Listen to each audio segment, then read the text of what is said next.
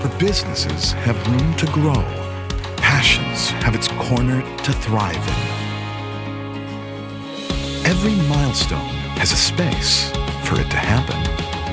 We put our heart into every project, and we are committed to deliver the extraordinary time and time again.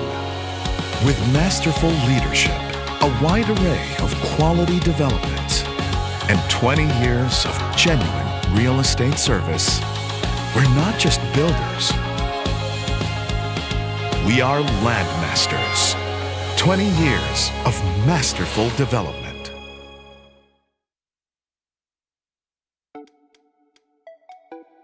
Wow! Sumakses dahil abot kaya? Uy! Sumakses dahil walang arte!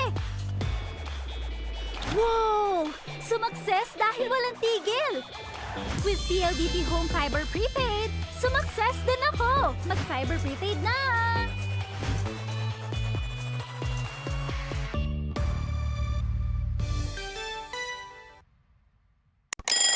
Ang sarap gumising sa umaga, sa tuwing naaamoy na ang luto ni nanay, ang daing at tinapay, at lalong-lalo na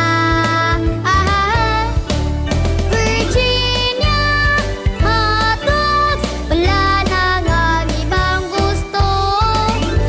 Virginia hotdogs, ito ang baon kong paborito. Basta hotdog, Virginia.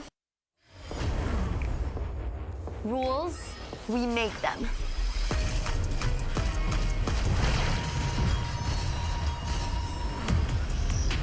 Limits, we go beyond them. One size fits all? Hard pass. Introducing a groundbreaking Digiflex mobile experience. Kick Mobile. Download the Kick app, choose your number, activate the eSIM, and own the country's first ever customizable mobile experience. Stay first in line for network priority and customize all you want, because the real flex is when everything is built to your rules. Kick Mobile. Our way, our rules. Hindi aabot ang data! Nice! Don't worry! The Only with Smart Power All 99. Hindi nabitin with 10 gig data plus only Facebook or TikTok and more. Load now! Di abot ang data! GG bro! Don't worry! The Only with Smart Power All 99. Hindi bitin with 10 gig data to power your games plus only Facebook or only TikTok. Load now! Hindi umuulan! Di mo tayo makakabenta! Yes! Don't worry! The Only with Smart's Power All 99. Hindi bitin ang benta with only TikTok or Facebook plus 10 gig data and more. Load now!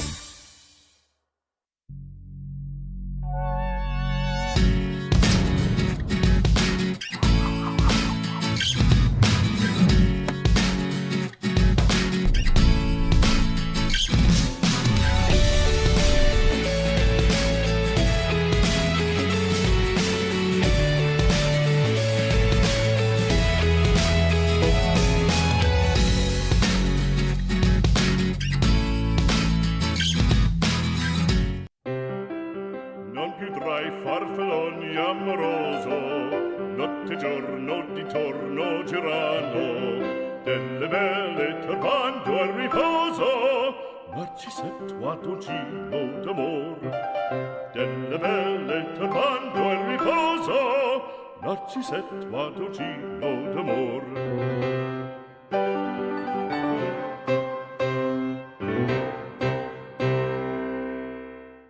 Every land is the same, but what we do with it separates a builder from a master. To us, it is more than just creating space.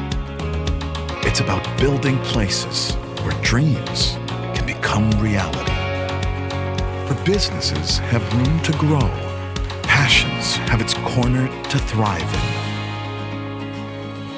Every milestone has a space for it to happen. We put our heart into every project, and we are committed to deliver the extraordinary time and time again.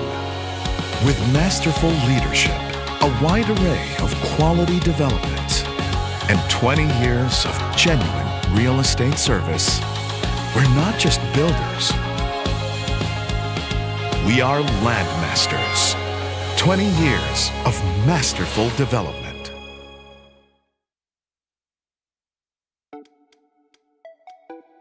Wow! Sumakses dahil abot kaya? Uy! Sumakses dahil walang arte! Wow! Sumakses dahil walang tigil! With PLDT Home Fiber Prepaid, sumakses din ako! Mag-Fiber Prepaid na!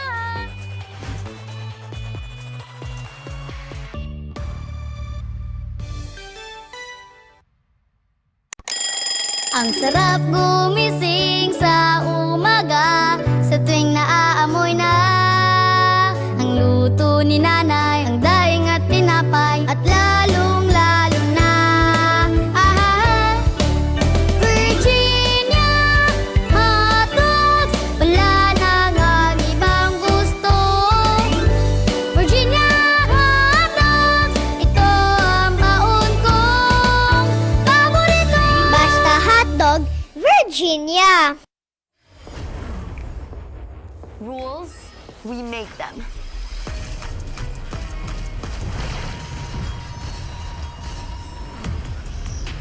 Limits, we go beyond them. One size fits all? Hard pass. Introducing a groundbreaking DigiFlex mobile experience. Kick Mobile. Download the Kick app, choose your number, activate the eSIM, and own the country's first ever customizable mobile experience. Stay first in line for network priority and customize all you want, because the real flex is when everything is built to your rules. Kick Mobile. Our way, our rules. Hindi aabot ang data! Nice! Don't worry! The Only with Smart Power All 99. Hindi nabitin with 10 gig data plus only Facebook or TikTok and more. Load now! Di abot ang data! GG bro! Don't worry! The Only with Smart Power All 99. Hindi bitin with 10 gig data to power your games plus only Facebook or only TikTok. Load now! Hindi umuulan! Di mo tayo makakabenta! Yes! Don't worry! The Only with Smart's Power All 99. Hindi bitin ang benta with only TikTok or Facebook plus 10 gig data and more. Load now!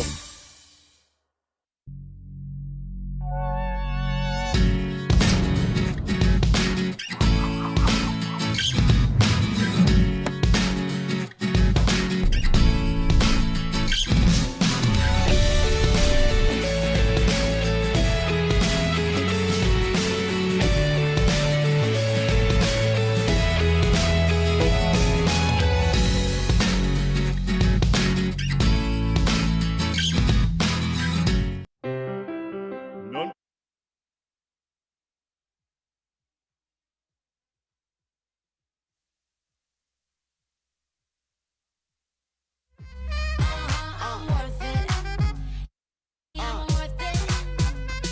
Okay, I tell her bring it back like she loves some. Bring it back like she loves some.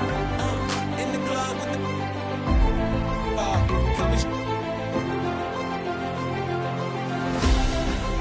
The logo features the number 25 to mark CESAFI's 25th anniversary, celebrating its legacy of excellence.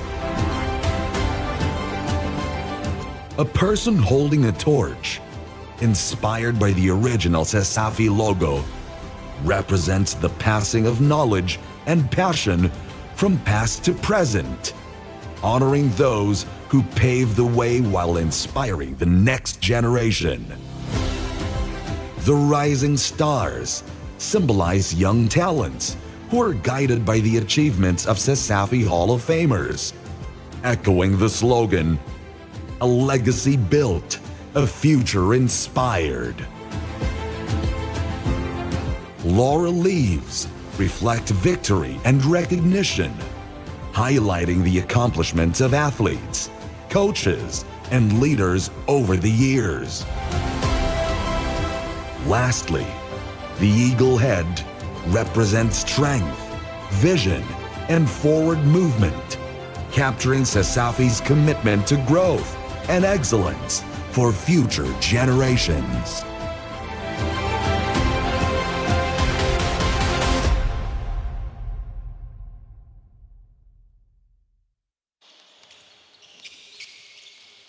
Maayong hapon sa CESAFI fans. We are here at the new and improved Cebu Coliseum at the heart of Cebu City for another exciting matchup here at the CESAFI Season 25 Men's Basketball in the High School Division. And the game that we have today is Sacred Heart School Ateneo de Cebu Magis Eagles going up against the University of Cebu Main Junior Web Masters. And it's going to be an exciting battle because both of these teams have their grit and grind in their spirit. But before we go on to the game that we will have today, allow me to introduce myself. My name is Terence Limpio, your commentator for today's game, bringing you all the action from the court to your screens. And you can watch us live on our official social media accounts, Facebook, YouTube, and TikTok. And you can also watch us live at pusop.com. And heading on to the game that we'll have today, let us check first with our current standings in the high school division. And as you can see right now, University of Cebu, Lapu-Lapu, and Mandaue, together with Benedicto College Baby Cheetahs, are 3 wins and 1 loss. And you can see there as well, with them is University of the Visayas, Baby Lancers, with 2 wins and 1 loss. And Sacred Heart School Ateneo de Cebu, the current defending champions, mind you, with 2 wins and 1 loss, tied as well with CEC Blue Dragons and University of the Visayas Baby Lancers. And you can see UCMN as well with 2 wins and 1 loss. So it's going to be a tiebreaker of a matchup that we will have today in the high school division. But right now, you can see the matchup right now. As I've said earlier, it's going to be a heated one because both teams are on a tie. And in the game headline that we have right now, it's the tiebreaker, 2 wins and 1 loss. Who's going to take the win? Who's going to take the 3-1 record? Who's going to take the 2-2 record? But let us head on to our team stats. You can see Sacred Heart School Ateneo de Cebu, 38.70% in the field goal area. They're also the second in the high school division in terms of that stat. And in the rebounding department, we all know that Ateneo de Cebu has a couple of big men and rebounders in their team. So, it's going to be this rebound stat is going to be a crucial one for the team as well as their points in the paint, 37.33. You can see the dominance that they have on the floor for Ateneo. And let us head on to the UC Main Junior Web Masters. Their field goal percentage, 34.63%, just up there together with Sacred Heart School Ateneo de Cebu, somewhere around 5th or 4th in the spot. And you can see the steals. They are currently leading in terms of steals with 20 steals per game. That's quite a lot. And together with that, going hand in hand with that steals, is their points from turnovers, 32.33. So you know how well they could convert after a steal or even after the turnovers from their opponents. And let us head on again to one of their players for today. But let us pass it on to our courtside reporter Kian Roble for some more insider info. What's up, Suki? What's up, Bullet? And hello, Cebu. Hello, CESAFI. I hope you're set and ready because it's already a go time here at the courtside. With identical records of 2 wins and a loss, tonight's matchup is as crucial as it gets. Both UCMN Junior Web Masters and Ateneo de Cebu Magis Eagles are gunning for that 3rd win, but only one can get it. The Magis Eagles are looking to shake off a loss to UCLM after falling just short. They're back with more fire and focus. Top scorer from the previous game, Lian Kent Basa from Palawan, said over a quick chat that the team fell down, having their first loss of the season. But realized at the end that they should not feel down and they should not stop, just keep going on. UCMN, on the other hand, is riding off a big time win against UCPF with Jape Mamza fresh off a player of the game performance. Momentum is on UCMN side, but the junior webmasters aren't taking anything for granted. Jape Mamza from Surigao del Norte told me they've been putting in serious work ahead of this matchup. He emphasized on their momentum and hopefully how mapadayang paghihapon as they head on today's match. Whether it's a gritty, focused Eagles or the confident, surging webmasters, someone's walking out of this Coliseum with their third win. Tip-off is just moments away, so stay tuned to CESAFI. I'll pass you over now to our game announcer, Genesis Garcia.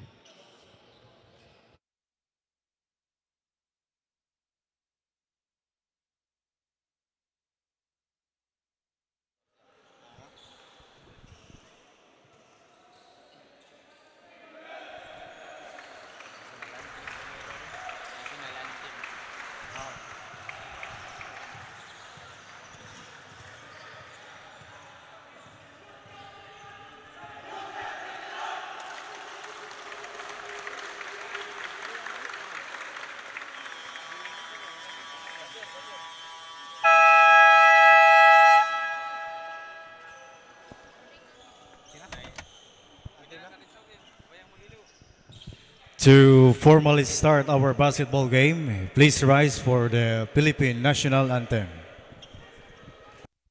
Mga kababayan, ang pambansang awit ng Pilipinas. Kayang magiliw, telas ng sinangalan, alam ng puso, sa dikit mo'y buhay. Lupang hinirang, kuya ka ng magiting, sa manlulupin, di ka pasisigil, sa nagatak tutok sa simoy at sa langit ng bangaw, ay hinatang tula, kawin sa pagkayang minamahal, ang isang ng patawad mo'y tagumpay na nag-iingin, ang bituin at araw niya kailan pa may di magdidinig, lupa ng araw ng walang pagsinta, buhay langit sa piling mo. Ang hindi kaya na pagkay mga akin, ang mamatay ng dahil sa'yo.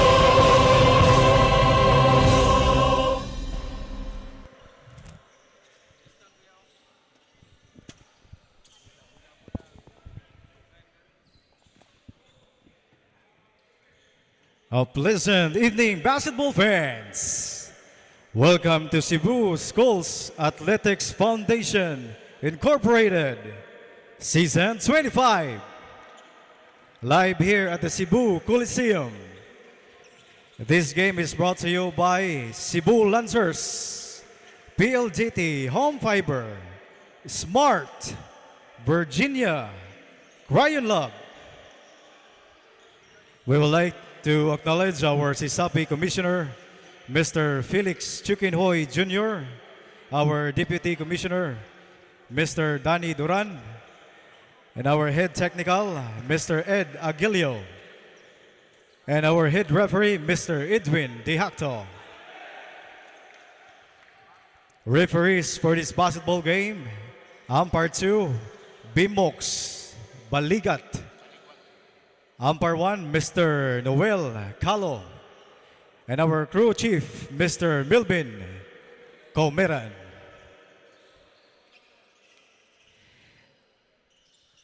And now, let's welcome the starting five for your UC Webmasters. Is starting with the jersey number 5, point guard, Serix Russell Alejandro. Your jersey number 12, guard Manza JP. Jersey number 8, shooting forward, Allen Doverte. Jersey number 7, power forward, Marty Soto. And your number 13 at the center, Jan Swickel. Head coach for UCMN, Reggie Liganda, and assistant coach, Ray De La Victoria.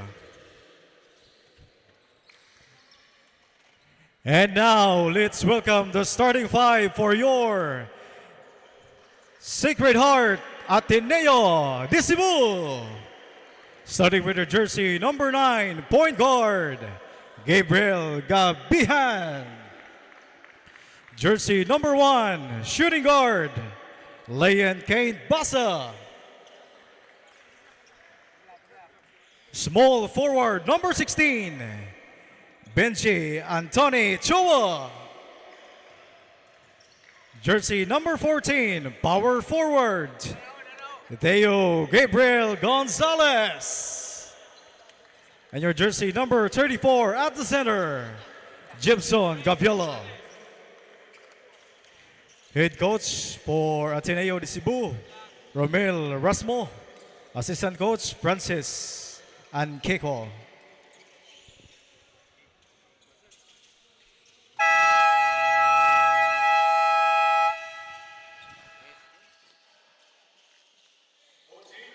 And there you have it, ladies and gentlemen. This is the first game of today.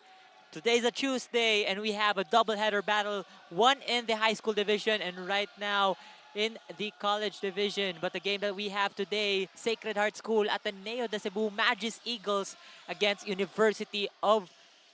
That was Sacred Heart School Ateneo de Cebu Magis Eagles going up against University of Cebu Main Junior Web Masters. And the tip-off right here goes to the side of UC. But right now, the ball is on the side of Ateneo. And a steal here by Alejandro. Kicks it to the corner, but that goes out of bounds.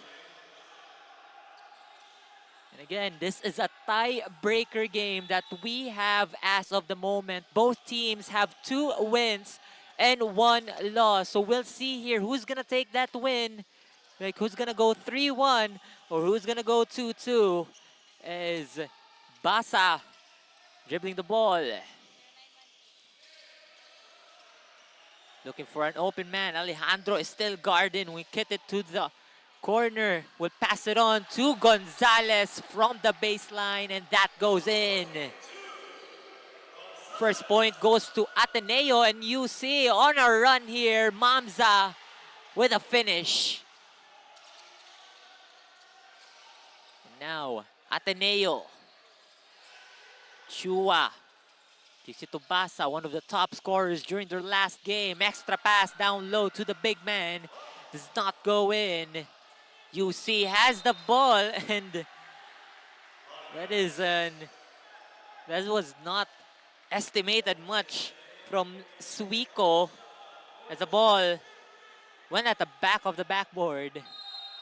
Was trying to pass it to Mamza, but right now Ateneo retains possession. Trying to save for the ball here. Now Basa will retrieve it for Ateneo. Kicks it to Chua. From the baseline, Gonzalez again does not go in. Ateneo. UC rather, on a run. A steal again. Ateneo.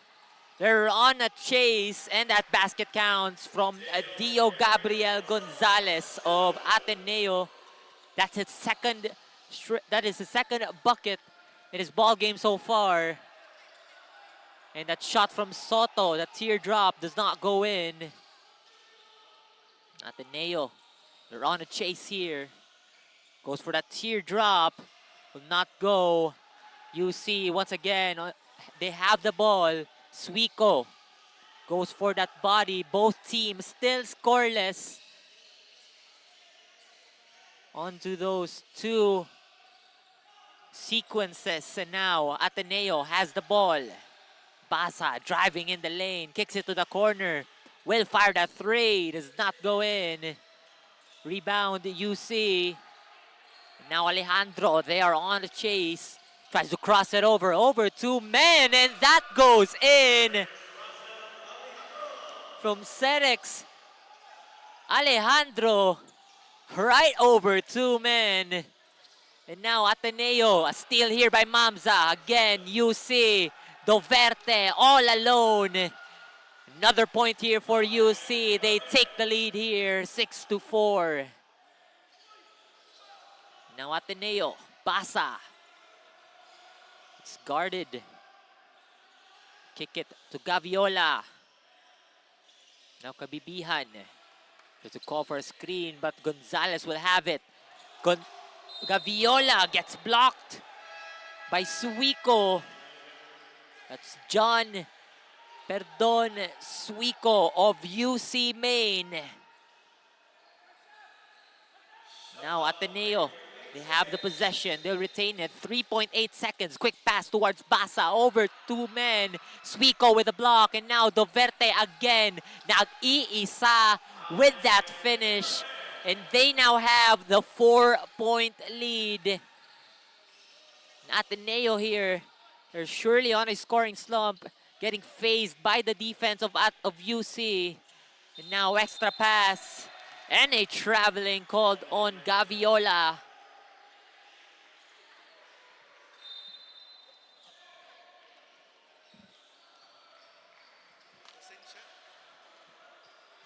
And now inbounding. Suico will pass it. Quick chase does not go in from Soto. Now Ateneo, extra pass. And it goes in again for Gonzalez. It's Gonzalez, 6th straight point. And it's all his points here for Ateneo. Yeah, Gonzalez off to a very good start here. But Ateneo still down by 2 despite his heroics. As you see. Right now, Doverte with that right wing 3. Does not go in. And looks like they blow a whistle, a foul. That's going to be on Chua, I believe. Yeah, that's definitely going to Chua. Chua is still heading on the bench. And you can see here, Ben, the officials are trying to talk it over. They're going to decide whether it's just a regular foul or maybe even more. Yeah. So far, they're going to talk things out, but to start the game, it's been a very close game so far. 6-8, 2-point lead only to UC. But Ateneo are the type of team to, if they start slow in the first half, they usually start to pick up a very strong lead in the third. So UC, they're going to want to build a big lead here to start the game. Yeah, definitely, partner. And the officials are up there on the production table as they want a replay of what actually happened, because they want a a clear decision on what could be the call during that sequence, because I believe that was Chua who committed that foul, but what foul is it? But again, earlier, if you guys are just tuning in on our live stream, Ateneo had that 4-point lead earlier. But right now, it seems like the tides have turned, but it's still the first quarter. We are entering the 5th minute of the game. Yeah, both teams still trying to get their groove on. Ateneo, they had a good start, as you mentioned, the 4-0, but they weren't able to follow up on that good start. So the lead unfortunately went over to UC, and for UC right now all they have to do is keep the momentum going, and it's not a good sign if you're Ateneo seeing that Chua committed that type of foul. But we have the call here.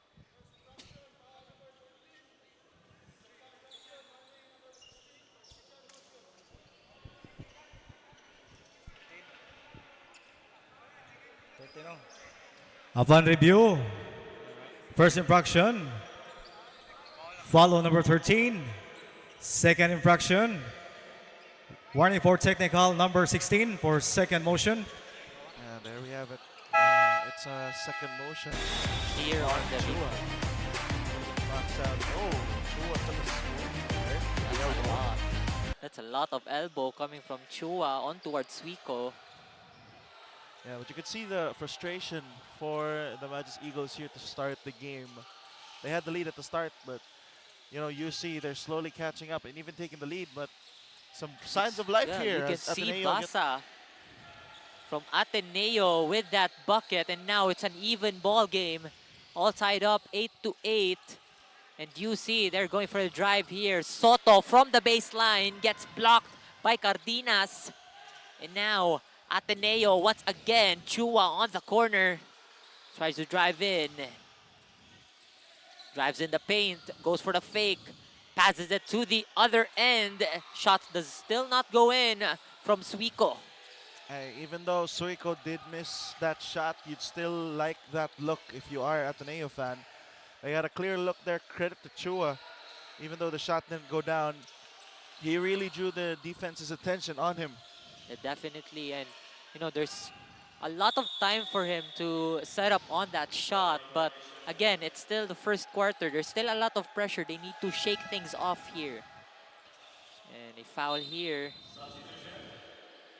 Yeah, some substitutions as well. A change on the lineup. No, a little bit of a change because they need that rotation, especially that they are facing, UC Main are facing the defending champions, the Sacred Heart School, Ateneo de Cebu, the Magis Eagles.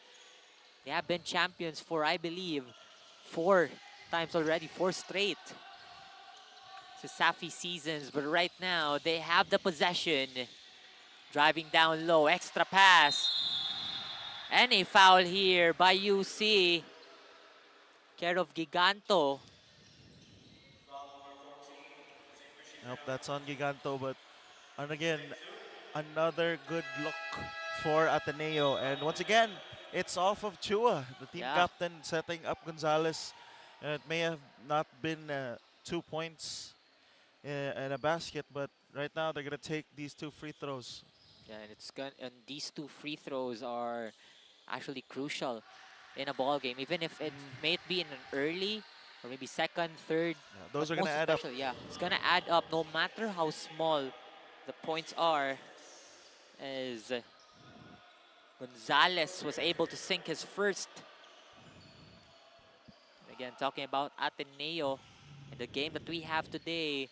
2 wins and 1 loss, both teams. So it's going to be a tiebreaker match that we have in the first game. As you see, another foul.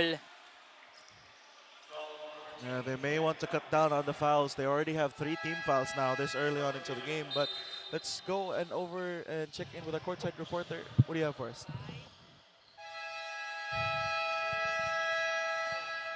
Mind over body. It's already a loud first half of the first quarter between the UCMN and Ateneo de Cebu Magis Eagles. But that is not getting into the walls of the Magis Eagles. Before the match, we saw these fallen Eagles meditate backstage, focusing on each of their individual attitudes as they reflect on their previous game.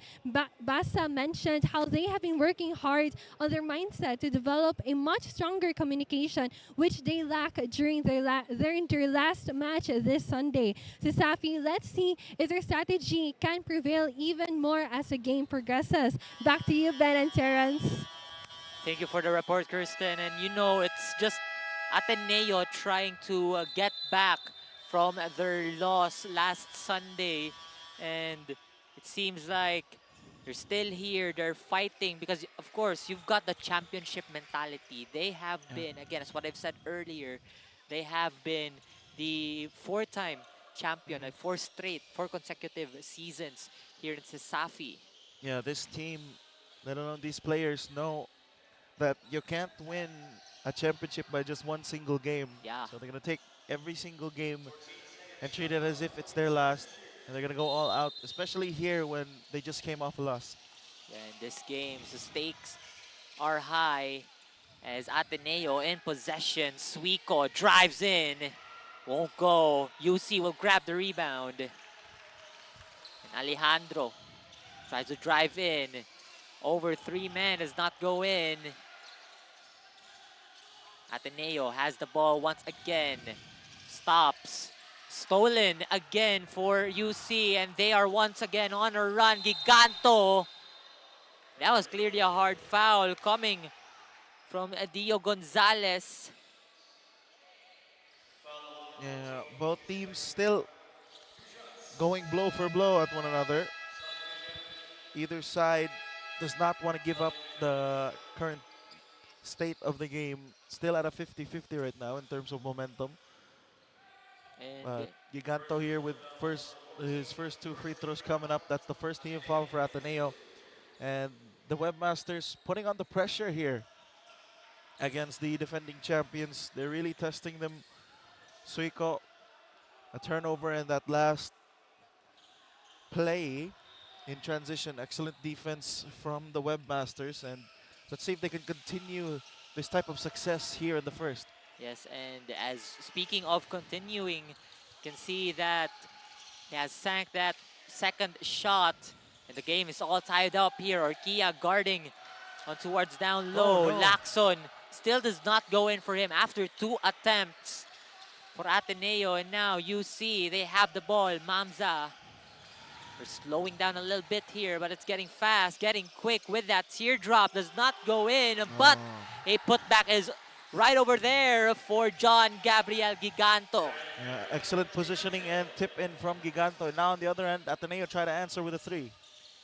And that shot does not go in from Resio. As you see, nagmamadali. Shot from them does not go in. Coming from Giganto once again. Right now, Ateneo, extra pass, and it goes.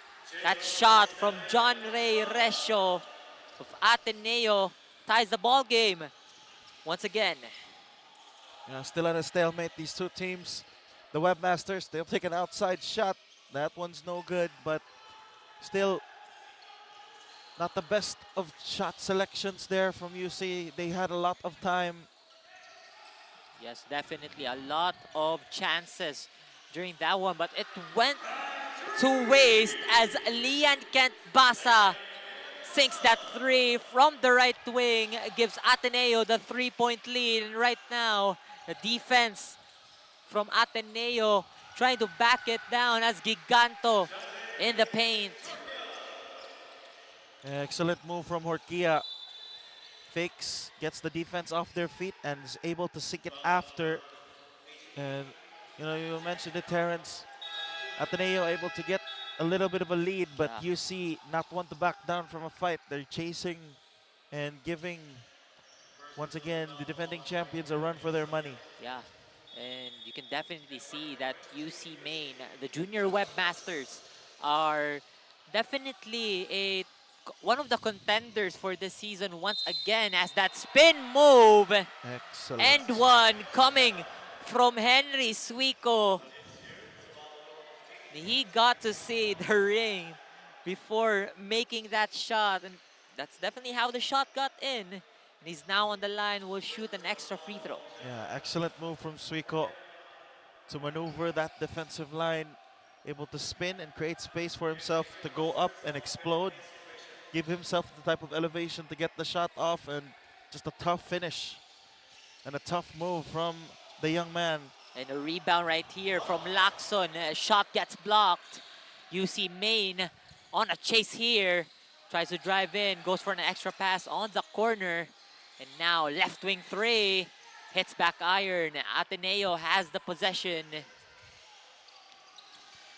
𝐂𝐄𝐒𝐄 kicks it down low. Back at it again to 𝐂𝐄𝐄. He tries to drive in, but a reach and foul is called on Saniel of the junior Webmasters. Yeah, a bit too physical there on that exchange. That's the 15th foul. Penalty now for UC. Free throw's gonna come up here for 𝐂𝐄𝐄. He did miss his bonus throw during his last trip. Let's see what I can do with this free throw line trip. Yes, and most especially if you're on a penalty. But again, the time that we have right now, 1 minute and 3 seconds. It's a little bit of time, but you don't want to give Ateneo a lot of trips on the line, because again, they're also one of the best free throw shooters in the high school division. Yep, exactly. And 𝐂𝐄𝐄 able to knock down the second free throw. Now the pressure UC. put on UC. Giganto. He has the ball. Saniel. It's guarded by Resio. Driving in the lane. Extra pass. Was pickpocketed by Resho as it goes out of bounds. Smart move by Resho right there as he's trying to stop the momentum of UC. Yeah, And Sadiel, now, he just lobbed it up yeah, in the middle. With all of a sudden, it even took, I believe, Ateneo players off guard, but the shot not able to fall. and now Ateneo, Lacson, 11 seconds, will kick it to Chua who's up top. Tries to drive in the lane, tries to go for that pick and roll. And another And, foul. yeah. Another foul on UC, too physical with that defensive play. That's, I believe, That's on Cano Cano. picking up the foul. Adrian Cano. Again, UC Main, 5 team fouls, more than 5 team fouls already. So again, it's their second trip, Ateneo's second trip. Yeah, that's 17 fouls for them already this early on and towards the first, with Ateneo only making 1 foul in the game. You can see the discipline between these two teams, but the free throw from Chua will land on the first attempt. And Ateneo with that free throw coming from Chua, the lead is getting bigger and bigger right here. 18-13, just a 5-point lead for Ateneo. Still a manageable lead, still the first quarter with 27.7 seconds left. And Chua extending the lead here to 6 after sinking both free throws. And you see Mamza to have that screen, but he says, I can do this by myself, but he chooses to pass it to his teammate. The ball goes back to Mamza. Excellent on-ball and off-ball defense from Kabibihan. During the on-ball, he denied the driving lanes, and during that off-ball, he instantly swatted away the dangerous pass. Yes, and right now, you see Saniel tries to drive in, and another foul here for Ateneo. That's their second team foul. That's from Resho. 6.4 seconds on the game clock here for UC. So looking for an open man. Kicks it, long pass towards Mamza, drives in the lane, teardrop. Does not go in, right off the board. And the ball goes out of bounds. Last touch by Giganto of UC. And Ateneo has 0.9 seconds on the game clock and fires a full court shot. The shot does not go in. Quite short on that one. And that would be the end of our first quarter. 19-13 is our score. Just a 6-point lead here at the first quarter. We'll be right back as we head on to our second quarter.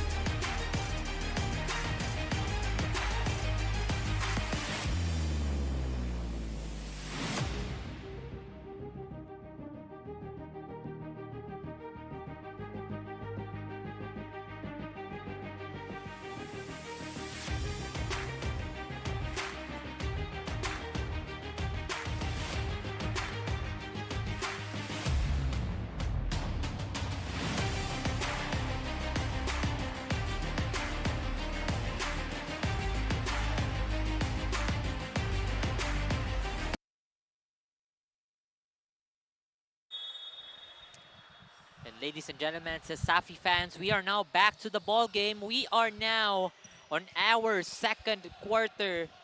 Again, on our first quarter, Ateneo with 19 points, UC Main Junior Webmasters with 13. And Ben, what do you think about that first quarter performance from both teams? Yeah, I think both teams giving it their all on the court. But one team, clear difference between the two teams. You know, it's been one team being very disciplined on that defensive end, denying those free throw attempts, and another being, you know, one a bit too aggressive on that defensive end, giving away free throws and Ateneo been the team to knock down those chances when they're given to them. Yes, definitely. And Ateneo is surely looking for the spot that they're actually used to shooting, or maybe their hot spot, as we all know. That's what Ateneo is currently doing. That's the reason. It's also the reason why we have the lead right now, the 6-point lead in favor of the side of Ateneo. But you see, they have the ball. 14 seconds on the shot clock. Will kick it up top to Doverte. And now Bulagsak, guarded by Suico, tries to drive in the lane, behind the back, dribble. Will kick it to Soto. Back again to Doverte, left hand does not go in. Great defense by Gaviola. And now Basa on towards Suico, kicks it to Gonzalez from the free throw. And Gaviola tries to go for that paint finish, but he gets fouled. 2 free throws coming from him. Yeah, Gaviola working overtime on both ends here to start the second. He made it a monster block on the defensive end, and on the offensive end, instantly takes space in the painted area, and credit to his team for finding him and getting the ball to him. And now he's going to shoot 2 free throws for his efforts. And, you know, as displayed in the stats earlier, but we'll see on the stats that we have right now. Ateneo, 57% on the free throw line, and that's increasing as of the moment, maybe around 59 or 60. But again, Ateneo just accurate, just efficient, rather, on the line here compared to UC Main. But UC just 1 trip on the free throw line so far. That's why you can see 1 out of 2 from the line with 50%. Yeah, as we mentioned, both these teams, you know, clear difference has been the discipline on that defensive end. You see, they've been giving more trips to Ateneo, and Ateneo have been sinking more because of the additional trips. And a steal here. That is a lane violation by Ateneo. That is from Henry Suico. Now UC Main, they once again have the possession here. But again, partner, it's about how UC Main is going to convert their shots in terms of possessions, because it's what you've said again, that UC Main has not been converting much in this game. They've been converting about the same, actually. Yeah. The Ateneo have only made 1 more field goal than UC. It's just been the free throw line difference that's been making a big difference here down the stretch. As you mentioned it early in the first, you know, these free throw line trips are going to add up, and the lead from Ateneo have been mainly because of those free throw line trips. And Suico gets another steal. And now Ateneo, Suico, great defense. Now Gaviola tries to cut in down low, and that goes in over Suico. You can see just the big man doing his own thing down low. Yeah, Gaviola, excellent here to start the second. He's making his presence known once again here. And you want to see that from one of the more reliable big men on Ateneo. And now Ateneo slowly racking up fouls here, as this is Ateneo's 2nd team foul already.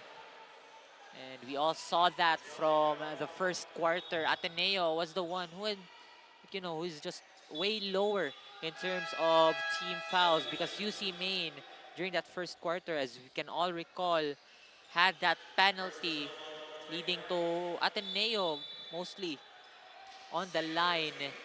Right now, UC Main, 14 seconds on the shot clock. Will fire the 3. Abrogar does not go in. And Ateneo in possession. Yeah, looks like another rushed possession there from UC. They could have had a better look there than that contested jumper from Abrogar, as Graviola sinks that jumper. The jumper from Gaviola goes in. And Ateneo, the lead has been bigger than ever. 10-point lead. And right now, UC Main, they have the ball. Abrogar towards Doverte. Monterola guarding. And once again, a foul here by Ateneo. 3rd team foul already. And you can see the aggressiveness coming from that team right now. You see, they need to make a basket here in this possession. Definitely. But the lead here, 10-point lead, it's something that you should be alarmed of, even if it's still the second quarter. Right now, UC Main inbounding. Duverte kicks it to Bulagsak towards Suico, and Suico gets fouled. 2 free throws here for UC Main. And a substitution, Moms are going to check in here in favor of Abugrar, as well as Soto. UC look to go for a more quicker lineup with more options with cuts, and Ateneo, they've been racking up fouls to start the second, already 4 team fouls for the Magis Eagles. And you know, Ben, speaking of the lineup, you know, the quick lineup as what you've said, they need to put in that lineup because, you know, Ateneo, most of them are big mans. So what a way to, you know, counter that type of lineup than using your quicker players as Duverte trying to snatch the ball off the hand of Basa, and it goes out of bounds. And a quick switch here for Ateneo as Cardenas is back on the floor for the Magis Eagles. And now Basa slides it over. The ball goes back to him, Monterola. But Basa again has the ball. And another foul here for UC. That is their second team foul. Again, this is a different story from the first quarter, partner. UC Main had the penalty, no, but it's just like heading on to the final minute of the first as a 3-ball here from Rasmo. Short. Ends up being an air ball. UC get a possession back. Let's see if they can come away with some points here as a foul called on Basa. Yes, and going for a full court press here, Ateneo. They want to sustain the lead that they have, even if it's already a 9-point lead. But again, Ateneo doing everything they can to get back from their loss last Sunday against the sibling team of UC Main, the UCLM. See what they can do here. More free throws coming up. Duverte, he'll take his first. He will make it. And Ateneo lead cut down to just 8 now. It was as large as 10. Yes, that was the largest lead of the game so far, coming from Ateneo. The 10-point lead. And again, the Webmasters slowly coming back and trying to utilize those team fouls as UC Main has the ball. Duverte on the baseline, behind the back pass. Bulagsak, 3-ball. Does not go in. A rebound by Suico. And 1 for UC Main. And again, they are slowly coming back, taking the lead back to 6. The lead cut down to just 6. Suico with a chance to cut it down to 5. UC, they've had a bit of a few successful possessions the last time around. But moreover to the game, let us pass on to our courtside reporter, Kirsten, for some more of insider info. What is down there? Show up and add pressure, which is what Coach Ricanda has been reminding the junior webmasters as we head on into the second quarter. During my quick chat with the team backstage, they acknowledged the Magis Eagles' soaring strength, but still aims to steal this win from them. Remember the person you need to block, said Coach Ricanda, with a full force emphasis on defense. They've been practicing on their stamina and endurance, highlighting on focus and composure. But is it going to be enough to delay the flight of the defending champions towards their dream destination? Let's find out more as the game progresses. Back to you, Ben and Terrence. Thank you for the report, Kirsten. And yes, you are right. UC Main, they are going all out in terms of defense, especially here on the second quarter. But a timeout has been called here for Ateneo. Yeah, a timeout called here by.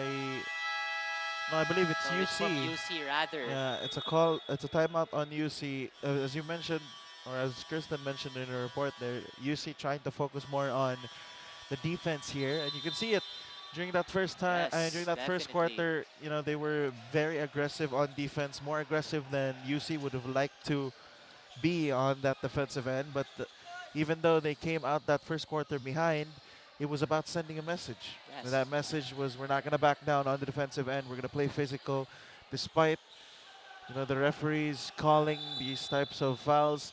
We're just going to play aggressive, and we're going to hope that it's not going to come down to free throws at the end. And you can definitely see strategy. that they're having great defense here, and a careful one as well, as again, two team fouls for UC and a steal, back-to-back steals from both teams. As driving in the lane, Bulagsak, bounce pass to Soto, just right over Lacson of Ateneo, and UC Main cuts the lead down to 4. And right now, Suiko is heavily guarded. Will pass it on to Lacson from the top of the K. A steal here. Suiko. But a foul by Lacson in transition. And again, UC Main back on the line for some penalty free throws. Yeah, and that came off of a steal. Great defense once again from UC. This time in the second quarter, they've been more disciplined on that defensive end, and you can be effective even if you're not going super physical on that defensive end, and it shows right now for the Webmasters, as they were down 10 earlier on. Now it's just down to 4. With Suiko taking these free throws, it could potentially go down to 2 as he knocks down the first. And talking about what you've said earlier, that you don't really have to be physical in terms of defending. It makes me think of that one game last Sunday wherein it's just more of an intimidation. Like, there's just a less physicality on that one. But, it still works because, again, intimidation is more of a mental game as that bucket goes in for Marty Soto. And Ateneo calls for their first timeout here on the second quarter. 25-24 is our score. Just a 1-point lead. 4 minutes and 45 seconds left. We'll be right back after the timeout.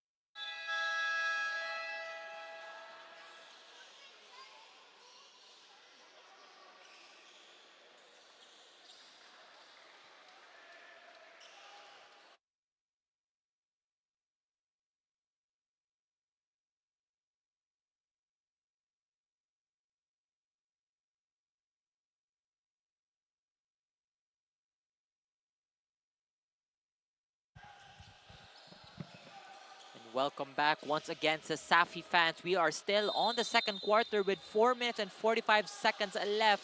25-24 is our score. Ateneo with a 1-point lead. From that 10-point lead earlier down to this, just a 1-point lead. But right now, Ateneo looking for a way to extend the lead as the shot does not go in. But a foul by UC. Excellent from Basa there to get that rebound, the elevation doing that last time, and now he will be awarded for his efforts with a free throw line trip. Let's see if Basa can knock down 2 here to potentially extend the lead back up to 3. But Ateneo currently feeling the pressure now of these Webmasters, of the junior Webmasters, chasing from behind and refusing to go down here this early on and towards the first, as Basa sinks both free throws. And a substitution. Horquilla gonna check back in here for Soto. And mind you, Soto was the one who cut the lead down to just 1 point. Yes, but right now with a switch of Orkia, it's gonna be just like the same as Soto. You know, seeing his last game. But right now, UC main, Doverte drives in from the elbow, does not go. Ateneo here on a run, but an interception by UC. Trying to go for a steal here, and bodies on the floor for Ateneo and UC. It'll definitely be a jump ball. Yeah, a lot of contact there. It looked Yeah. like Chua may have swung an elbow. And the call here is going to be a jump ball. It will be on the side for UC. Yeah. But again, partner, it's a 3-point lead here. And UC main doing everything they can, most especially in the defensive lane, to catch up with the lead.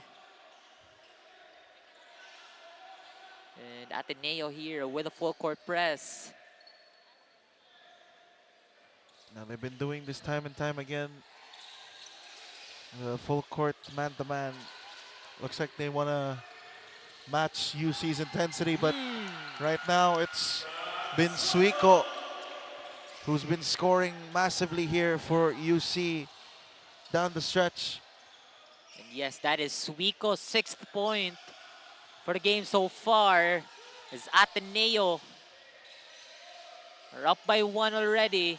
They're passing the ball around. They couldn't afford any turnovers as of this moment. 2 seconds on the shot clock. Quick 3 from the corner. It's good. It goes in from Henry Suiko. Suiko, he did not have a lot of time to get that shot off, but he does. And he nails the shot. Just right after that shot from him, a foul is called on towards Suiko. And that was a clutch shot coming from him. Just like, no, a second left on the shot clock. Chooses to release it, you know, without, of course, you won't have to hesitate at that time, as you can see here on the replay then. Yeah, he got it at 0.5, instantly went into the shooting motion, not even having the time to wind up and get the perfect shooting form, but he still manages to make it. But on the other end, he draws the foul, or he gets a foul. Yeah, he got the foul. As you can see, Bulagsak is on the line, and no, seeing that he missed his first one, but he already makes the second here, cuts down the lead to 3. And now Ateneo, Suiko, kick it down Great low. cut. So does not go in for Ateneo, and now UC, they're trying to go back to the lead as Bulagsak drives in over 3 men. Gaviola had a tip of the ball, and it goes out of bounds. UC main retains possession with 15 seconds on the shot clock. Still a lot of time for UC to work with. Let's see where they go in this possession. And an inbound for UC. Doverte, long range 3. It goes in. Yeah, we're Ties the all tied ball up. game. 30-30. But now Ateneo. Cardenas has the ball, tightly great guarded. move. Orkia down on the floor. Great Chua, passing. pass after pass. They're fighting for the ball once again. The intensity of this matchup, Ben. As we all know, the stakes are high here, because this is a tiebreaker matchup. 2 wins, 1 loss between both of these teams. That's what you get in a match like this. Yeah, exactly. Neither side gonna want to give up that standing the record here, but the passing from Ateneo has not been clean. Despite their passes connecting, they have not been able to get those clean catches down the stretch when it matters. But again, with that, mishap that had happened earlier, Coach Romel Rasmo of Ateneo is calling for their second timeout this quarter. 30-30 is our score. A tie ball game with 2 minutes and 16 seconds left. We'll be right back after the timeout.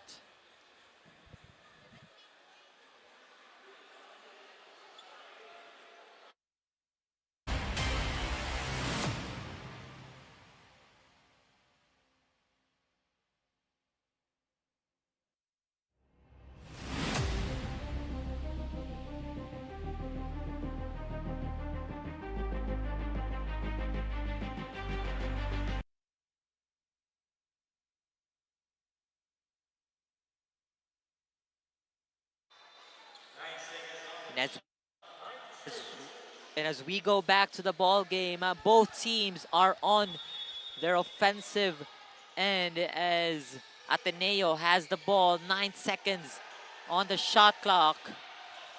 And Chua has the ball, 3 ball. Cardenas quite strong. It didn't hit the rim, it didn't hit the Hit the rim. rim, and no shot clock right there. Recio's shot does not go in, but Gaviola has to go for that fake, gets hit. And a foul, trip to the charity stripe here for Tan Gibson Gaviola.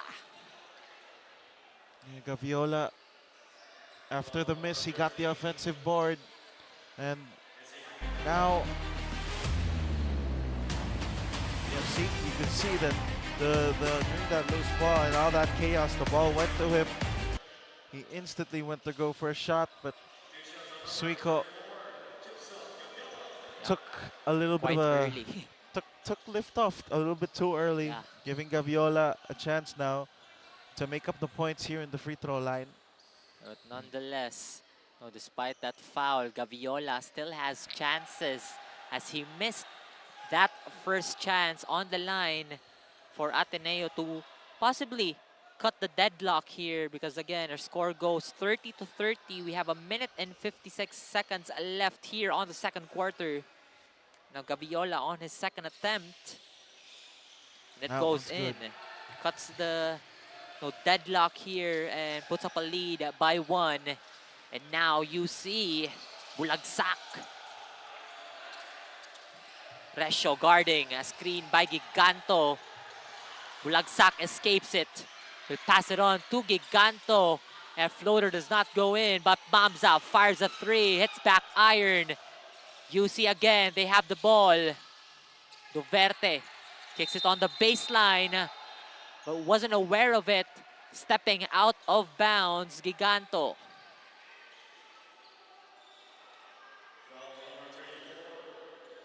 That was a foul rather, that was not a baseline. It was a foul. Giganto got lucky right there, because one of the referees have called it. But it's actually a foul. Is Giganto. First one does not go in.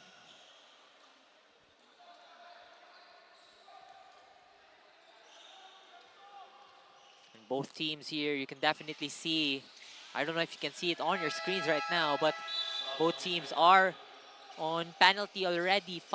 More than 5 team fouls from Ateneo and UCMN, and the ball game is tied up as well after that second free throw made by Giganto. Right now, Ateneo trying to cut the deadlock once again as Recio tries to drive in, almost loses the ball right on the paint. Gaviola goes in and out. Basa, screen by Gaviola, spin move, extra pass, but his teammate wasn't able to anticipate it on time. And Recio with the last touch out of bounds. UCMN has the ball back on their hands. Yeah, another unclean catch from Ateneo. Ends up going out of bounds. It's currently a tie right now at 31 all. We are down to our last and a minute. Turnover. A steal here. Basa. Finger roll does not go in. I thought he got fouled there. Corner. And it's last touch UC. Ball back in the hands of Ateneo with 40.4 seconds left here in the first half. Still a couple of time that we have here heading on the end of our first half. Right now, Ateneo escapes the defense. Cardenas will kick it to Basa. On an island here with Duverte, but will go back to 𝐂𝐄𝐒. Trying to call for a screen here. 8 seconds on the shot clock. 𝐂𝐄𝐒 fires a 3, does not go in. And the Basa ball loses the handle on the ball, goes out of bounds. UC with one chance here to go for, or with one final chance here in the first half to go for a possession. There's a Go couple for a of clean look. 19.6 seconds left. a couple of turnovers here coming from Ateneo, especially on the second half. And we do really hope, the fans are hoping actually, that they would lessen this one as they enter the second half, because again, all or nothing during the third and fourth quarter. So they gotta give their all. They gotta talk it over as we head to halftime. Seconds later. Coach Romel Rasmo here trying to argue that the players should not be allowed to substitute considering the state of the game. Yep. Yeah, they weren't. Yeah, they should not be allowed to check in.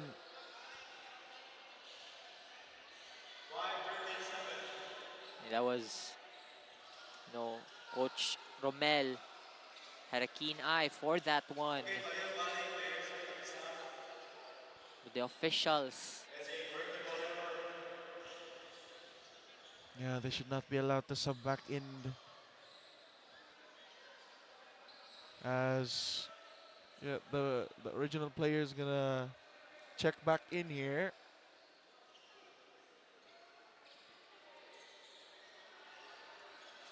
Seems like there's still a couple of arguments here from the side of the junior webmasters. The head coach of UC just gonna get waved off. Yeah. As the the assistant commissioners. coach Ray de la Victoria, John Ray de la Victoria of UC Maine, trying to defend their side as well. Yeah, but UC are going to have to go with the original 5 that they had on the court. Let's see what this 5 can do. Right now, 19.6 seconds on the game clock. No shot clocks already. This could be the possession on the side of UC. But right now, Mamza getting double team. They steal Excellent. here. Basa with that right hand finish. It goes in. Cuts the deadlock. Heading on the end of second quarter. Time is still ticking here for UC. And that's going to be it for UC. They had the time running, but Duverte just stared the ball down. Didn't have any action onto it as the buzzer Or sounds. Mamza, I should say. Mamza was staring it down. That's going to be the end of our first half. Their score goes 33-31. And sit right back as we will be heading to halftime.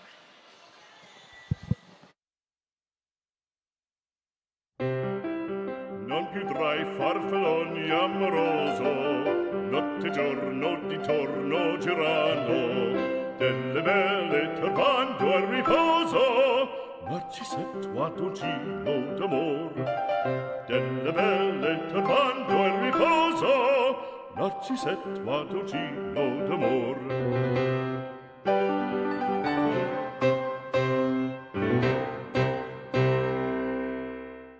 Every land is the same, but what we do with it separates a builder from a master. To us, it is more than just creating space. It's about building places where dreams can become reality, where businesses have room to grow, passions have its corner to thrive in. Every milestone has a space for it to happen. We put our heart into every project, and we are committed to deliver the extraordinary time and time again. With masterful leadership, a wide array of quality development, and 20 years of genuine real estate service, we're not just builders. We are landmasters. 20 years of masterful development. And And that's halftime here at the Cebu Coliseum with the score currently at 33-31 with the Magis Eagles leading the charge. While the players take a breather in the locker room, we wanted to hear from one of the most important people in the arena today. I'm here with Sir John Ralph Inot, the Athletic Director of the Ateneo de Cebu Magis Eagles. Hello, sir. Thank you so much for joining me here. I wanted to ask you first, how are you enjoying the game so far?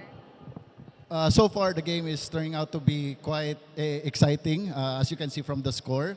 And it's really nice for CESAFI and for the whole basketball community that we have good games in line, especially the UC versus Sacred Heart School Ateneo de Cebu. All right, we hear you, sir. We're also as excited as you are. Now, sir, as athletic director, you've been one of the best main supporters of the team. Can I ask you, is there anyone else behind the team's progress this season?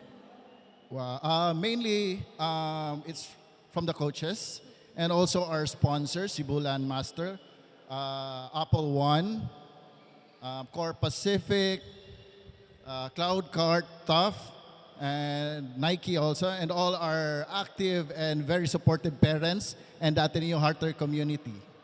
Wow, you can definitely say that the Magis Eagles have an all-rounder support from everyone that they love. Now, with the game tight and the stakes high, sir, what's your message to your team right now as they head into the second half of the game? I'm very optimistic that they can win this game. They just have to play their game and trust each other, and most importantly, trust in the Lord and in our coaches. We're as optimistic as you are for both of our teams tonight, sir. Now, lastly, before we let you go, would you like to make a shout out to anyone watching us tonight? Yes, I would like to say my shout out to all the Ateneo Harter community, starting with Father Mike Pineda, our school president, our admin, staff, and faculty who are all watching right now, and also to our ever-supportive parents and all the Magis Eagles fans. So Magis evening, everyone. Thank you so much, Sir John. We're just getting started, but I'm sure that I know everyone shares the same sentiments as you are. Big shout out to all of the rest of our athletic directors. You're the real MVPs of this season. And before we jump back into action, a quick word from the folks who make this coverage possible. Virginia, Smart Communications and PLDT, Crane Lab, Cebu Landmasters, Molten and Mikasa, Sonac, KIC, Puso P, and PLDT Home and Smart Communications. Thank you to all our partners. CESAFI fans, make sure you stay right here. There's plenty more action coming your way. Let's keep the energy going and cheer our team all the way to victory as we get back to the ball game. Yeah, thank you for that lovely interview, Kirsten. Now we have our halftime stats. We take a look here. The biggest thing for me here, Terrence, is that, although UC has been, Ateneo has been shooting more, it's been UC who have been shooting the ball better in terms of field goal percentage, which is why this game has been so close, despite, Ateneo shooting more free throws.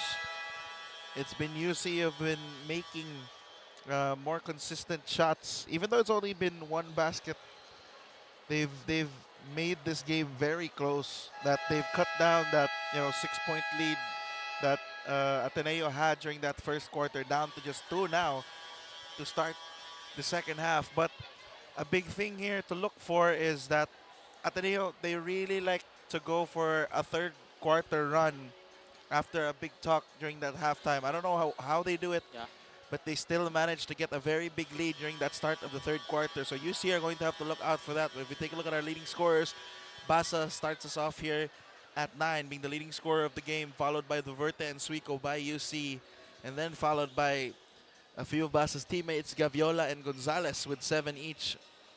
And then by Suiko with 6.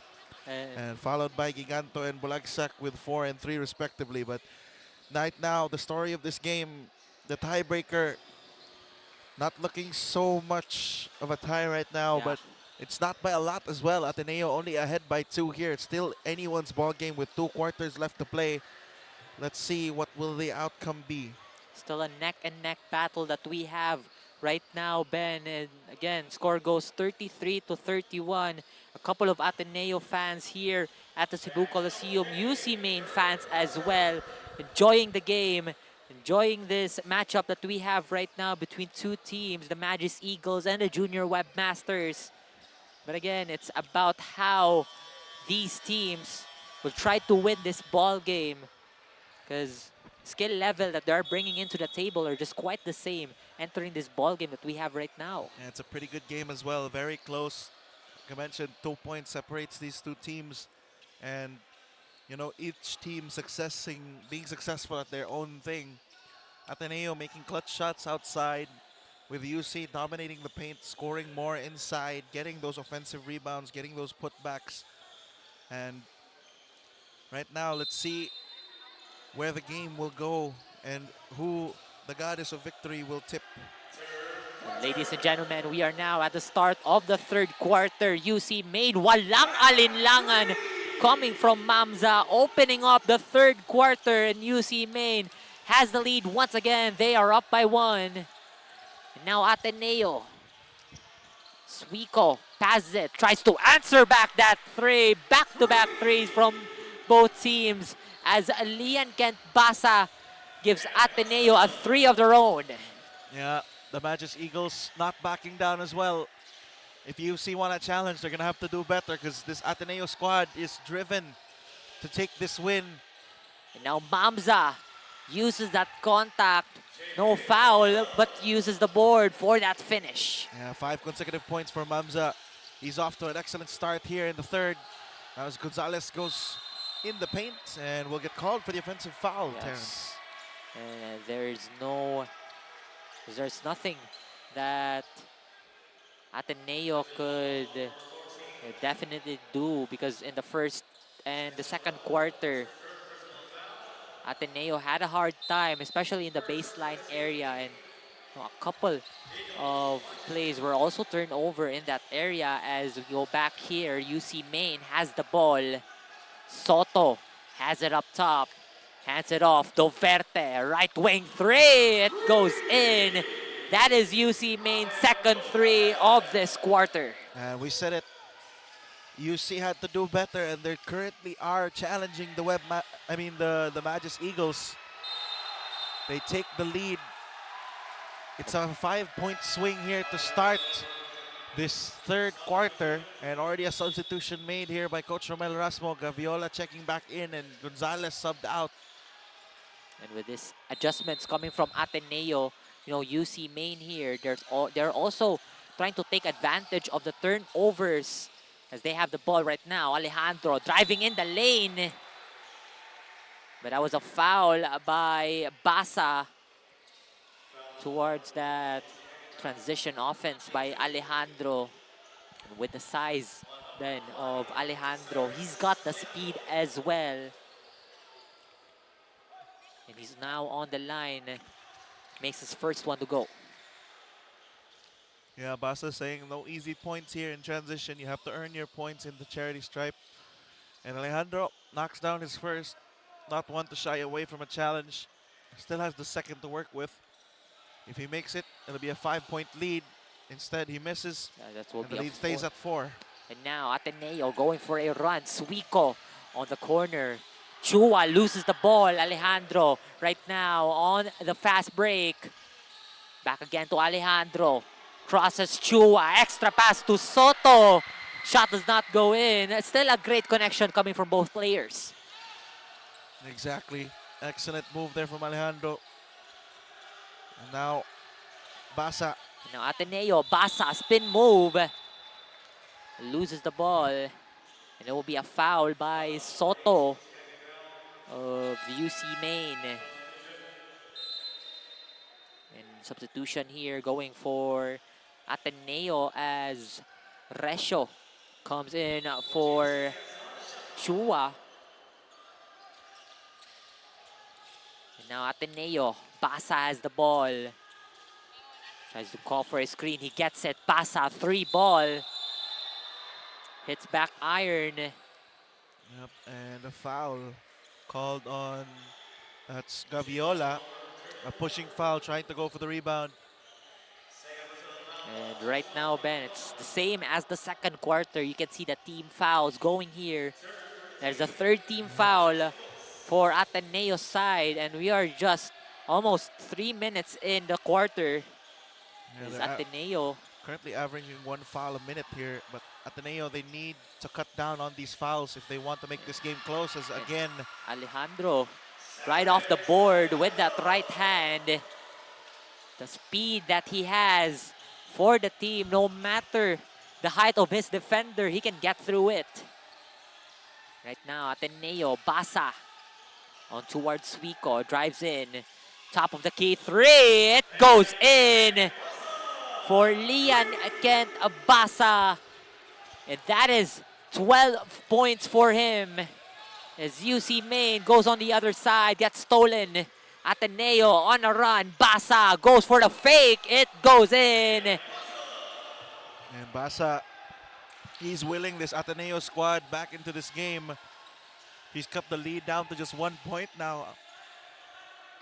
Alejandro, he has the ball once again. And after that basket from Basa, 17 here for him. And a 3-ball high arcing shot does not go in, but Alejandro is right over there to get that miss and to follow it up as UCMN are on the lead with 3 points. And Ateneo.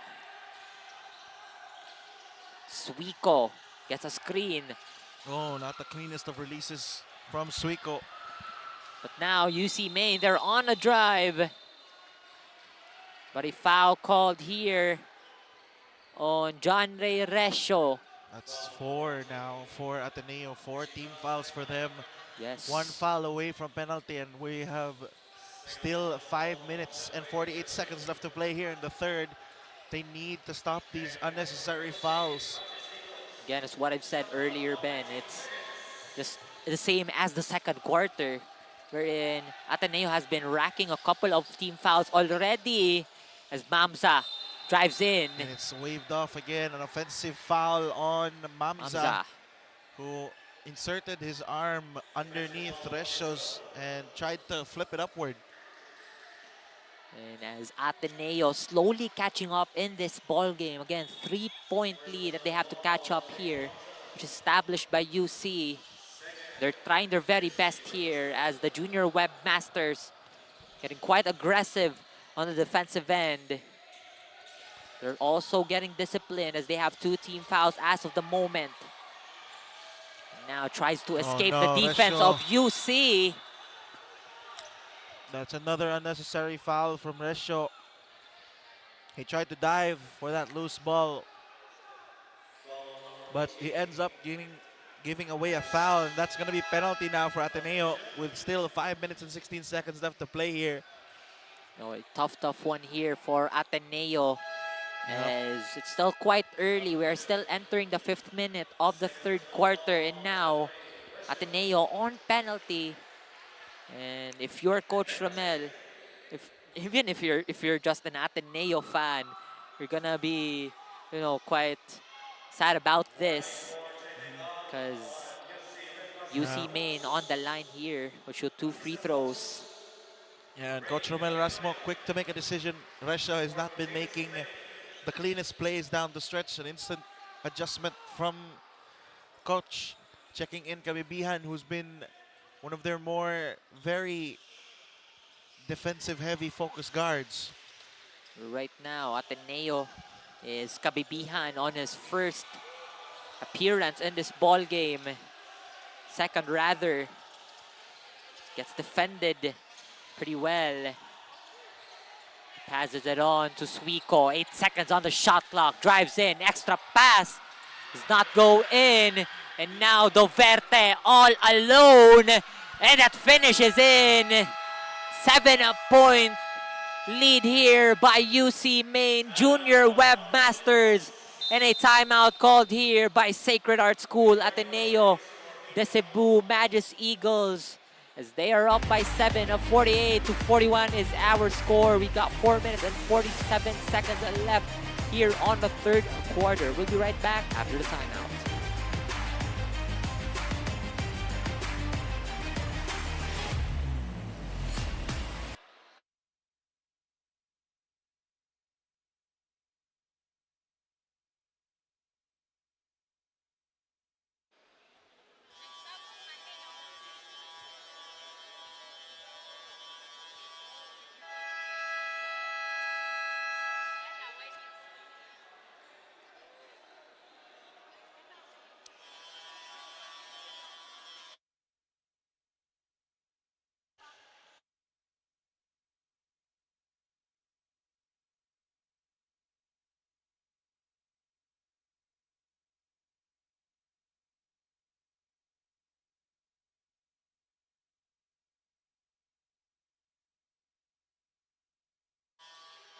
And we are back to the ball game. We are still live and alive here at the CESAFI Season 25 Men's Basketball in the high school division. And if you're just tuning in, it's Ateneo, Sacred Heart School Ateneo de Cebu Magus Eagles going up against University of Cebu Main Junior Webmasters.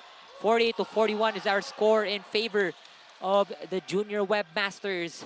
As Ateneo goes for a drive, Basa, extra pass, his teammate wasn't able to anticipate it, and now Mamza will go for that finish. Yeah, the delay on the pass by Basa, confusing his teammate there, ends up being a turnover. And now, Ateneo, another offensive opportunity, gets stolen once again. Doverte over Suico, and make that count. No contact on that one, but the basket is good for Doverte. A whistle and a foul. That's on Rebamonte. Rebamonte been very aggressive down the stretch. If we take a look at the replay here, it's been UC running the floor in transition and scoring. Ateneo, they need to take care of the ball better here in the third. As you know, we were anticipating Ateneo coming out here strong in the third, but it's been UC who's been taking command of the game so far. Ateneo in the back foot. And another adjustment here made by Coach Romel Rasmo. Another change on that lineup. Gonzalez checking back in along with Rasmo's son. And now, great feed from Gonzalez. Yes, it's a great look coming from Gonzalez on towards Lacson. And now, you see Alejandro just showing off his handles here. But he will pass it on to Soto, as Soto drives in the lane. Couple of defense here going for Ateneo with 6 seconds on the shot clock. Abrogar releases it but does not go in. Yeah, not so good look there from Abrogar. Rasmo was right on him when he took the shot. And another whistle here. Rebamonte called for another foul. He was extending his elbow, trying to create some separation from his defender. As UC Main on their 4th team foul as of this quarter, but it's actually a penalty. But more of the game, let us head on to our courtside reporter Kirsten for some more insider info. Catch and face. We're already 2 quarters down into the game, and both teams are not letting their guard down. Coach Romel Rasmo from Ateneo is constantly reminding the team to move on after every failed shot, bringing back pointers of their previous slow communication last match. The Eagles are still trying to get a grip of their claws on the ground, never letting their motivation down in the deeps. We're just halfway through the game, but let's see if the Magis Eagles can protect their title as defending champions. Back to you, Ben and Terrence. Yeah, we have yet to see if the Ateneo Magis Eagles can still defend their title here.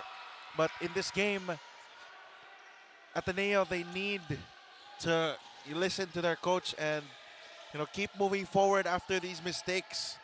Because right now, in the third quarter, they've been making a lot of mistakes down the stretch. with those costly turnovers. And right now, they need to just focus on the more on the coming possessions. But right now, Ateneo, as Lacson gets fouled, and Ateneo is on the line here. UC Main and Ateneo on penalty, just like the second quarter is what I've said. Got 2 minutes and 21 seconds left, and Suiko back on the floor for the Junior Webmasters here, one of the core defenders for the Webmasters. Lacson as well, one of the big mans here, the newest acquisition for the Magis Eagles squad. Correction, Lacson was actually here last year. Oh, last season. Yeah, but he wasn't actually getting played as much compared to the other big men. Even Cardenas. Couple of players as well. Basa is actually one of the players last season as well. Basa, Chua, a lot of familiar faces from the Ateneo squad. Definitely. But the players seem so far who have been stepping up mainly. You know, Chua has been a solid, all-around guy for Ateneo, a very solid leader. But the people who have been stepping up scoring-wise have been their newest additions. Gonzalez, Suiko, in some instances, Kabibihan, even Resyo. Right now, UC Main goes for that spin move. It goes in from the baseline. Nifty move coming from Bulagsak of UC. Right now, Ateneo not wasting any time for that offense. They put one up, uses the board. Shot does not go in, but a follow-up shot coming from Lacson. The lead is down to a couple of points. And Lacson, after scoring there on the offensive end, makes another great play in the defense. And a pass down low. Oh, tough fall. Tough fall, and it was supposedly Orkia trying to intercept. But both men, one from Ateneo. Yeah, Gonzalez slow to get back up. Looks like he really hurt himself there. Was both Orkia and Gonzalez who were in, they bumped each other. Yeah, more dangerous on Gonzalez's end. He hit his back at the edge of the, the cushion under the rim. Yeah, good thing that there's actually a cushion on the post of the rim. Yeah, but unfortunately for him, I think he hit the wooden part. Oh. His back, spine, I think directly at the edge. And he's limping his way back to the court with the assistant coaches and the medical staff checking in on him. Hopefully it's nothing more serious for him, because he's also one of the key contributors for this ball game that we have right now.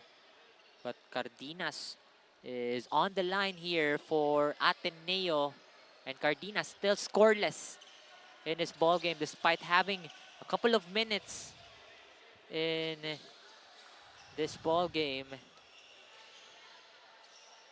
Yeah, he had a pretty good look earlier on, but he wasn't able to convert. Now his first couple of points off of free throws. He has been disciplined as well in terms of defending, as he has no personal fouls as of the moment. But again, Cardenas is still a solid backup for, to be a big man here for Ateneo. And talking about big men, there are a couple of big men here for the side of Ateneo. And this is nothing new for the team, Ben. Yeah, they need to get back here, but UC with a questionable pass and Doverte with a questionable shot attempt. They're kind of rushing that possession. Yeah. They still have a couple of time for that one. But Doverte decides to get up with that three. It was an unsure three as well, because he was heavily smothered on that one. Yeah, and Suiko checked back in instantly. Right now, Ateneo, full court D here for UC. UC Main. And Cardenas has the ball, hands it off to Suiko. Kicks it to the corner with a fake. Goes back to Suiko here. 8 seconds on the shot clock. Back again to the corner. Fires a three. It goes in for Rasmo. Excellent move from Suiko. A smart job there. He used his body to make contact with Rasmo's defender, giving Rasmo enough time to get the shot off. A very good play, intellectual play there from Suiko. And UC Main tries to answer it back from Bulagsak. Does not go in. Ateneo has the ball once again. And that three-pointer is the first point here for Keenan Rasmo. As you can see here, the 3-point field goals for both teams. Ateneo is quite shooting well here, 33%.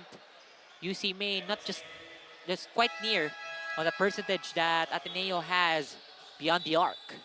Yeah, and more free throws coming up here for Ateneo as Giganto called for the foul on Lacson. Lacson will be shooting free throws here.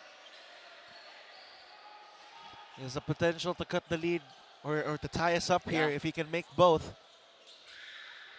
But again, he made that first one to go, Lacson. And he's also a pretty solid defender down low, as well as, you know, a great backup scorer as well for in the paint. Right now he's on the line. I think this has been his third time on the line, I think. As he knocks down both free throws here, he ties the ball game. 54-54, as you can see. Just 2 points and 2 rebounds away from a triple-double, Jacob Lacson. But right now, UC Main has the ball. Shot clock turned off. 8 seconds. Passing the ball around here. 3-point corner. Does not go in from Mamza. But last-minute call here. Yeah, for stepping the on side. the line is Rasmo. You know, great play there from UC despite the shot not going down. But it was a very good look for Mamza, unfortunately there for UC fans. Yeah, he had a lot of time in the corner. Mamza couldn't knock it down. But we're all tied up here, folks, 54 apiece with 7/10 of a second remaining here. The officials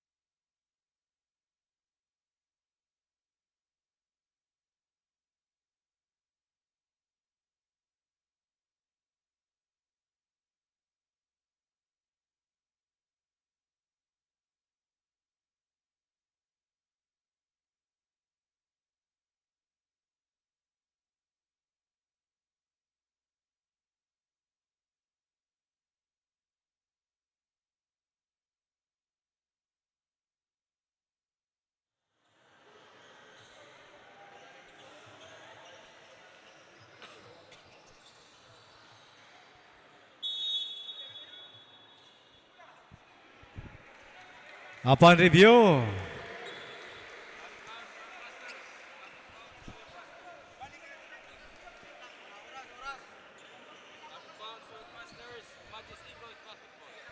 out of bounds, UC Webmasters. Majesty Ghost Basketball.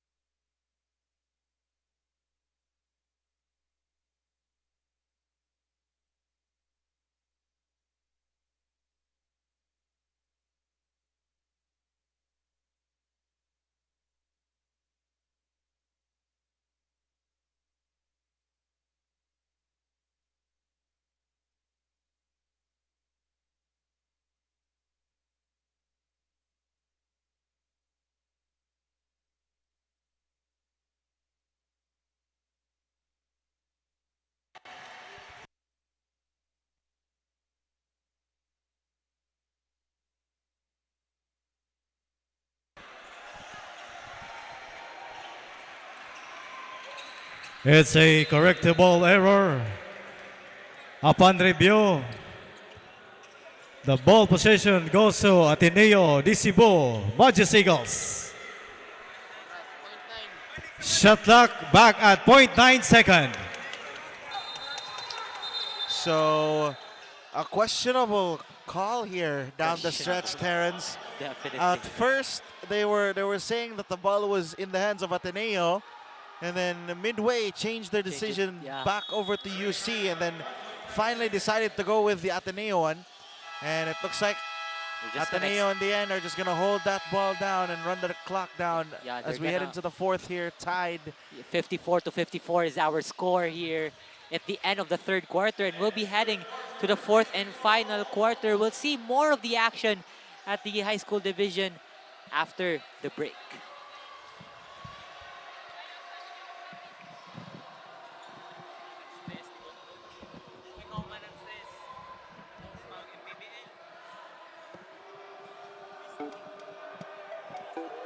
Wow!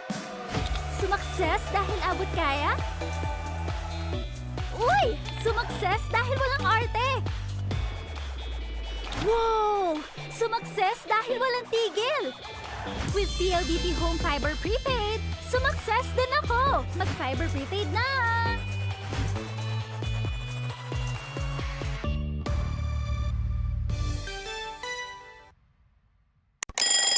Ang sarap gumising sa umaga, sa tuwing naaamoy na ang luto ni nanay, ang daing at tinapay, at lalong-lalo na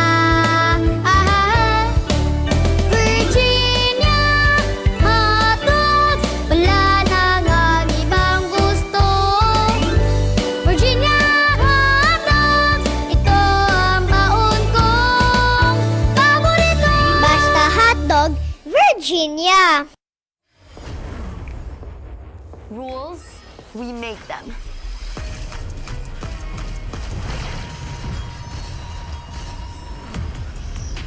Limits, we go beyond them. One size fits all. Hard pass. Introduce. And ladies and gentlemen, we are now here at the fourth and final quarter. It has been an intense matchup from the very first to the third quarter. And I think to start us off, a technical foul has been issued on the side of UC. I believe it was on Dondon because he did cross over towards the side of Ateneo, and he was trying to, give that call on their side. Yeah, and if you're one of the officiating or like the coaching staff of UC, you're not even allowed to do that. How much more a consultant? Yeah. So I think it's a very justified call here by the officials to hand over that technical. And up until now, the coaches of the side of UC, they're still arguing. But let us head on to the ball game here as Ateneo has the ball. Suiko heads on to Basa. Will pass it to Lacson. Great defense by Soto. But they put back here. Grabs his own miss. And Ateneo, they're now up by 2. Yeah, UC just gave up on the play after the initial block. They just didn't box out, and Lacson gets his own miss and gets the putback. Yeah, Lacson was right over there, just taking note of the defense as Ateneo, once again, they are on a run. Basa, perfect finish right on the paint. Gives 4 straight points here, opening up the fourth quarter. You can see Lacson just 1 rebound away from a double-double. As UC Maine, they have the ball. They are down by 4. Long-range 3 by Mamza. Hits front iron. And Ateneo, once again, has the possession. Ateneo, they need to find an opening here. They have some daylight here, Basa. Driving in the lane. Extra pass. And it's in. Cardenas and 1. And Carlito Basa for getting it to Cardenas. The pick and roll working wonders there in Ateneo. If we take a look at the replay here, you can see that, Basa had some daylight there to take a shot. Despite the not so clean pass, he ends up getting a chance here for his team with a 3-point play opportunity. If Cardenas can hit this free throw, it'll be like Basa made a 3, but a miss there on the free throw gives Ateneo, or gives UC, a chance to get back here with, or to stop the bleeding, I should say. Yeah, and also on that sequence, Basa was trying to go for a Pinoy step, but he has a good look on towards his teammate and decides to pass it on. So it's still a pretty smart move coming from Basa. But right now, UC Main with the ball. Alejandro. It's guarded on the corner. Duverte, 3 ball. Too strong. And Ateneo, they have the ball on their hands. Yeah, this zone from Ateneo has been working here to start the 4th. They know that UC have not made that many, efficient shots outside, so they're settling on that zone defense and, doubling down on a very strong interior defense. And it's quite working well as well, but UC Main here looking for a way to score, but Ateneo's defense stopping them. Yeah, another stop for Ateneo's defense. Yeah, that zone again working wonders. Alejandro could not get a clean look as Lacson was waiting in the paint. Right now, Cardenas with a screen. Suico, 3 ball, tries to bounce it off the board, but he grabs his own miss. Will kick it to the corner. Basa quite short on that 3 ball, and now Ateneo. They had a steal here. Is Rasmo bringing up the ball for the Magis Eagles. And right up top, you see here, Basa has the ball, gets a screen.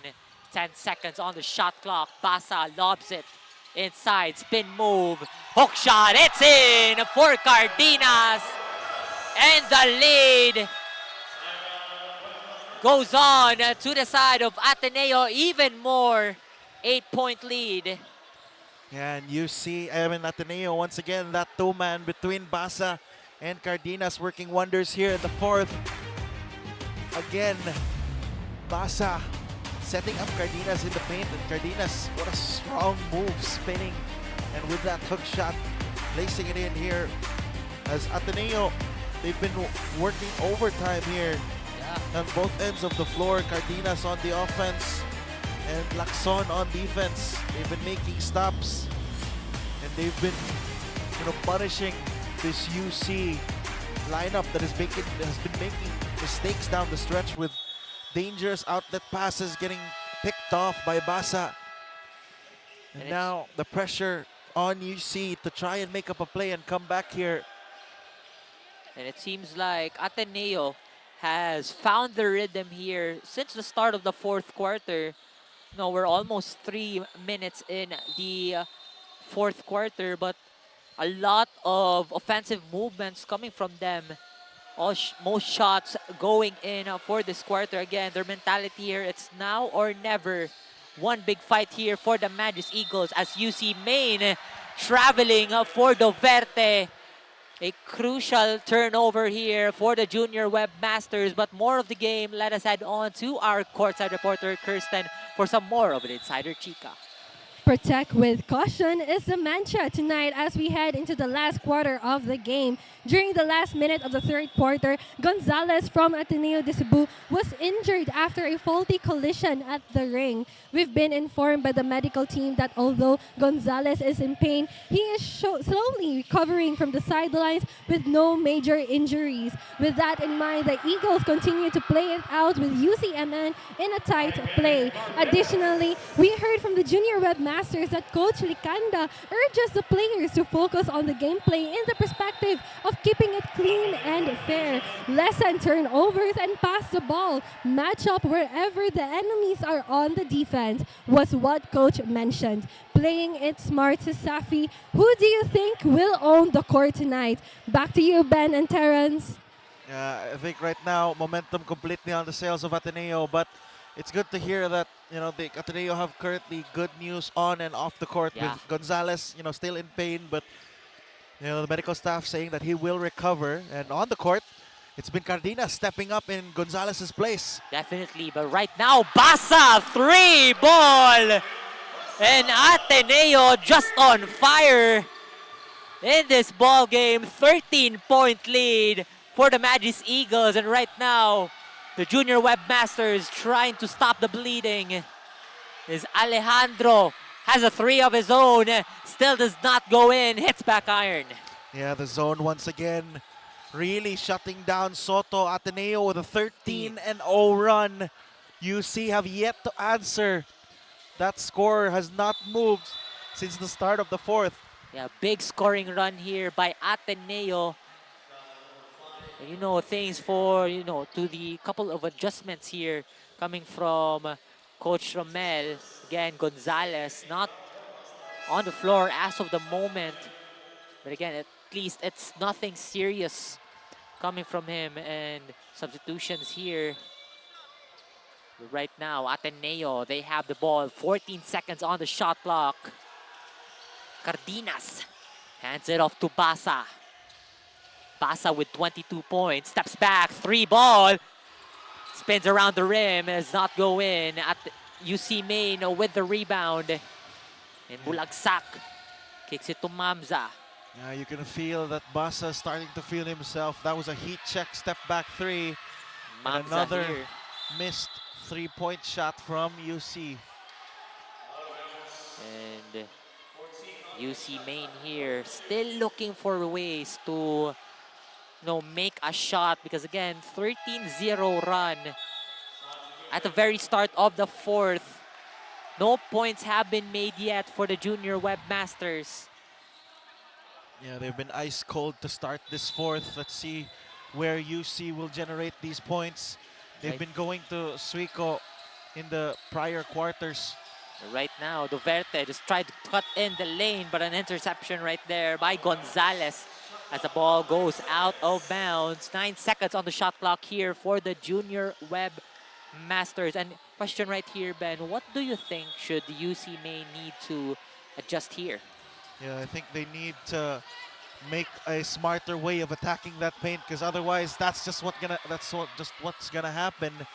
You know, 3 Ateneo jerseys are gonna meet the driver, and luckily that time Soto was down low ready for the putback, and Ateneo were caught sleeping on the box out. That's definitely, and UC Main here, they're trying to go for a momentum shift here, but it seems like Ateneo just going and going, but a double dribble here coming from bench Chua as the referee just right in front of him at that time. You can see the points in the paint here. UC Main very dominant in the paint despite Ateneo having the big man on their side. Yeah, but this time in the fourth quarter, they have not been scoring too well inside. That's mainly been with this adjustment of the 2-3 zone defense. That interior defense is very strong from the side of Ateneo. And the 3-ball from Bulagsak does not go in. And the interior defense coming from Ateneo here, just stopping the production in the paint here for the junior webmasters, as that behind the back from Cardenas from the free throw line. The bag is deep here for Cardenas, and Cardenas currently has 8. Yeah, Cardenas, what a time to step up. During the absence of Gonzalez, he generated so many points for Ateneo. Now that Gonzalez is back, he's showing no signs of stopping as he stops that play from happening with a block. And now Ateneo, great transition, great conversion from defense to offense. And mind you, Cardenas can do it all, offense and defense. And you can definitely see that moment earlier, behind the back, steps in the free throw line, makes a jump shot, went in. And on the other side, that big block as well coming from him. You can see there. Yeah, that was earlier. That was earlier. During the opening minutes of the fourth. Yeah, Cardenas, it's been the Cardenas story so far here in the fourth, along with Basa from the outside, knocking down those 3-pointers. But This Ateneo run here in the fourth has absolutely been phenomenal for the Magis Eagles. 17-2 run for Ateneo. Yes, a couple of points generated from Ateneo in the fourth quarter alone. We are now down to the last 3 minutes and 31 seconds of this ball game, and the lead is growing even more in this ball game. Again, let's talk about the players here for the side of Ateneo. 2 double-digit players here. Liam Kent Pasa with 22, Lacson with 12. And I believe Lacson is already in double-double. But right now, UC Maine has the ball. Mamza short on that 3 ball. Soto gets the save.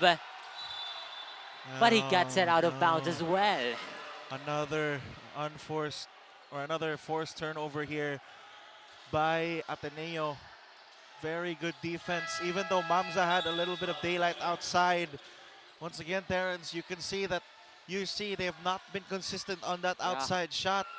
And right now, with their strongest weapon that is scoring in the paint, getting shut down, they're still struggling to shoot from the outside.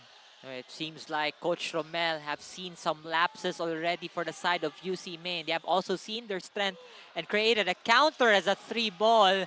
Does not go in for Ateneo. And UC Maine here on a rush. Mamza, corner 3. It goes in. The lead has been cut down a little bit. Yeah, they'll need more of those if you're UC. But right now, Ateneo, their foot is still on the gas pedal here. There's no stopping from them. That pass, it's intercepted, loses the ball. But the ball goes back to the side of Ateneo. As we look at here, the 3-point percentage for both teams. A clear discrepancy here on the stat line. Yeah, they've made double the amount that UC has made, and with the double amount of efficiency as well from the outside. But again, Ateneo here. And a foul. Lacson was trying to go for that foul bait. It's a foul actually called on Soto. Yeah. Had it right there. Had it going, utilizing that foul bait right for UC Maine, as UC Maine has 3 team fouls already. And Lacson has been in the line a couple of times already in this ball game. He's back at it again. And he's planning to add up more points for the Magis Eagles to secure their redemption win after their loss against the sibling team of the UC Maine Junior Webmasters, the UCLM, the University of Cebu, Lapu-Lapu, and Mandaue Junior Webmasters. But again, little bit of a review from the start of the fourth quarter.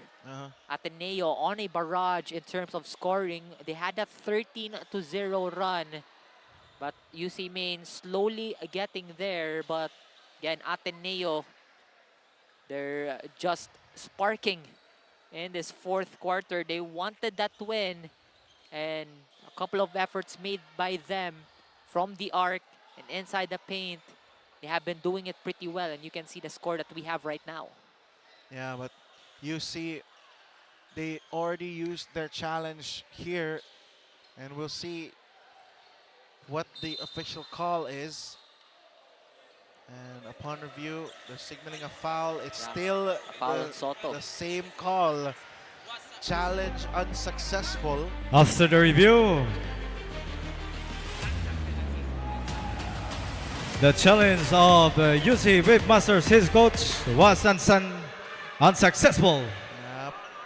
Yeah, an unsuccessful challenge from UC. Lacson will get free throws here, despite, in the replay we could clearly see Lacson shoving Soto off. Yeah.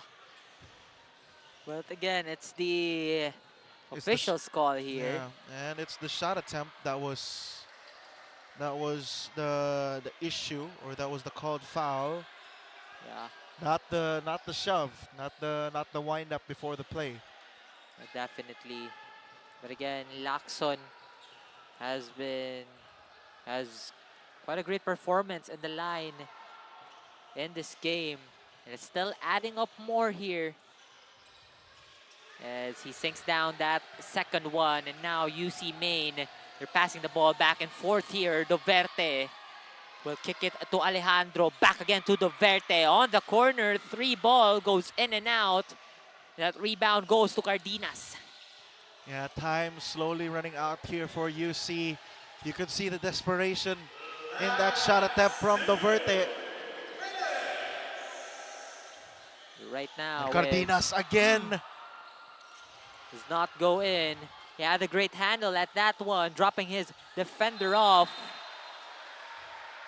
As the ball goes back to the side of Ateneo. Yeah, 𝐂𝐄𝐒𝐄 dribbles the ball out of bounds. Now, Ateneo, all they have to do is slow down and take as much time off the clock as possible. And right now, Ateneo, they have a big lead that in this quarter. Got a minute and 28. Goes for a lob pass down low towards 𝐂𝐿𝐶𝐂, but it's quite high for him. And it goes out of bounds. UCMN has another opportunity here. But again, clock winding down here. Let me ask you this question, Ben. Do you think UCMN still has a chance with the time here and the lead as well? Yeah, I think they still have a pretty solid amount of time left here, but they would have to be Tracy McGrady levels of, you know, miracles made in terms of three-point percentage outside, and they have not been making too many threes, and another there missed. And Ateneo here, they grab the rebound. It was from 𝐂𝐿𝐶𝐂, who is now on double-double statistics. Is 𝐂𝐂𝐒𝐿 handing the leather. We've got exactly a minute left. And a foul here by Alejandro of UCMN. And that would be penalty already for the side of UCMN. A round of applause here from the Ateneo fans. Looks like they're smelling blood in the water, as this might be a done game here with just under a minute left and still a 13-point lead for Ateneo. And a substitution. Mangunlay tried to check in, denied, as looks like his undershirt is not up to protocol in terms of the CESAFI quite rulebook. loose. It's Yeah. like more of a boxy fit inside. The sleeves are quite high. But right now, Ateneo, shot clock 14 seconds here, as Basa will kick it down low from the baseline. It goes in for Ateneo. And now, the clock is slowly ticking down. UCMN still want to get some shots up, as that 3 ball does not go in for Cano. Ateneo, they're still. Yeah, and I think, you know, UC already starting to waved the white flag here with their bench unit checking in a little while ago, and Cardenas, a steal like he here. kind of fell down. 3 ball does not go in again. Castro will grab that rebound, goes for an up and under lay-in. And he gets fouled on that one. That's the first team foul here for Ateneo. That may have been the closest to a perfect quarter for the Ateneo Magis Eagles that I've seen all season. That's their first foul, and we have 18 seconds left in the quarter. After back-to-back quarters where they were first in penalty, and they made a questionable amount of fouls down the stretch. In this fourth quarter, they have remained disciplined, composed, and they've had their eyes set on winning this game. Yeah, and Ateneo definitely, you know, just calming down, you know, not getting too aggressive on the defense, because they don't want the, you know, what happened in the third and second quarter. But they've racked up a couple of team fouls as a corner three here does not go in. The ball rolls off out of bounds. The ball goes to the side of UCMN, 4.2 seconds. And it's pretty clear here that Sacred Heart School, Ateneo de Cebu, Magus Eagles have won the revenge game, the redemption game rather, coming off their loss last Sunday. 74-59 is our score. Ateneo de Cebu now has a 3-1 win-loss record.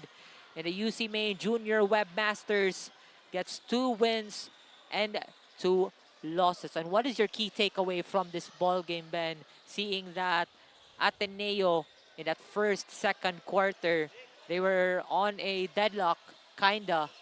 But going on the third and fourth quarter, it's still, you know, they're on the road to victory. But enough of the talk, let us head on.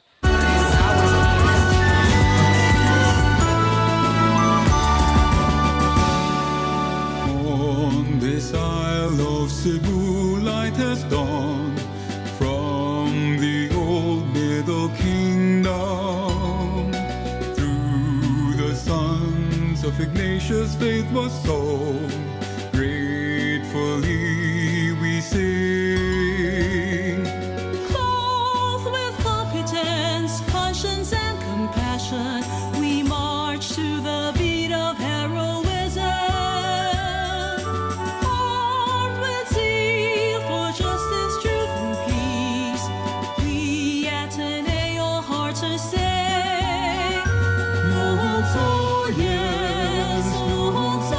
yes, our lights are rising.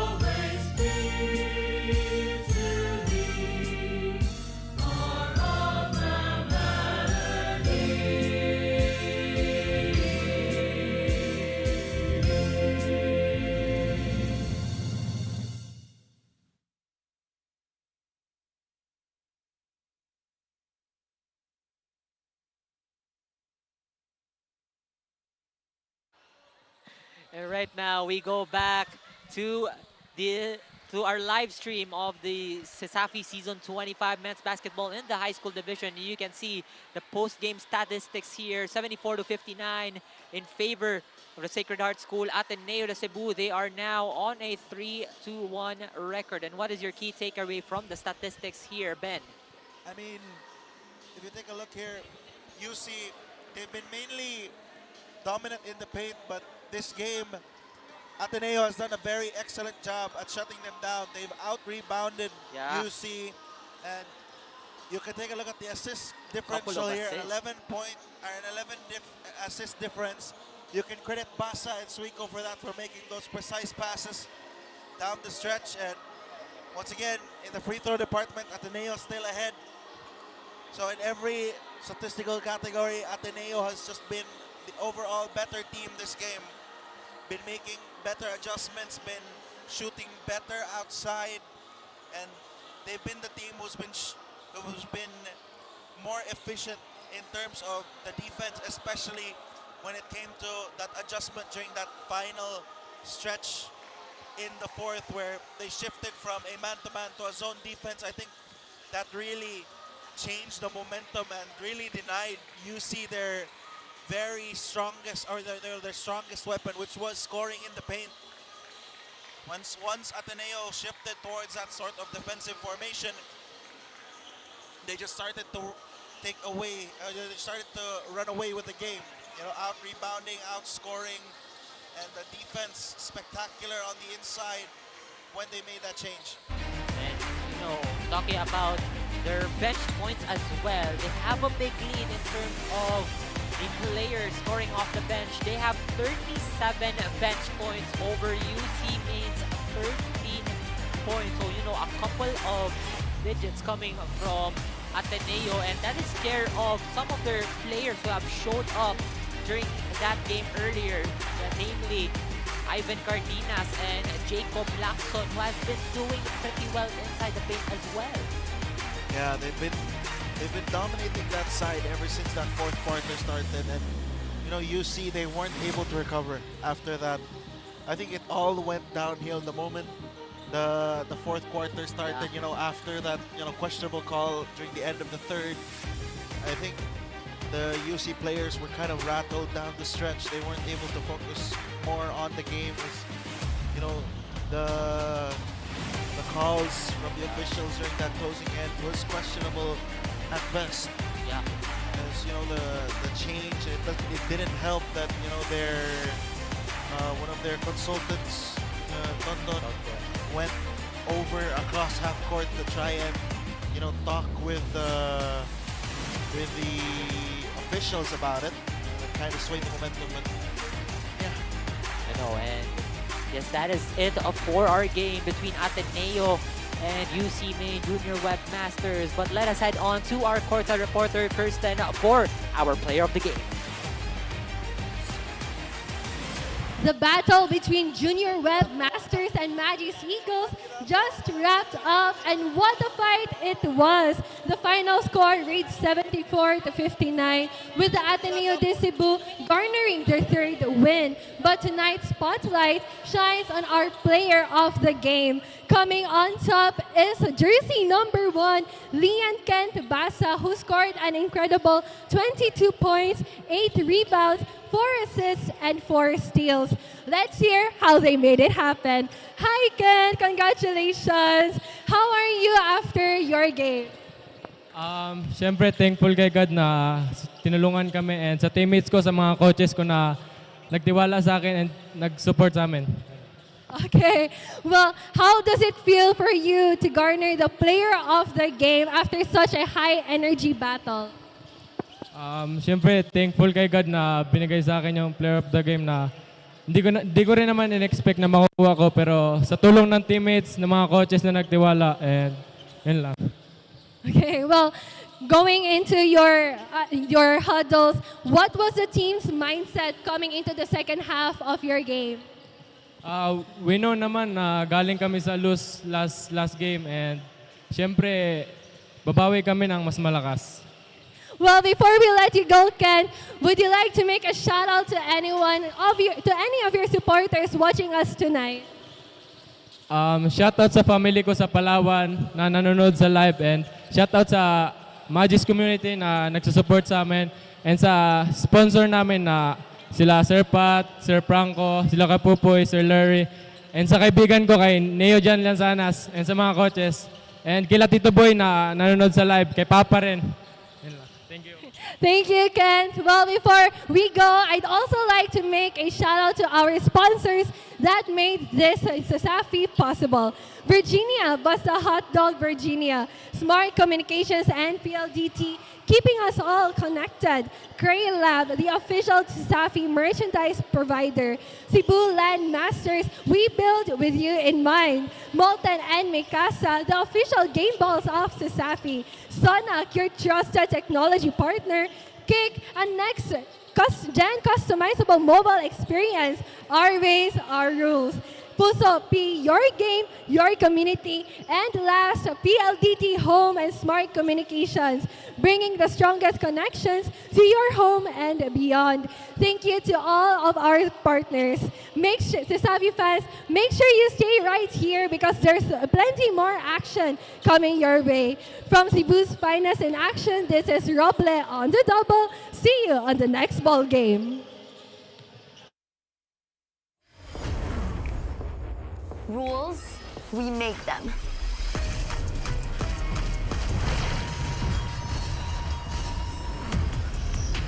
Limits, we go beyond them. One size fits all? Hard pass. Introducing a groundbreaking DigiFlex mobile experience. Kick Mobile. Download the Kick app, choose your number, activate the eSIM, and own the country's first ever customizable mobile experience. Stay first in line for network priority and customize all you want because the real flex is when everything is built to your rules. Kick Mobile. Our way, our rules. Hindi aabot ang data! Nice! Don't worry! The Only with Smart Power All 99. Hindi nabitin with 10 gig data plus only Facebook or TikTok and more. Load now! Di abot ang data! GG bro! Don't worry! The Only with Smart Power All 99. Hindi bitin with 10 gig data to power your games plus only Facebook or only TikTok. Load now! Back once again, CESAFI fans. We are still live and alive here at the new Cebu Coliseum at Santiago Street, Cebu City, Philippines, as we gear up for another game, another basketball action here at CESAFI Season 25 men's basketball, most especially here at the college division. And you can see the match that we have right now coming up. University of the Philippines, Cebu Fighting Maroons going up against the University of San Jose, Recoletos Jaguars. And these both teams are vying their way to entering the top 4 in the standings. As you can see, USJ-R has a 2-2 win-loss record, and meanwhile, University of the Philippines, Cebu has 1 win and 4 losses. But before we delve into the action, let us introduce ourselves to all of you guys watching the live right now. I am Terence Limpio, your commentator for today's game, bringing you all the action from the court to your screens. And together with me is Ben Christopher Ferraren. And Ben, what are we feeling right now? I mean, hey, after that game and now onto this one, I'm really excited to see how these two teams will face off against each other. It's USJ-R with 2-2 and UP with a 1-4 loss record. If we take a look at the basketball standings here, we have the University of Visayas with a 5-1 record, and not trailing far, not behind them, and not far behind them is the Benedicto College with 4-1, followed by UC with 3-1. And then after that, it's the University of San Carlos with a 3-2 record, followed by the University of San Jose Recoletos 2-2. And at 7th, who they're facing off against right now is going to be the University of the Cebu Philippines.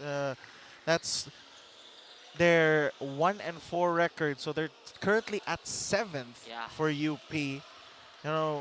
Not where you want to be considering where they were last year, but today it's going to be the story between UPC versus USJ-R. It's Hoop Havoc here, ladies and gentlemen, at the Cebu Coliseum. And both teams conclude their warm-up. They're going to be getting ready for the game that is coming in just a bit. But right now, let us head on to our courtside reporter. Princess, what do you have for us? Thank you, Ben and Terrence. Mayong gabi, Pilipinas. Maayong gabi, Sugbo. This is the last game of the day, and we will be witnessing a hoop havoc matchup between the University of the Philippines Cebu Fighting Maroons and the University of San Jose Recoletos Jaguars. Tonight, both teams head into their first showdown, but with a refined system and mantra built on scheme familiarity, honed all throughout this season's running course. Pre-game, I had the chance to chat with assistant coach Joboy Tuwazon from the Fighting Maroons, and he pointed out that in tonight's game, it will project hard work. Following their 64-56 setback against the Cheetahs last Sunday, he emphasized that we should watch out for an elevated ball handling technique, limit on turnovers, and better free throws, anchored on the reignited mantra of keeping their faith and working as a team, especially without being able to train yesterday. For the side of the Jaguars, head coach Julius Cadavis stressed this game to be their statement game. He pointed out that we will be seeing heightened defense offense play and a boost in their free throw percentage, riding on the momentum of their dominant double-digit win last Sunday against the Panthers by 80-56, all while staying true to their guiding mantra of trusting each other and the system despite their one-day preparation. CESAFI fans, the question is, whose system and scheme familiarity will rise to the occasion tonight? Will it be the Fighting Maroons, who's eager to bounce back and prove their play, or is it the Jaguars, who's hungry to defend their momentum and dominance on the court? Let us jump right into it as I pass you on to our arena announcer, Sir Genesis Garcia.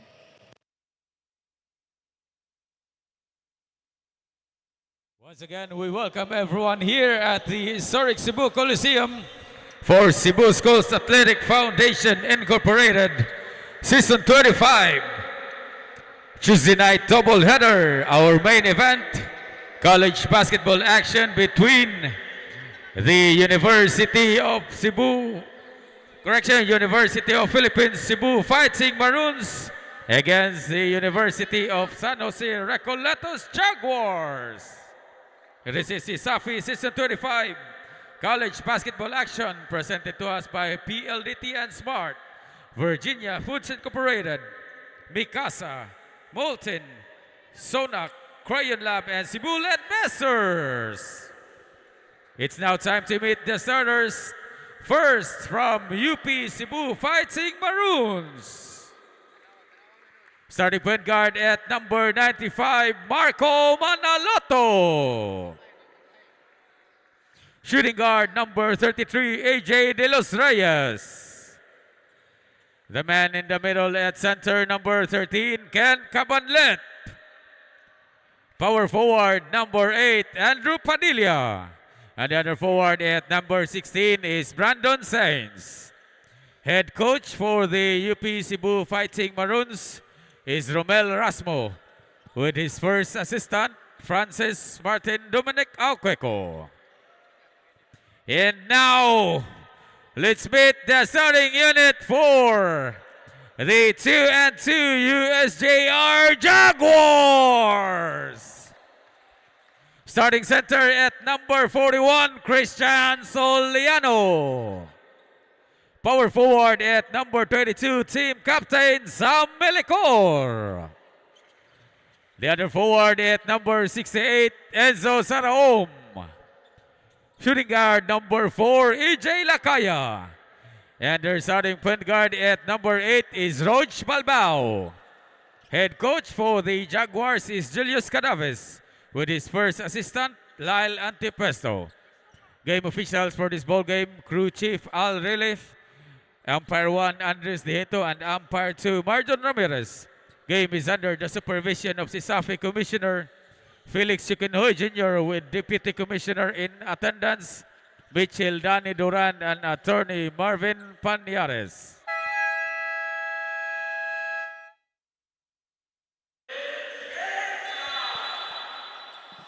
The announcer said it best. Ladies and gentlemen, it's game time with the tip-off heading towards USJ-R.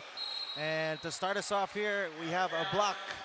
Excellent transition defense from UP. And, you know, before the game officially gets started, Terrence, I'd like to ask you, who are the players to watch out for both sides? So the players to watch out for both sides. Let us head on to UP first, because University of the Philippines Cebu has doing their great job, even if they've been losing. But right now, one player to note of is their team captain, Andrew Padilla, who have scored 19 points during their last outing. And for the other side here, for USJ-R, of course, you gotta take note of Kyle Rueda, who has racked up 18 points, 6 rebounds in their last game against the USPF Panthers. Okay, you heard it here, ladies and gentlemen. Those two players are the ones to watch out for, as now UP, after that defensive stop, have a chance to score first here, and they do just that, with Manaloto scoring first here in this ball game. And you know, sophomore season here for Marco Manaloto. Again, that first play earlier, that big block coming from him, and right now that jumper from the free throw lane. Yeah, this UP defense has been so far impenetrable. Yeah, definitely. And you can see the length that this team has as well. No, you can see Saints right there, one of the tallest players from UPC. And this team as well has been working pretty well to get back on track, as they have won a couple of championships in their preseason games. Yeah, and Signs now over here in the middle. De Los Reyes will fire a three. This time it's no good, as Balbao on the other end off the mark with his three-pointer. Padilla with the rebound, pushing the pace here for UP, and it's tipped from behind. Padilla gets it back, and he muscles his way to get those 2 points for UP. That is a great start here for UP Cebu. Coming off from your team captain as well, who has been playing well in your past few games despite the loss. And he's right here, just showing up for the team and getting some shots up. Yeah, Lakaya here over to Melicor. Get it outside, and it's a good shot for USJ-R. All tied up here, 4 apiece. Both teams here, they're just trying to, just taking places on who's gonna take the lead, because these teams as well, they're on the bottom of the bracket, just below the Final Four spot. Yeah, De Los Reyes too strong on that shot. Lakaya on the other end, too strong as well. They do get a second chance here as the offensive board from Saraom, but the ball tipped out of bounds. Ball still in the hands of the Jaguars. They go to Lakaya, outside to Melicor, up top Balbao. And a three-pointer in the corner, too strong. It's left iron and out. And Manaloto pushing the pace here, draws the foul, and he gets the and one. UP up by 2 with that shot from Manaloto. And what a great start here coming from Marco Manaloto. Both on defense and the offensive side. Now you got it, the N1 bucket from Marco Manaloto. As you can see here on the replay, he's driving in the lane over 2 defenders, getting the finish to get in for UP Cebu. Yeah, and Manaloto now with his bonus will sink the free throw jumper, or the free throw I should say. And now USJ-R here, they're still looking their way to, get back to the lead and create a bigger lead as well. It's still the first quarter, a lot of time left here in this ball game. yeah, Celiano with the drive, right-hander is short, the board, and the putback is there from Saraom. Once again, Saraom, he's got 4 now with that putback. That's great anticipation coming from Saraom. There's a crowded paint right over there, so he knows what's coming next. And Saraom with another steal, and he gets more points for USJ-R. The lead taken right back by the Jaguars. Back-to-back points coming from Saraom. So it's gonna be a momentum shift coming here. And another steal. Lakaya to the left side. Balbao fakes. Right hand teardrop is good in the baseline. And right now, after those shots coming from Saraom, it's now Balbao. And the USJ-R team now up by 3. So UP Cebu needs to get some shots up here and create some more, high percentage shots to take back the lead. And the three-pointer from De Los Reyes is good, tying us up here 10-10. UP refusing to go down. As Balbao, great drop pass. Saraom once again scoring in the paint. But I want to talk about that 3-ball coming from De Los Reyes. He's the sharpshooter of the Fighting Maroons, and it's really great that he knows his spot pretty well. As what I've said earlier, it's just picking the high percentage shot to try to take back with the lead. But USJ-R, they have still come back. They have been scoring in the paint as well, pretty well. Yeah, 3 seconds on the shot clock. They turn the ball over. It's Balbao leading the Jaguars. And with the right hand, it's no good. He draws the foul though. And it kind of looked like he was holding De Los Reyes back. Yeah. Again, he's trying to create some space on that one to get that basket to go. But sadly, it didn't go in. But at least he has that trip onto the free throw line. And that was a foul by Saints. But right now, UP with making their first substitution. Gilbuena checking in. Still have 5 minutes and 7 seconds left to play here in this ball game. And USJ-R ahead by 2. Balbao about to take another free throw. USJ-R here, they have a great start for this game as well. A lot of shots coming in from the paint. But UP Cebu is quite flexible on where to shoot as well. They can shoot from the perimeter area, beyond the arc, and even inside the paint. But right now, let us add on to our courtside reporter, Princess, for some insider information. Thank you, Ben and Terrence. You know what? Earlier before the game, I got the chance to chat with the co-captains of our competing teams, asking them of what drives them to perform at their best. From the side of the Fighting Maroons, co-captain Arazada from Baybay City, Leyte, dedicates his play to his family, teammates, coaches, UP community, supporters, and most especially for our brothers and sisters affected by the calamity. On the other hand, Jaguars co-captain Saraom from Cebu City regards his departed mother and family as his primary sources of strength.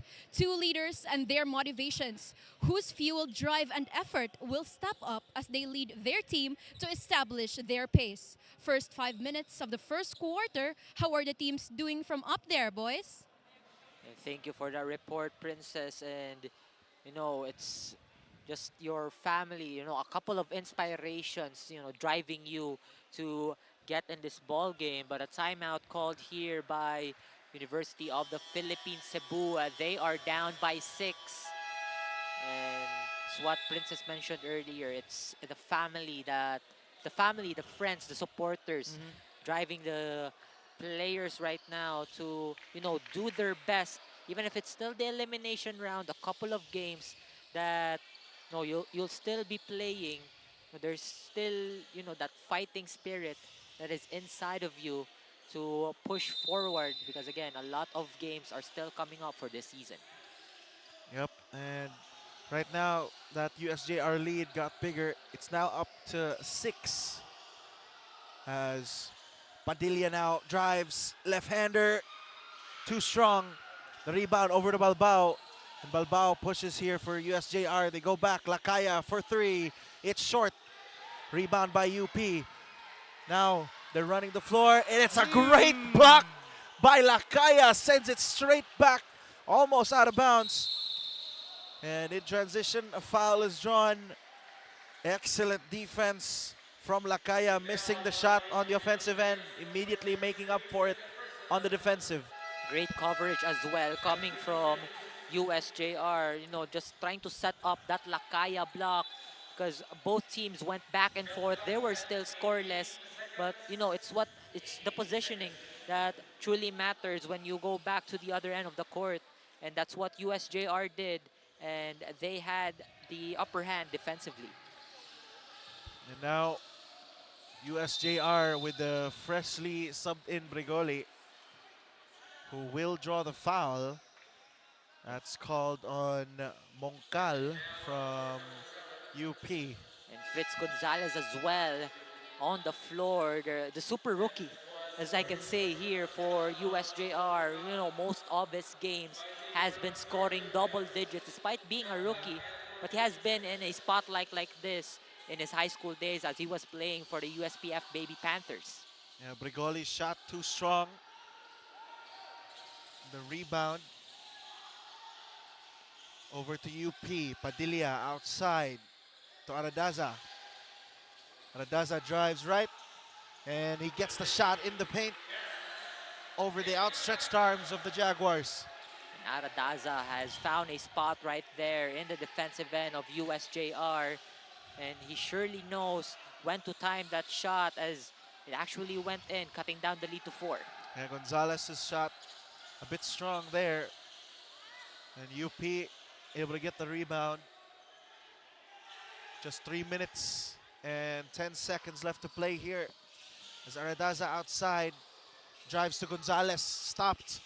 Excellent defense from Gonzalez. Now it's Manaloto, left side, no good. Offensive board for UP, but it's waved off. A whistle and a foul. UP will have a chance here to inbound baseline. And you can definitely see how Gonzalez was able to contain his, opponent trying to cut in the lane. He has did a pretty good job, not get that shot up for UPC. Upside, and the three-pointer off the mark for UP. USJR with the rebound. 4-point lead here for USJR. Brigoli to Obra. Obra drives left, steps back, pull-up jumper off the glass. It's good. He had a great look of the rim at that time.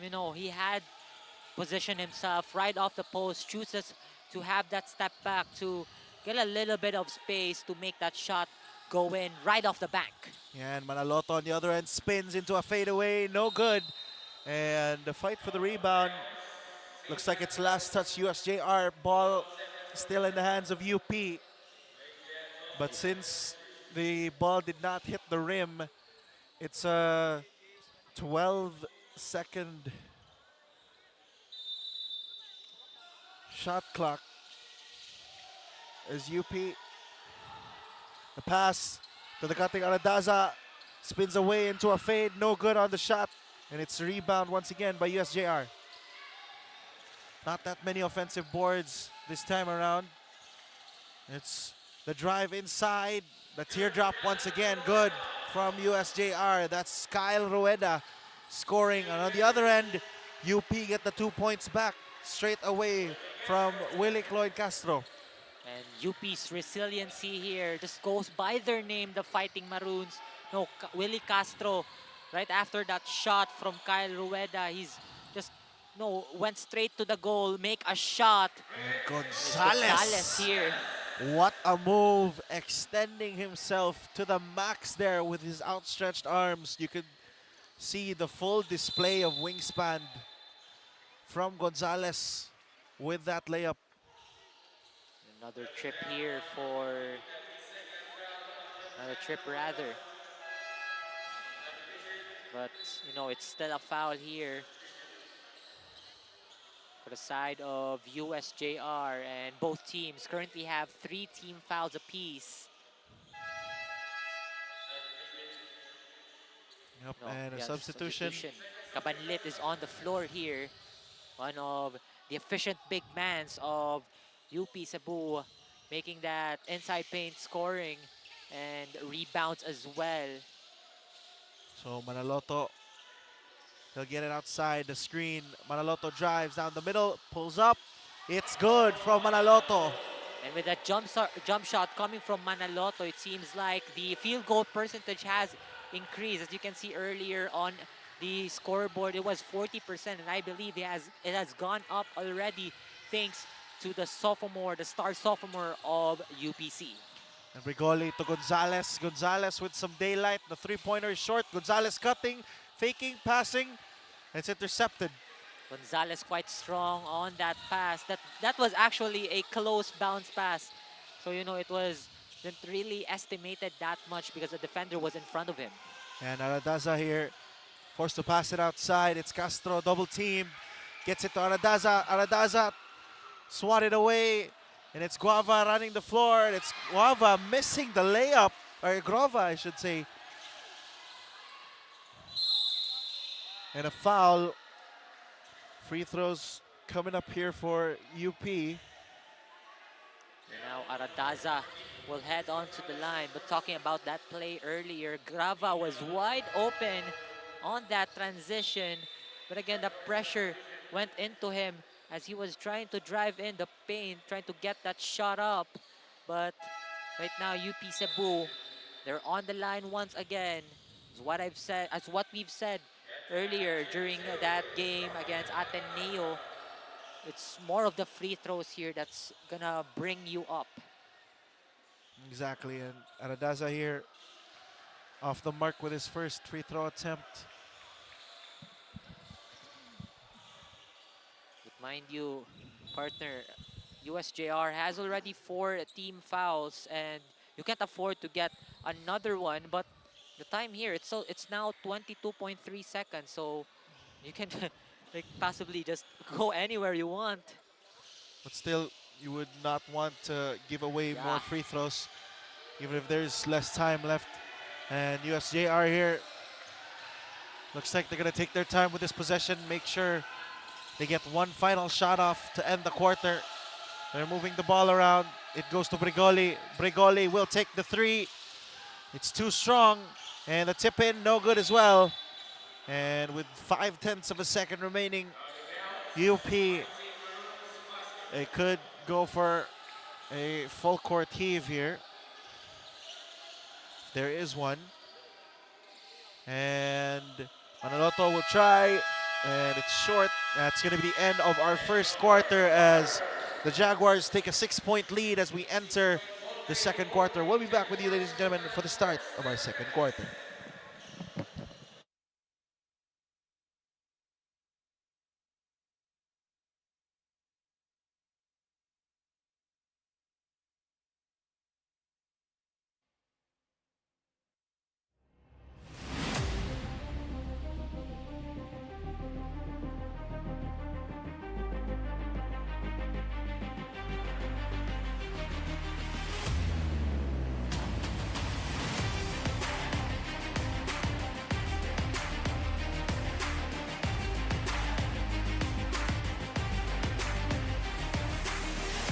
Please, umuulan! Hindi mo tayo makakabenta! Yes! Don't worry! The Unleash with Smart's Power All 99. Hindi bitin ang benta with only TikTok or Facebook plus 10 gig data and more. Load now!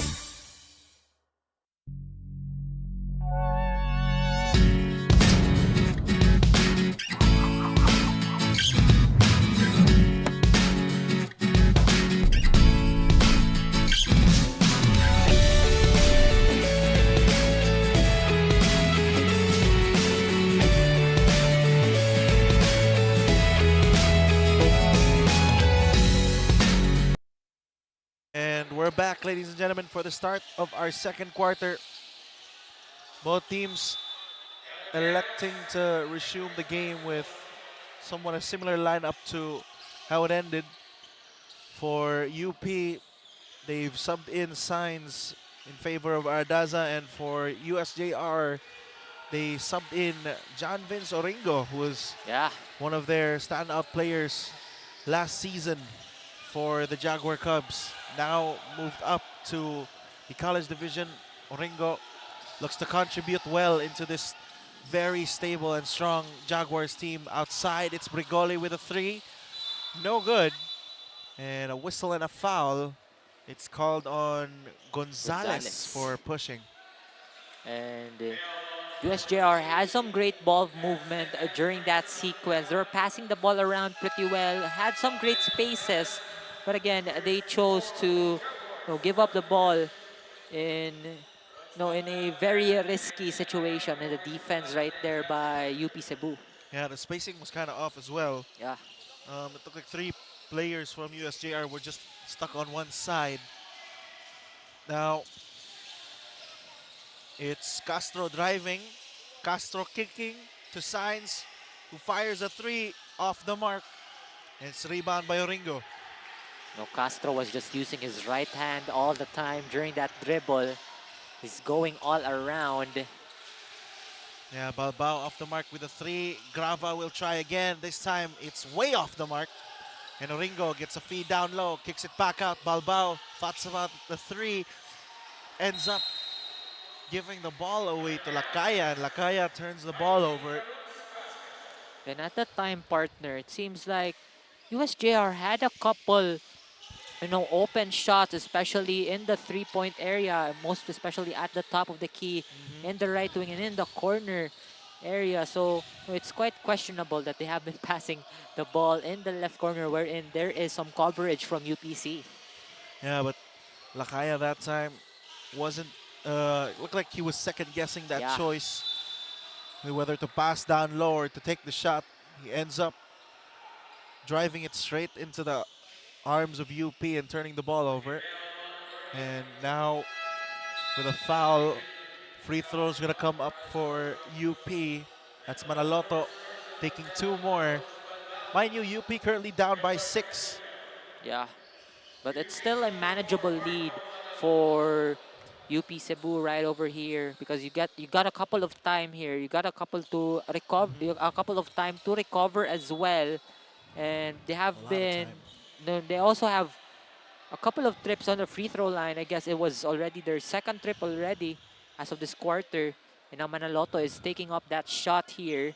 He missed his first, but again, UP Cebu should, try and be stable in terms of shooting in the charity stripe. And Manaloto on the line now. Chance to cut the lead down to just 4. If he can make both, but he already missed the first, misses the second as well. So the lead stays the same, and it's stolen once again. Manaloto, active hands in the defensive transition. He ends up with a steal. Manaloto under pressure now from Grava. Spins, picks up his dribble over to Sainz. Sainz, top of the key, gets a screen. The pass, Manaloto with some daylight, fires the 3. It's short. The rebound, tipped by Castro. Over to Sainz. Sainz pulls up. It's short and off the mark once again. And this time, that's Cabanlit who will draw the foul, and Cabanlit will now shoot free throws. A couple of attempts right there coming from UP Cebu. They have that grit and grind as well in recovering the ball, most especially in the rebounding area.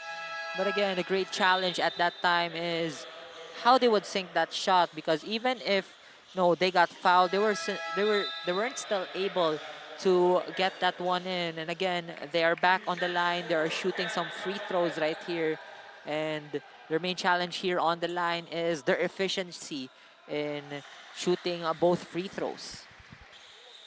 Yeah, Cabanlit able to make the first. Cutting the lead down just 5 now. UP, if we take a look at the rebounds, USJ-R, they've been doing a good job securing those boards as Oringo gets another. That's 17 for them now. And now USJ-R over to Melicor, who will fire. It's off the mark. And another board here for the Jaguars. Balbao spins, gets some daylight, and makes the layup. Balbao, spectacular move in the paint. He's got that spin move right over the big man of UP Cebu, which is Gilbuena. And Melicor with a steal. And more points for the Jaguars off of UP. Not taking care of that basketball. Now Manaloto calling up a play here. There's some movement from UP. They go to Sainz. Sainz with Lakaya right on him, and Cabanlet called for the offensive foul. And UP Cebu, they're trying to counter that fast-paced play given to them by USJ-R. And again, earlier, it was actually Cabanlet who was defending from that shot of USJ-R. But again, UP Cebu needs to tighten up here, and they couldn't afford to concede some points here on towards the side of USJ-R. Yeah, the Jaguars trying to exploit that 2-3 defense. And Manicor throws the ball away behind the back from Manaloto. The pass over to De Los Reyes, who pulls up for 3. And he laces it. That is De Los Reyes' second three-pointer in this ball game, and has been showing up already. He has been like that actually from their past games. He has been the main sharpshooter for the Fighting Maroons, and you can clearly see that in this ball game as well. Yeah, they kick the ball out Balbao, and that will be a 3-second violation, I believe. But for more insider info, let's check in with our courtside reporter, Princess. What do you have for us? Hungrier Jaguars. During the last minutes of the first quarter, USJ-R establishes a close to double-digit lead, making a statement on the court that they are indeed fast and tough to fight with. In both team huddles, coaches are calling their players to execute mindfulness as a strategy. The Fighting Maroons, as they lag behind, were instructed to properly execute a defensive gameplay against the Jaguars' big mans. As per the Jaguars, they were told with quite a lot of reminders as they continue to push the pace to their favor. Defense, watch the open corners, add pressure, communicate, and eyes on the shot clock. Ben and Terrence, as the second quarter unfolds, do you think these voices from the coaches will deliver a game changer? Thank you for the report, Princess. And yes, you are right. UP Cebu here, Coach Romel Rasmo has coached the previous game in the high school division earlier, told his players to practice mindfulness, and seems like they have been applying it a little bit right here, because most of their shots went in, most especially that shots coming off from De Los Reyes and from their team captain as well. And from the side of USJ-R right here, it's mostly, their signature defense going on here that was set up by Coach Julius Cadavis. That's actually what he's known for from the last season. But again, it's how these teams would sustain their performance, their scoring, till the very end. And excellent shot there from Sainz. Spinning, fading, and knocking down the jumper. Now, USJ-R, their lead cut down to 6. I don't think the Jaguars or the Fighting Maroons have gotten closer than 6 so far. And now the pass, or the attempt, wasted with a bad pass from Manaloto. And once again, USJ-R, they're trying to drive through the paint, and Balbao knocks down a 3. The defense thought he was going to pass it away. They tried to leave him to go to the next man, but Balbao uses that hesitation to knock down a 3. You can definitely see Balbao when he was right in the position, right on the corner. He was just smiling right there because he knows he's got the confidence as well to get that shot up, and that's how the 3 got in as well. Yeah, now UP with a chance. De Los Reyes fades away into an air ball. And now USJ-R with the board. Balbao loses the handle. Still, the ball still in their hands. Pass ahead, Melicor spins. Left-hander, it's good from Melicor. That is some great footwork coming from Samuel Melicor of the Jaguars. He gets it up. They have the lead back onto they extended the lead even more here, 33-22. And partner, we are in for a treat here for USJ-R's performances. We'll be right back after the timeout.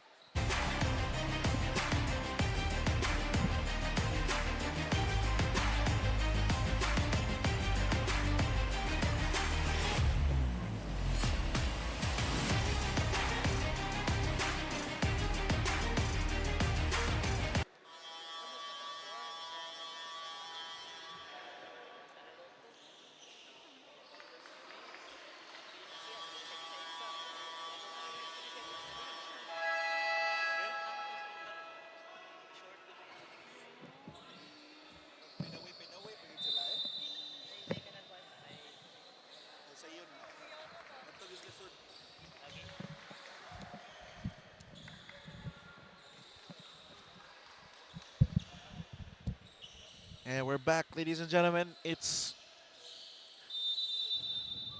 still the second quarter here with 4 minutes and 2 seconds left. And instantly off the timeout, UP inbound the ball into a turnover. But there's no points there. Signs brings it up.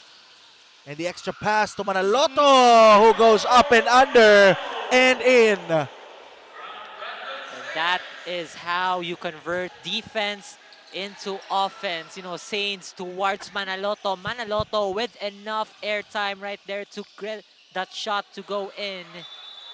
And that time, Balbao, great defense on Manaloto. Swats the ball out of bounds. Excellent hands from Balbao. It seems like Coach Julius here is trying to get a coach's review here. He wants to challenge that call as well. Again, USJ-R here. They have the lead. But again, you, as a coach, you don't want to just give away some fouls to UP Cebu. Because UP Cebu, anytime they can, they can just light up anytime. Yeah, they can find their groove, go on a run, try and get back here. But right now, UP, they're on the back foot, Terrence. Yeah. But so what do you think, should UPC be doing right now to try and get back into this game and stop USJ-R?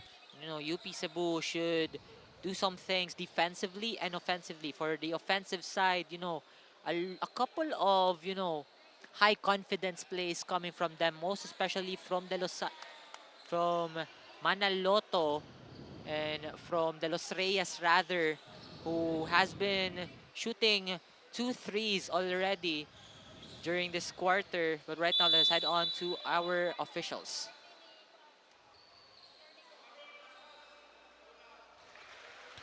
And the challenge. Upon review, the challenge of USJ-R Jaguars was successful. Yep, the successful challenge said best by the game announcer.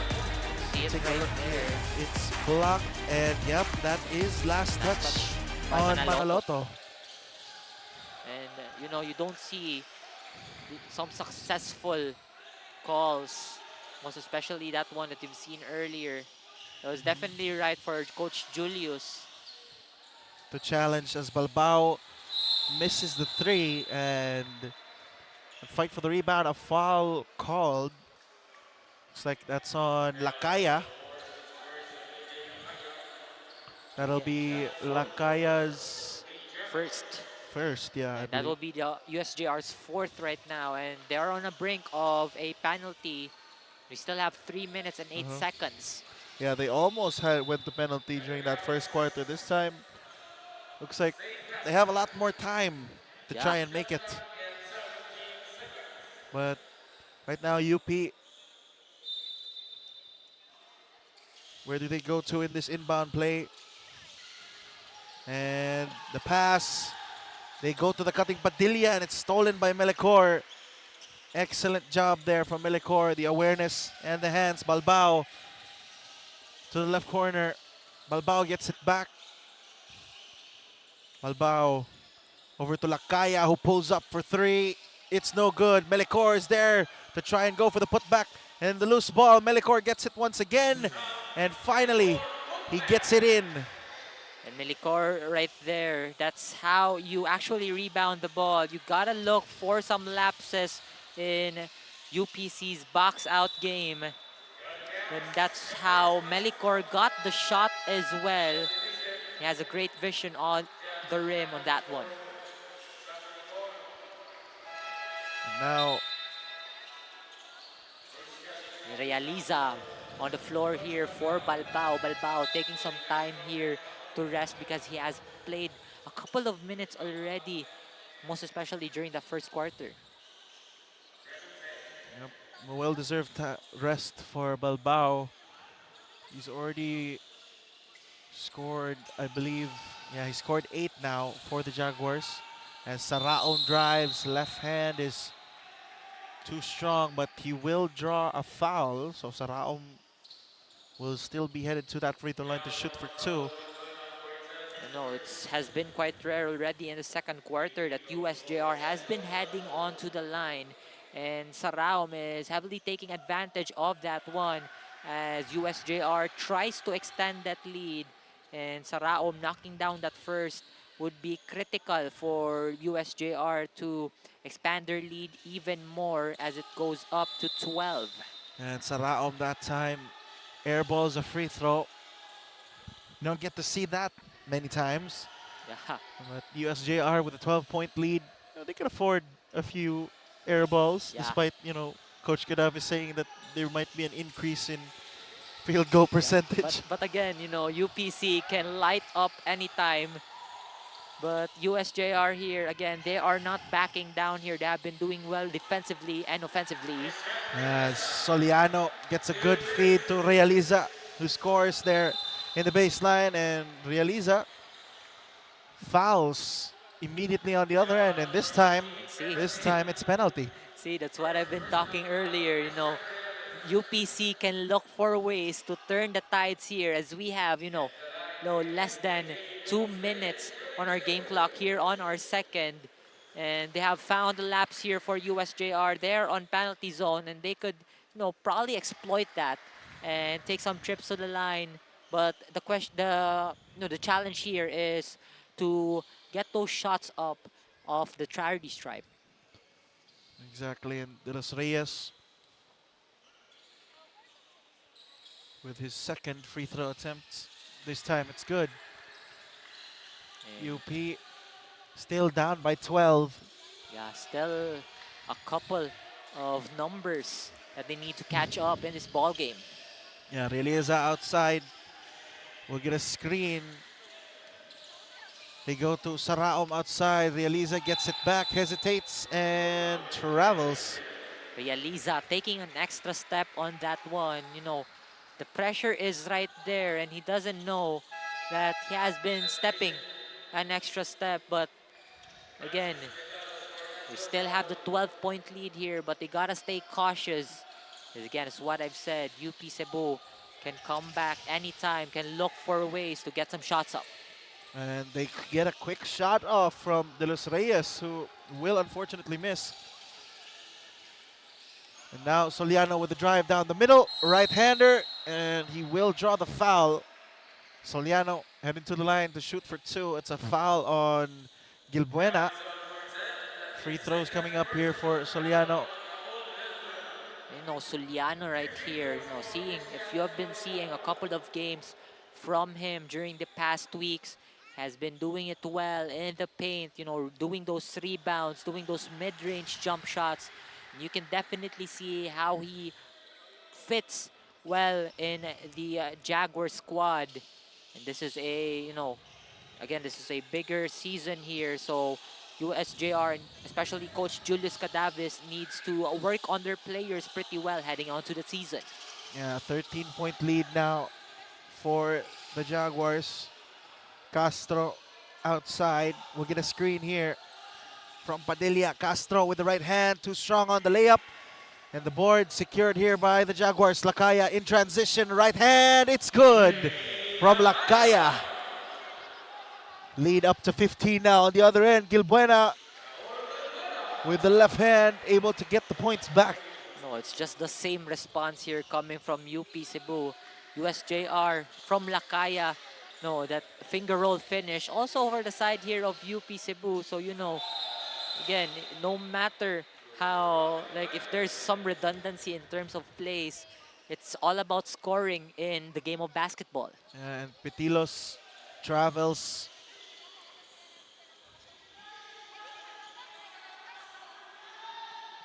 Petilos last year was a very good backup big man for them. He was a Jaguar Cub. Now Castro with the drive, up and under, no good, but the foul and one put back from Gilbuena is there.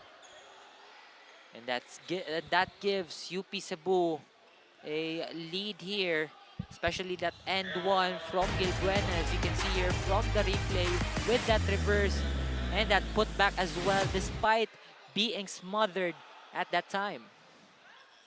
And the bonus throw too strong, but looks like it's an early entry. Yeah. Quite excited to get the ball on their hands. But you know, I can't blame that one as A timeout called here by USJ-R. USJ-R. Looks like they want to draw one final play up here in the closing seconds of the first half. Currently score 41-30. UP, they've, you know, held, or they've been trying to close down or close this lead up. But what do you think, Terrence, has been the reason why, you know, UP have not been able to catch up here? What have USJ-R been doing right? USJ-R has been looking for their defensive holes on those, you know, and when they do those offensive plays. And that's also the right thing for the team. And it's also pretty obvious when you play basketball, you gotta look for some lapses defensively. But USJ-R right here, they also got their shots right as well. That is what UPC has not been doing much in this quarter, especially. They have been doing that in the first quarter, but for the second quarter, not much. And USJ-R got that right, and that's why they have this 11-point lead you're seeing on their screens right now. Exactly.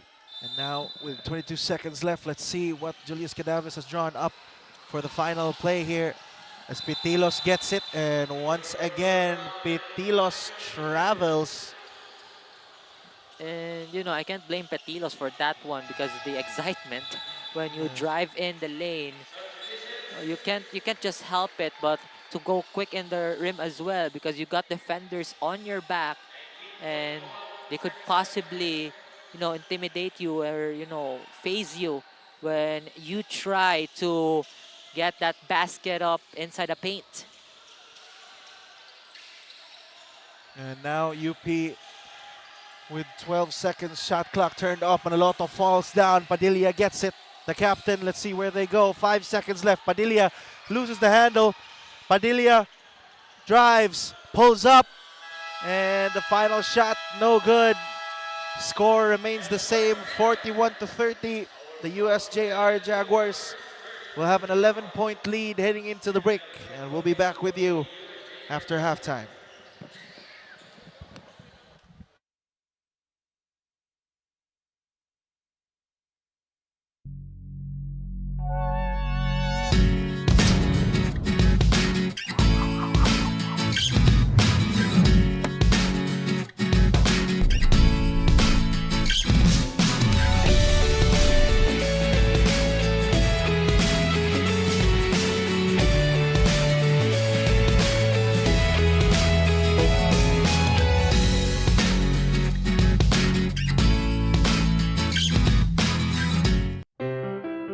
Non più tra i farfalloni amoroso, notte e giorno di torno girano, delle belle turbando al riposo, Narcisetto a dolcino d'amor.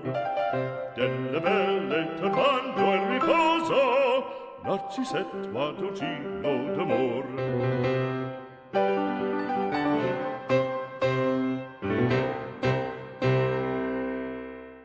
Every land is the same, but what we do with it separates a builder from a master.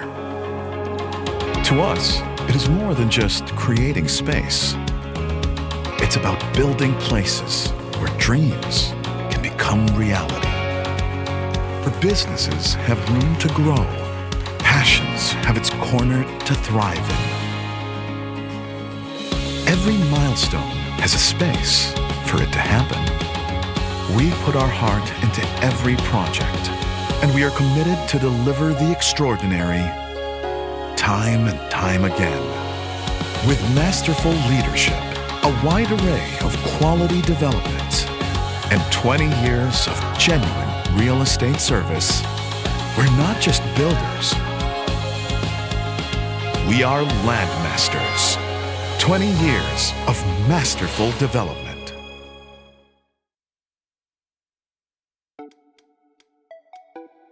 Wow!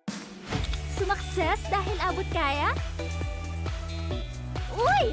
Sumakses dahil walang arte! Wow! Sumakses dahil walang tigil! With PLDT Home Fiber Prepaid, sumakses din ako! Mag-Fiber Prepaid na!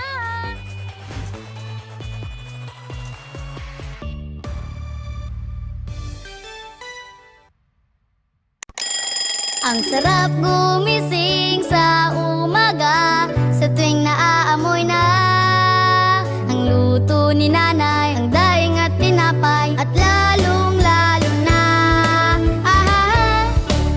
Virginia hotdogs, wala nang ibang gusto. Virginia hotdogs, ito ang baon kong paborito. Basta hotdog, Virginia. Kamusta, CESAFI fans? You are still tuned in to the showdown between UP Fighting Maroons and the USJ-R Jaguars with a halftime score of 41-30, with the Jaguars establishing the lead. But before we head into the second half, let us first warm things up a bit. Because tonight I am joined by the strength and conditioning coaches of both teams as they will take us more to how their teams have been in the course of 6 weeks of CESAFI Season 25. To my right is Coach Neil Medellin of the Fighting Maroons, and to my left is Coach Keith Reyes of the Jaguars. Coaches, first and foremost, good evening. From the court side, it has really been a view of pressure, competitiveness, and hard work. How about from the coach's view in the sidelines? How are you finding the game so far? Pretty much it's a fast-paced game, so UP really loves to run. We kind of like noticed it and part of our scouting. So we just have to remind our players not to relax. Otherwise, they'd be, on the other side of the court making that basket. How about you, Coach? We just have to be better defensively para maka-execute me sa mong offense. Indeed, and they say, Coach, that health is wealth. So as the strength and conditioning coaches of both teams, how is the well-being of your players? And by well-being, I meant physically and mentally. As far as the bulk of our team, we're generally healthy. We have some minor injuries here and there, but nothing serious. So hopefully we'll be able to maintain such health all throughout the season. So far, we're lacking one player, which is Wenray Sarol. Nagkasakit man gud siya. So, and he has a family to tend to. So, pero sa ako ang other players, okay naman sila. Siguro naka-rest naman sila tarong going into this game. And if there is one thing that I was able to pick up from your responses, it is that health is really a priority. And coaches, we all know that we are being watched here live at the Coliseum and online by aspiring basketball players. What is a message that you can give to them? From my experience, I would tell them not to get contented. Do not settle down. Always aim higher and always work harder. Work hard lang. Kuhan lang gid. Padayon lang gid sa inyong damgo. Kung unsa inyong gustong buhaton, pursue gid na ninyo. Sakto. If naay pangandoy, dasig lang jud. Lastly, any thanks or shout out that you want to give? Shout out to our boss, Francis Tolibas. Thank you always for your support. And please like and follow Everything Basketball. Shout out kang Doc Roel Dehanyo, ka James Calino, physical therapist. Shout out sa UP community nga naa diri karon, og shout out sa kuang mama ug papa nga na og sa akong uyab. Marta. Thank you, coaches, for lending us a little of your time tonight. And of course, I am wishing your teams the best of luck in the second half. But of course, we would also like to thank our sponsors for making this season possible. Virginia, Basta Hotdog Virginia. Crayon Lab, the official CESAFI merchandise provider. Cebu Landmasters, we build with you in mind. Molten and Mikasa, the official game ball of CESAFI. Sonac, your trusted technology partner. Kick, our way, our rules. Pusupi, your game, your community. And PLDT Home and Smart Communications bring the strongest connections to your home and beyond. Thank you, sponsors, and so once again, thank you, coaches. Ben and Terrence, what do you think of the upcoming action for the second half? Take it away, boys.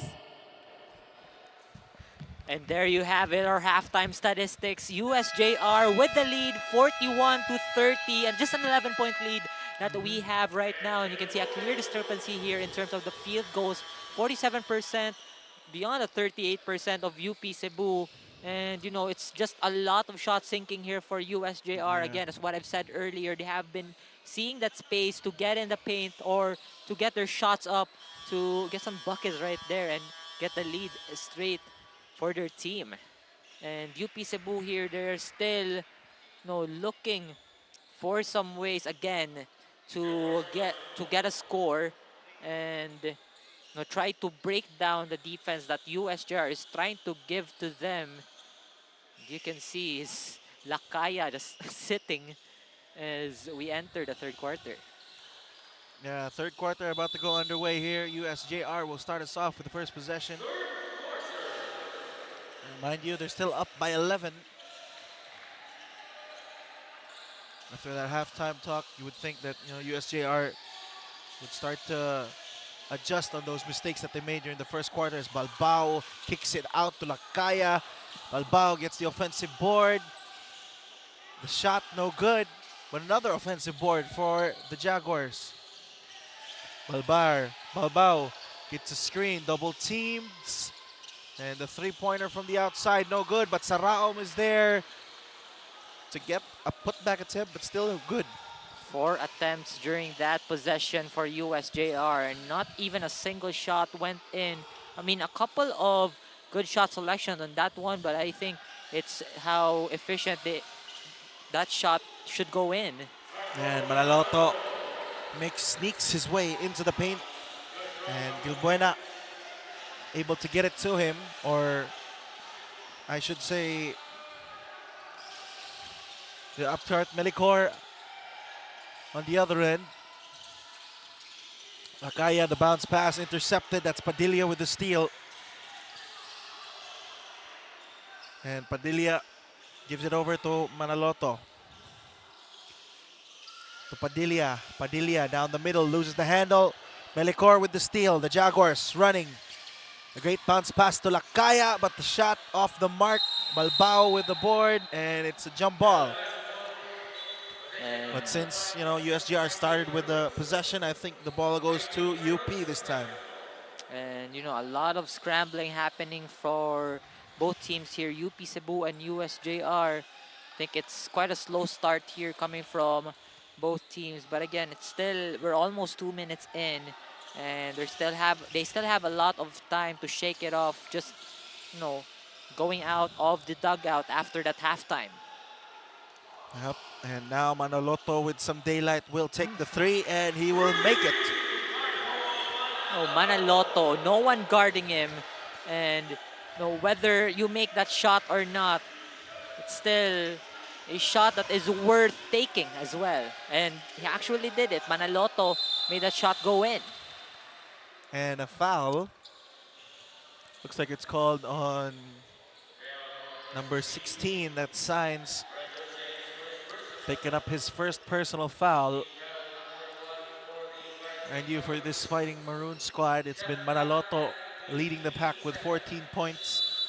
And over towards USJ-R, it's been an even split, but Saraom leads with 9 points. Now it's Balbao. Top of the key drives, kicks it out, Lakaya. Touched it last. And the ball back in the hands of UP. And it seems like since the opening tip of the third quarter, USJ-R is quite slowing down already. But UP Cebu as well has not created a couple of shots. Speaking of that shot from Manaloto earlier, and they need some more shots like that, or even some inside paint shots. And most especially from that team captain, Padilla. Yeah, talk about inside shots. Padilla instantly, as you mentioned it, Terrence drives towards that paint, scores over his defender. Yeah. And Coach Cadavis.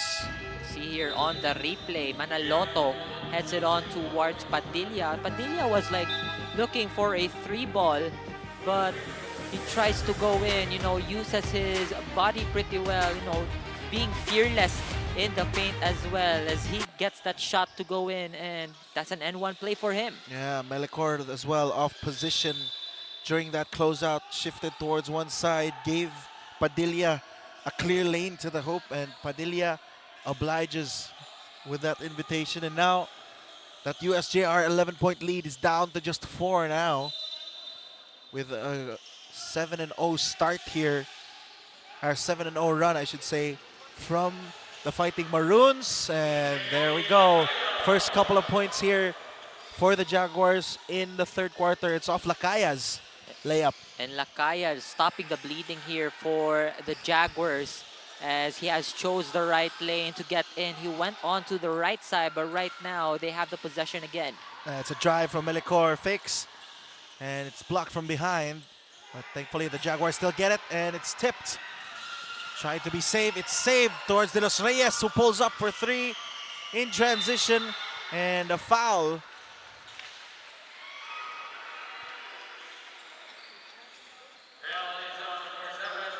It's a foul on Ayuba. Foul on Mel Anthony Ayuban. And UPC as well. One of their key things that they need to take note of to try to get back on this USJ-R lead is to lessen their intensity in terms of defending. Because again, if you rack up a couple of fouls, it's common sense already. You get penalty when it turns to 5. And during that last play, call it what you want. I think safe to say that was kind of a bad shot if you're De Los Reyes. Definitely. I know, considering you are a 3-point shooter, but in that situation, it was a 2-on-1 in transition. Yeah. You had a teammate in the paint. All you had to do was drive or choose between both of you. One of you would have been free. But couldn't be the second. It could be the second option that that you could choose the second option that you'll pass it on to your teammate, because nonetheless, whether you make it or not make it, it's still a good pass or a good shot selection for him. Yeah, but UP in the outlet, it's Ayuba with a rough fall off of that contest from Lacaya. It looked dangerous for a second, but looks like Ayuba's okay. These players right now are quite built different because, they have been driving the lane pretty well. Again, it's what Padilla did earlier. There was a fearless move coming from him. And right now, Ayuban doing the same thing, but a lot of contact coming from his defender, and is trying to do it as well. As you can see here on our scoreboard, fast break points for both teams is just on par with 11. You can definitely see how both these teams would defend those fast breaks and would make those fast breaks as well. Yeah, UP still down by 6. And Ayuba able to hit the second. Cuts the lead down to just 5. Melicor. I mean, this is the closest UP has gotten since the first quarter. Yes, definitely. There was 6 in the first quarter. Now they've brought it down to within 5. Melicor outside, under pressure. Fake one dribble back to Melicor. The jumper too strong, but Brigoli, one of the smallest people on the court, able to get the rebound, and another shot outside. The 3-pointer no good. The rebound picked up by Saenz over to Padilla. And UP with some options. Ayuba outside. Padilla gets it top of the key. Padilla against Melicor. Padilla will center for the jumper, and it'll be an air ball. Padilla didn't have the right form when he got the ball up. It's pretty clear that he hasn't prepared well. He hasn't anticipated pretty well that he would release that shot, and it wasn't even that perfectly timed given that air ball that he did. Yeah, and Melicor, he did a great job there denying the driving lane to Padilla. As Padilla's the type of player that when he gets a running start, that's the most when he's scariest. It's getting dangerous for Yeah. him, for you as a defender. And Brigoli looking for some options. They go to the right corner. The shot, nothing there. They go outside. Rueda to Soliano with a pick and roll. No good. The rebound picked up here by UP. Manaloto spins. Gets a screen from Salvador. And De Los Reyes up top. The pass. Manaloto once again. 8 seconds on the shot clock. Manaloto, the bounce pass. Gilbuena, it's good. A foul and one for Gilbuena. And he brings the Fighting Maroons to within 3. And that is the smallest lead that the Fighting Maroons has in this game so far. You can definitely see the balance of Gilbuena during this play. Just right above Rueda. You know, he has a good look of that rim at that time because he has the height advantage during that play as well, and the elevation from, you know, when he made that shot. And the three-point opportunity, not able to convert, but Gilbuena's brought them to within 3. The drive from Gonzalez. Gonzalez with options, drives left, get pass down low, it's blocked. Excellent defense from UP. De Los Reyes pushing the pace here. Gilbuena running the floor. They go to Saldivar, and he scores, bringing UP to within 1. And timeout called here by head coach Julius Cadavis. They're feeling the pressure as the Fighting Maroons come fighting back here in the third quarter with less than 4 minutes and 30 seconds left to play. We'll be back with you after this timeout.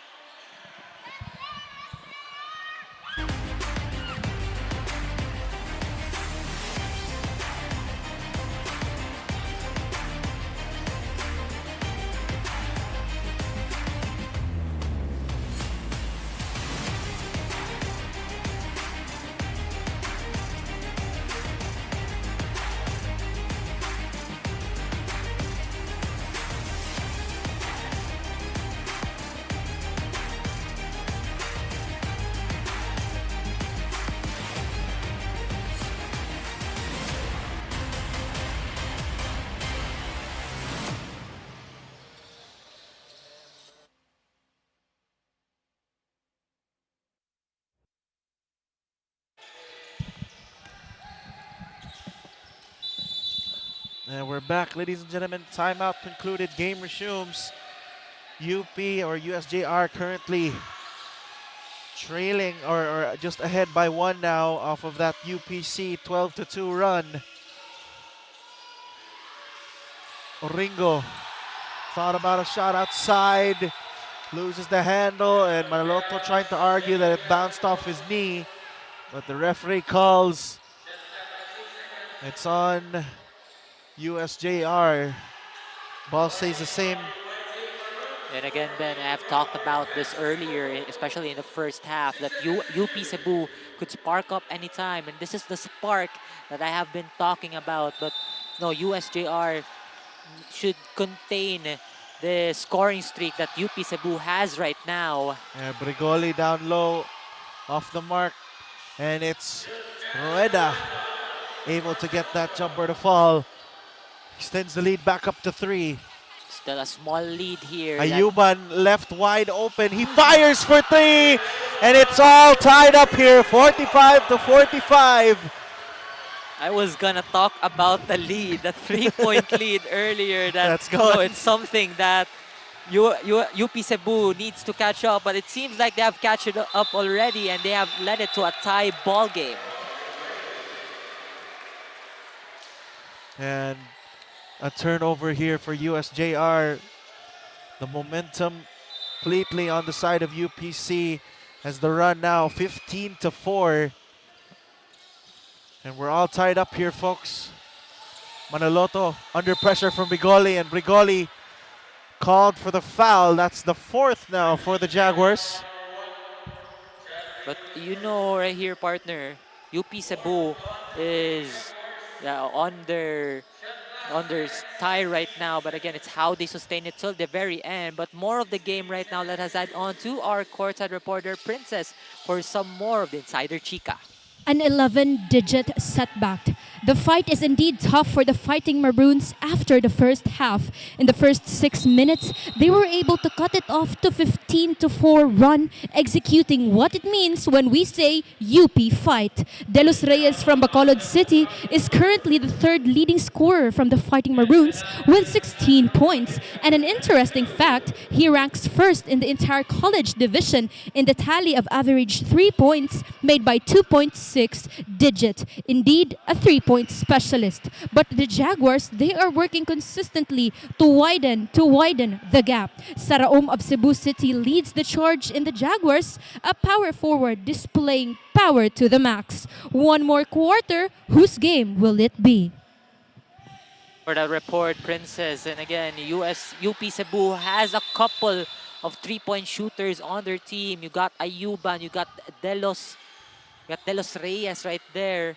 And those key players, those are critical players for UP Cebu, and they have been the deadly shooter from beyond the arc. And USJ-R as well, they have a couple of players from their team. Again, you got Gonzalez from the bench, the rookie right over there. And he has been playing well as well from the past couple of games. Yeah, Gonzalez looking for some daylight here, takes the shot, goes in and out. Gonzalez, he's only made 2 points this game as UP not able to convert that possession. It's back the other way. Brigoli pushing the pace here, and the shot from Rueda looks like he was off balance. The ball gets into the hands here of Brigoli, who's able to score and get the putback up and in. And the lead regained here by USJ-R. I was about to say a while ago that UP had their first lead since the first quarter.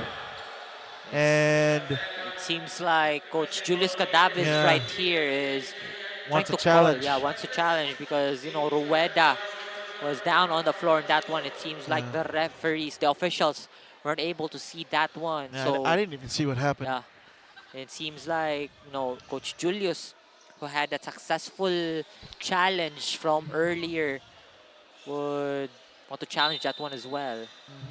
Right now, the officials will be heading on to the side. Nope. As there's a warning for the side of UP Cebu as well.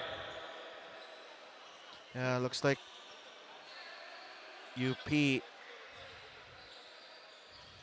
But again, partner, USJ-R here, they are on a penalty, and UP Cebu, if that would actually be a foul, it could bring them up to 4 team fouls already, and they're just on a brink. They're just 1 foul away from being on a penalty zone, and you don't want USJ-R to be on the line because they are quite efficient in terms of shooting those free throws because, in the first half, USJ-R had 50% on the line, which is quite bigger than, UP Cebu's 40%. Just not that, it's quite close, but, USJ-R had the upper hand on that one. They have shown already from their past few games that they have been efficient on the line. But then you don't want to bring this hungry USJ-R squad on the charity stripe. But UP Cebu as well, as you can see, 15-4 run earlier. It shows that they have made some readjustments. I mean, readjustments more on how they select their shots on the floor, creating those open spots to give it to their teammates. And yeah, the referee is slowly starting to come out here off of the review booth. The decision will come up here in just a second, but for now, score currently 47-48.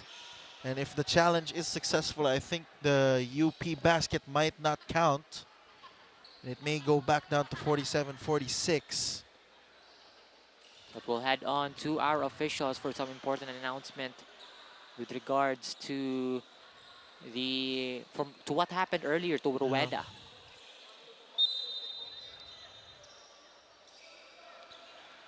Oh. It's an uns. Upon review, unsportsmanlike foul on number 8, Andrew Padilla.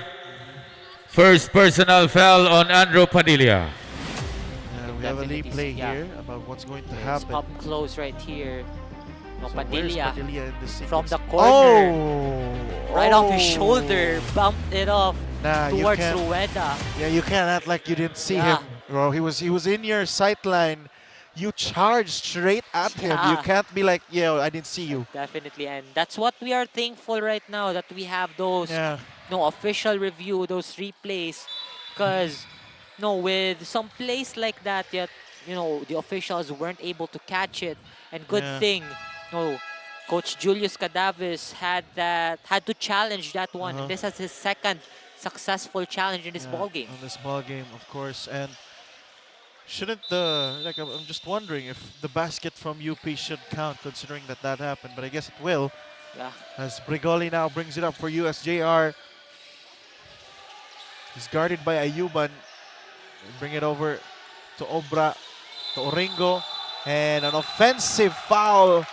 It's called on Gonzalez. Yeah. Or no, actually, It's it's on called Brigoli. on Brigoli. And you know what that means? We already have 5 team fouls, even earlier for the side of USJ-R. And you'll see here a tie ball game that we have 48 all. Yep.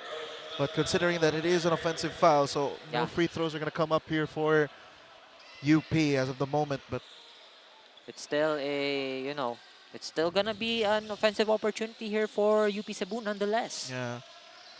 But the bounce pass over to Ayuban. Ayuban double team. They go to Cabanlet. And the flyby from Raon signals the basket. That's great fake coming from Saldivar. Perfectly timed as well to get that shot off from him. And on the other end, it's Gonzalez pulling up, and it's Gonzalez knocking it down. Gonzalez, as you mentioned, partner, he's been on a tear the last few games. Yeah. This And time, he already has 5. And Zaldivar over to Manaloto will get a screen here. They thought about the double team. Padilla against Saraom. The pass down low to Saldivar. Passes it outside. The three-pointer. It's an air ball. Ayuban not able to hit the rim. And now Balbao pushing it to Obra. Obra with a clean look. No good. The putback no good as well. And they're going to continue here. Manaloto ahead of the pack. Taking it slow. Fakes the 3. The pass down low. Gilbuena. One dribble. Jumper. It's no good. Or I should say Cabanlit. yeah, it's from Cabanlit. And USJ-R, most especially the times where UP Cebu is trying to drive in, going for those back doors or even those shots coming from, the baseline. They have been, being cramped up inside the paint, just trying to secure the paint, not letting any shot from UP Cebu go in. They've managed to shut them down. Now it's Cabanlit heading to that free throw line to shoot for 2. He has the chance to retake the lead here for UP if he can make both, but after that first miss, best he can hope for is a tie. But Cabanlit right there, he had that miss, and UP Cebu kind of struggling in the free throw line. And Cabanlit with the second free throw is good. We're all tied up here.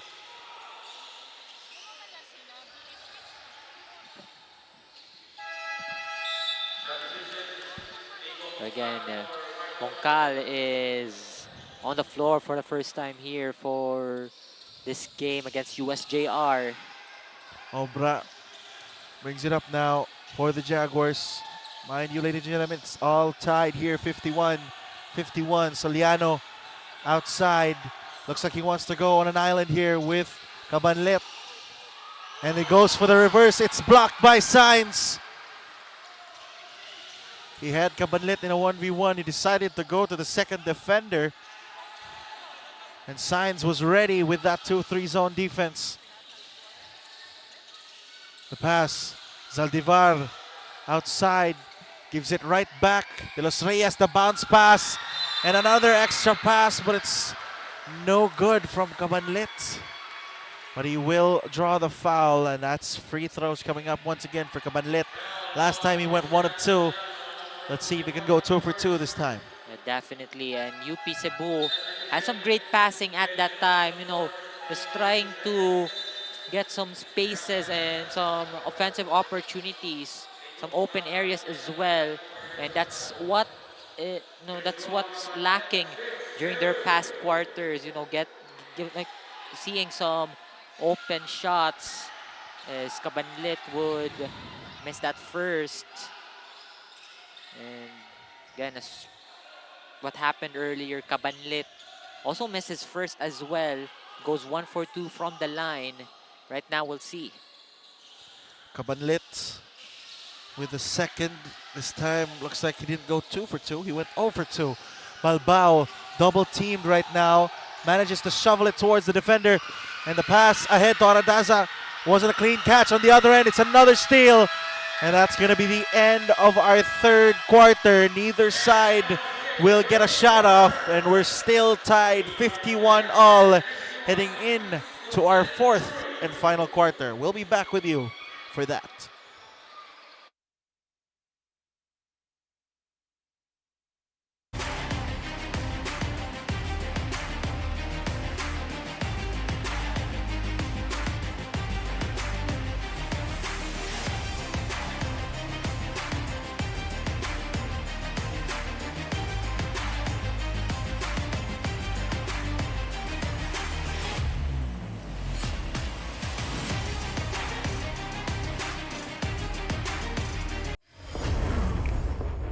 Rules, we make them.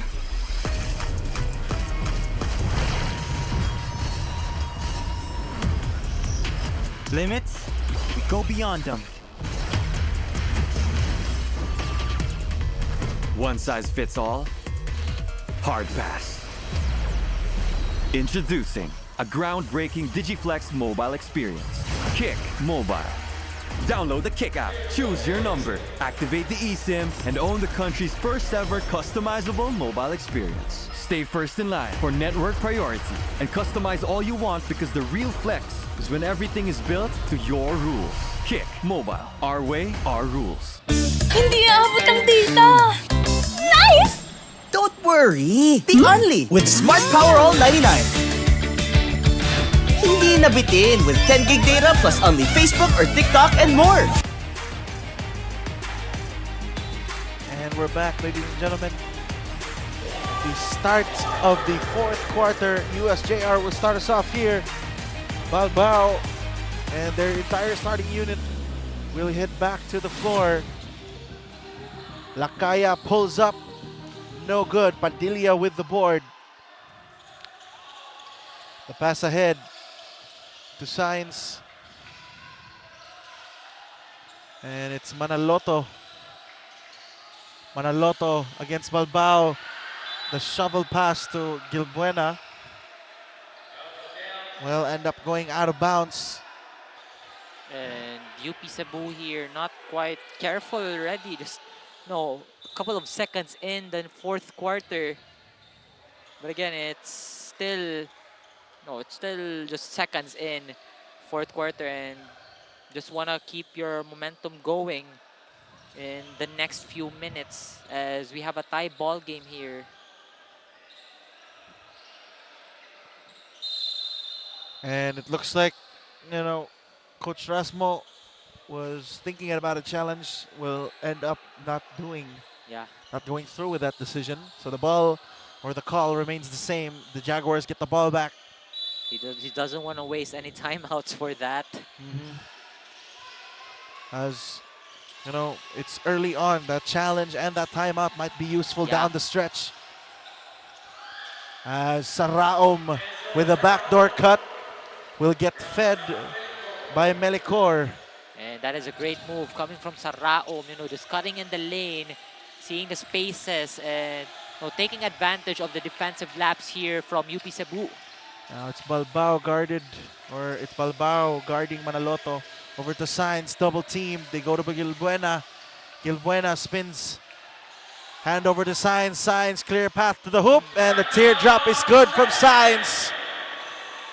No, Science had it from the baseline. He had the look of the rim already, and you know it was already timeout for his defender on that shot.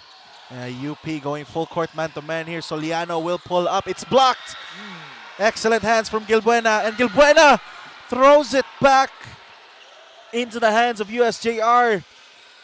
Soliano outside, he pulls up for three. It's good! And he stares down Padilla after the shot. And Soliano right over there, your big man. He's more than just a big man after that 3 ball, which gives USJ-R that 3-point lead already. That was a much needed shot for the team. And De Los Reyes tried to answer with a 3 of his own. Can't do it there. If you ask me, Terrence, I think that may have been a technical on Soliano had the referee saw what he did to Padilla. But Balbao, he will try a 3-pointer this time. Padilla couldn't get the rebound. Saraom is there, and it's no good on the shot. Saraom will get his own miss, and still no shot. Padilla frustrated.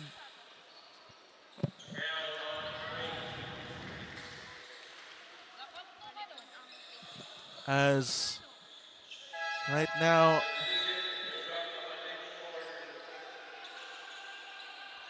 USJ-R will get the ball back. But right now, let us head on to the 3-point percentage for both teams. But I mean, despite that shot from Soliano, you know, USJ-R are 15% from the arc, and UP Cebu is above 30. So you can definitely see how there's efficient shooters for UP Cebu at this time, but they're down by 3 as well. Balbao with the right-hand drive, no good on the teardrop off the glass. And UP will get the rebound. Mind you, USJ-R still ahead by 3 right now. And Padilla, he hasn't had the cleanest touch this game. 41-27 is the rebound difference. 14 more to USJ-R. That's a lot. I mean, you know, we said it best. You said it a while ago, I should say. USJ-R, they've not been shooting well outside. What they have been doing is they've been getting those rebounds, and they've been getting attempt after attempt after attempt until they finally make the shot inside. It's all about the hustle. It's all about the grit and grind in the paint. You know, not giving up the ball no matter what, because again, you get a couple of chances for that one. So, you know, might as well try to go for it. And Manaloto here knocked down his first. We'll cut the lead down to just 2.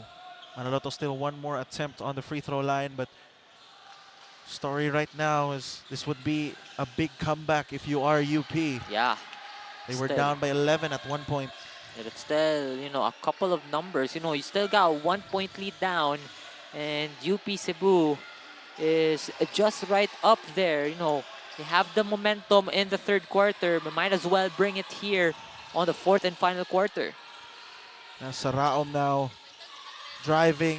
Great drop pass to Lakaya, who feeds it to Melicor, who will draw the foul in the paint.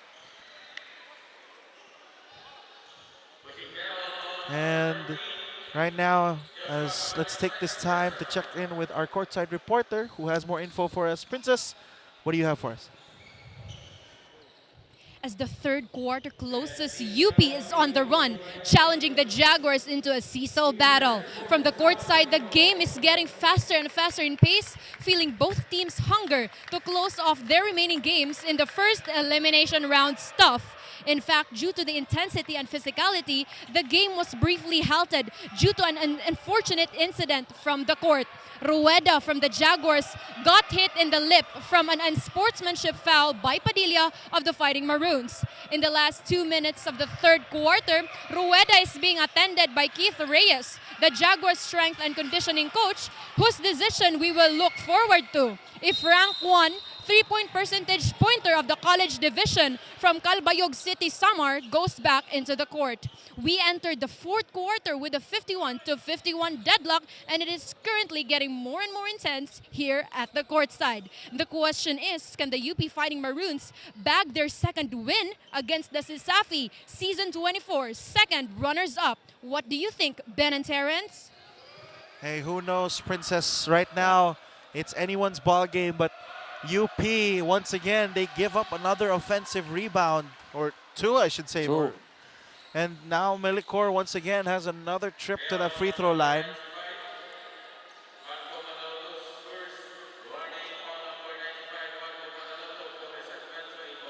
And Manaloto warned there for the resentment of the call. Melicor, this time he'll go 2-2 from that free throw line trip. And he extends the USJ-R lead back up to 8, or back up to 3.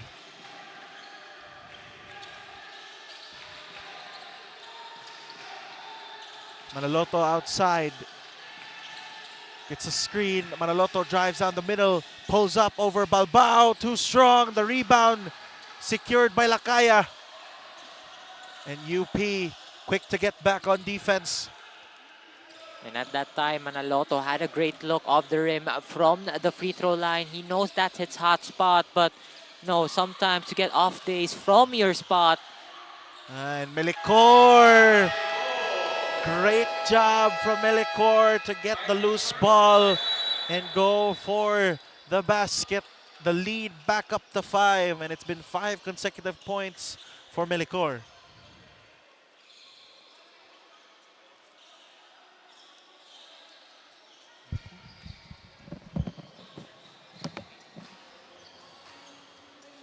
Hindi aabot ang data! Nice! Don't worry! The Only with Smart Power All 99. Hindi nabitin with 10 gig data plus only Facebook or TikTok and more. Load now! Di abot ang data! G-Feed! GG Bro! Don't worry! The Only with Smart Power All 99. Hindi bitin with 10 gig data to power your games plus only Facebook or only TikTok. Load now! Please, umuulan! Di mo tayo makakabenta! Yes! Don't worry! The Only with Smart's Power All 99. Hindi bitin ang benta with only TikTok or Facebook plus 10 gig data and more. Load now!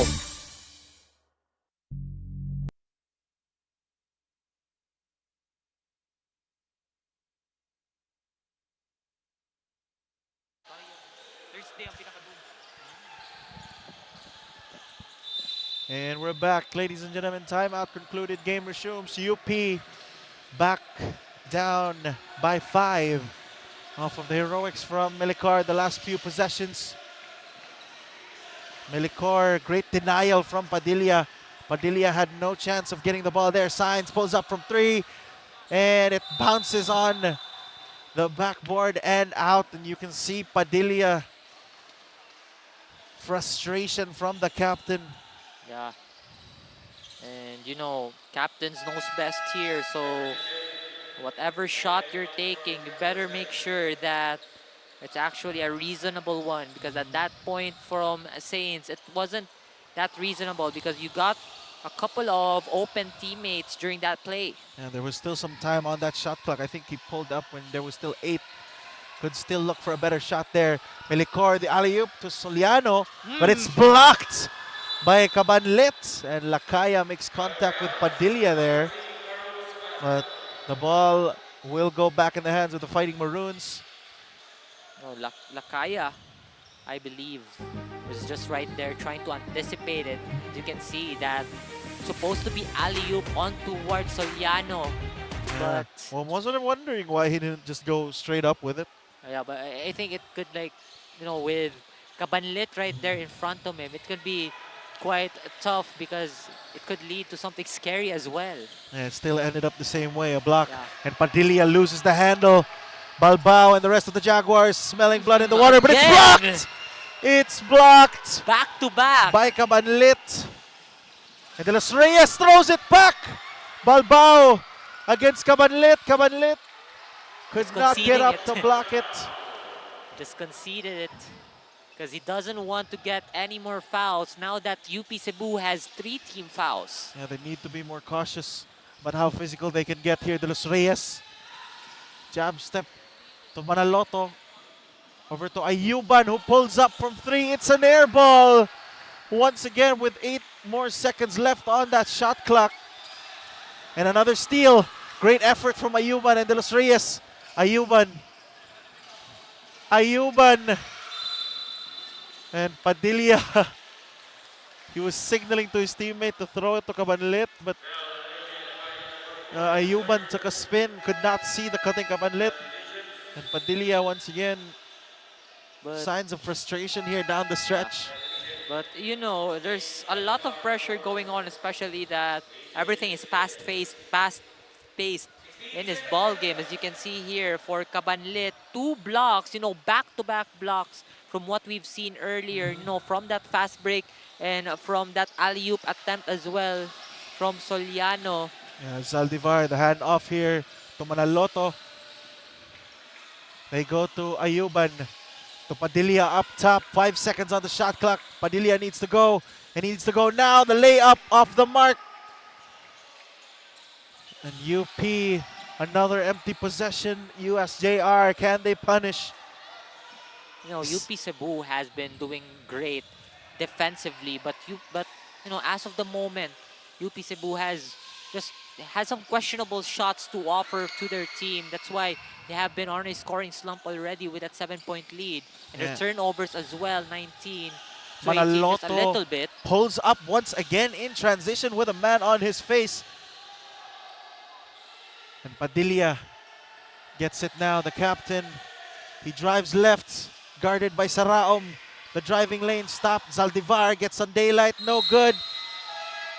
And it's great defense coming from the side of USJ-R, was able to hold off some offensive opportunities going on here for UP Cebu.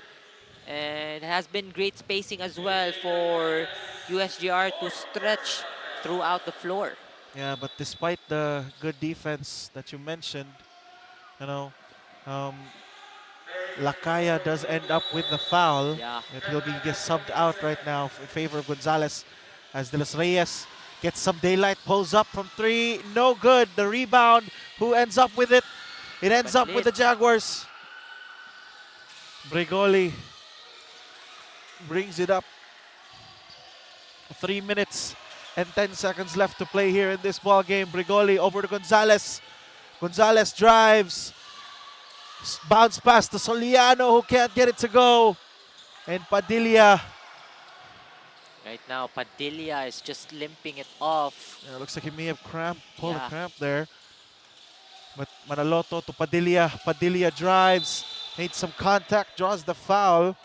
And it's on Brigoli. And mind you, Padilla almost lost the ball. You can see, you know, trying to put it at the back. But good thing a foul was called right on time on towards Brigoli. And this could be a great chance for UP Cebu to restart on the offensive plan that they are currently setting up. Yeah, and right now, 4 fouls now for USJ-R. They're 1 away from penalty. The pass over to Manaloto. Gets a screen. Manaloto drives, kicks it out. De Los Reyes for 3. It's off the mark once again from UP. But they get another chance. 10 seconds on the shot clock, and Zaldivar, or I should say, I believe it's Cabanlet. Yeah. Down on the floor, holding on to his right knee. Left. As on his left, rather. Yeah, he's down. CESAFI medical staff quick to respond. Seems like you can see it on his face, probably. He has really hurt during that sequence earlier. Still holding on to his knee. And mind you, one of their key players as well, Aaron Cres, who is currently recovering from a meniscus tear, is still aiming to come back within the season. And you have another player here, one of your defensive players as well, which is Cabanlet, injured. And it is like very notable that the play that he had earlier, those blocks that he had were crucial for UP Cebu in their comeback against USJ-R, in which USJ-R had quite a lead during that time.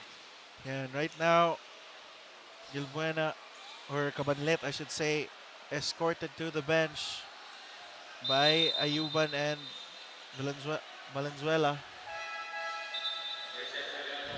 That's a big loss if you're UP. Yeah, big loss. Yeah, 2 minutes and 35 seconds left as well.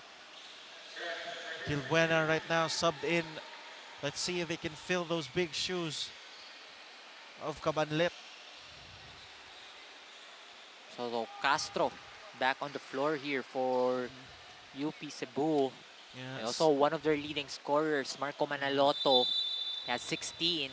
They're still aiming to put up some more to come back to this ball game.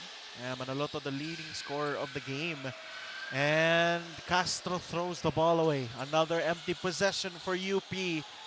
And their time is slowly running out as Padilla looks to check back into this ball game. As now Melicor screen outside Brigoli, but he's guarded by Manaloto.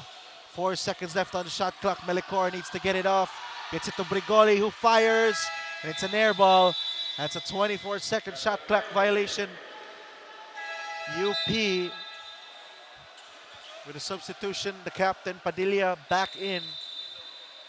And you know, USJ-R at that time had actually a couple of open players, and you know, they weren't also aware of the shot clock. They were just bringing themselves to the game because, again, they really want to extend this lead even more. This is just a 7-point lead. There's still a couple of time for UP Cebu to catch up, to switch up their offense, most especially on their defensive end, because they have been, you know, like with the loss of Cabanlit as well, you know, they have to readjust it, recalibrate it, and look for some, you know, some backups in terms of, like, you know, just temporary replacements for Cabanlet in this game.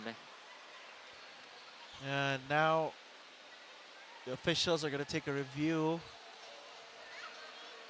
of the play, and we're going to see where it's going to go off to. But as we wait for the officials to take a look, current state of the game, both teams still have 2 timeouts left. UPC with a challenge. USJ-R already used theirs earlier, and USJ-R in penalty situation, and UPC, I should say, with 3 team fouls. The game could go to free throws here down the stretch, but UP would need to make a basket or 2 in these closing 2 minutes, all the while stopping USJ-R from making theirs. Remaining 2 minutes, 4 seconds. Still a couple of time here for both teams, actually. As you can definitely see it here from that shot, the game clock was still ticking. I think the officials down below us forgot to turn it off, but nonetheless, UP Cebu has still more time to catch up here. De Los Reyes to Manaloto. Manaloto gets a screen here. He's double teamed. Oh, the screen. It was a bad screen. Great pressure as well coming from Soliano and the USJ-R squad. And they have a chance here to seal the deal as they have 1 more possession in them. Soliano, no shot there, kicks it out, but gets called for the 3-second violation. Soliano caught sleeping in the paint by the officials. And the officials were mindful about it. They didn't let it slide. But a timeout called here by the University of the Philippines Cebu Fighting Maroons. They are quite down by 7. And, something to take note of here is, some of their key players being out of the floor right now. Again, Cres earlier, who has not played a game yet this season, because again, of a meniscus tear, still trying to recover from it, but he's suiting up. But again, for Cabanlit as well, we are hoping that it's nothing serious from him, because it's what we've mentioned earlier. He has been the defensive core for UP Cebu, and mind you, Cabanlit as well had some great games despite their losses, together with his team captain Padilla. And we don't want someone who has been a key player in the defensive end to be out of the game, or to be out of a couple of games moving forward. Yep, and now Manaloto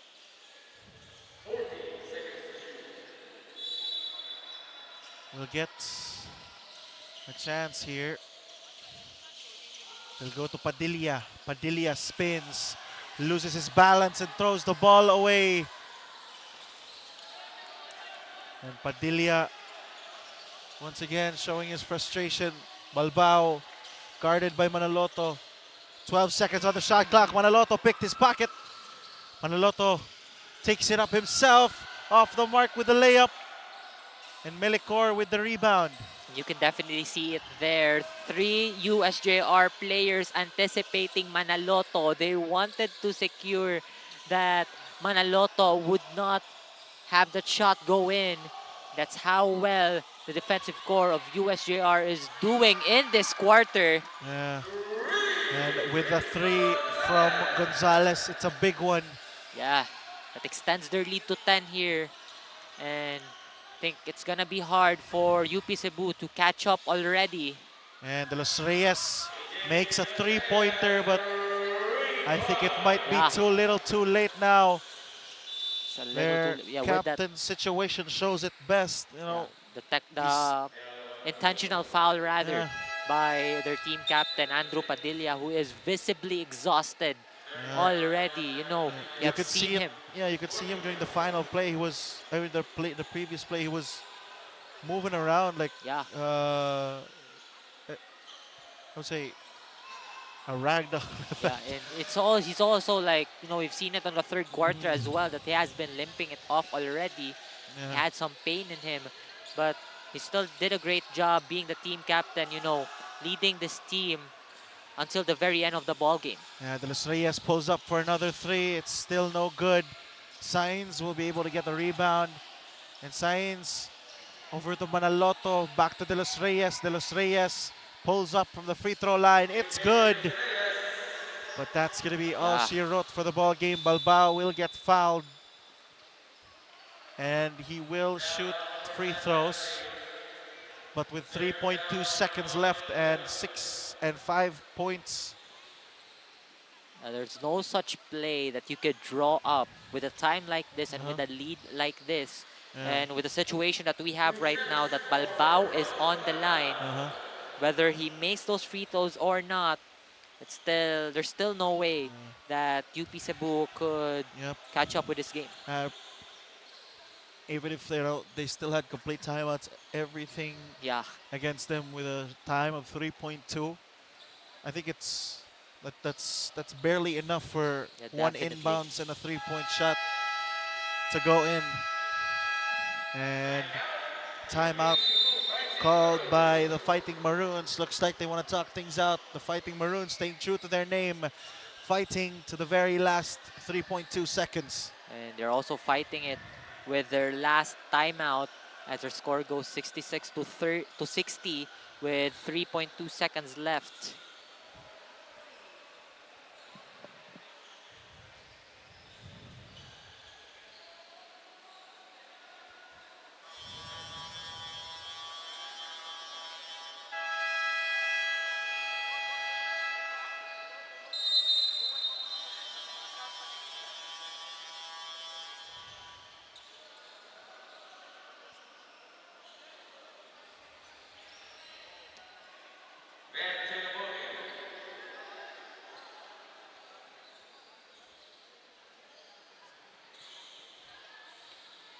And we're back to the ball game, ladies and gentlemen.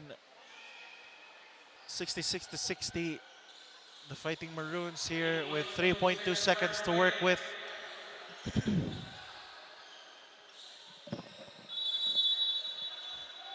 the Fighting Maroons have a chance to get one final shot off here.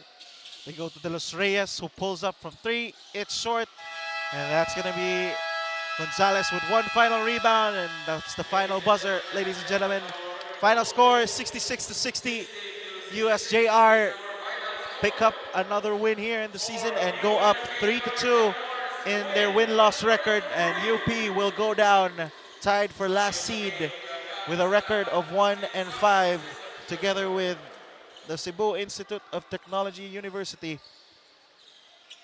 And the hymn from the winning team, USJ-R. And also for University of the Philippines, Cebu, coming up. As later on after the hymn, we'll break down for you on what happened during the game.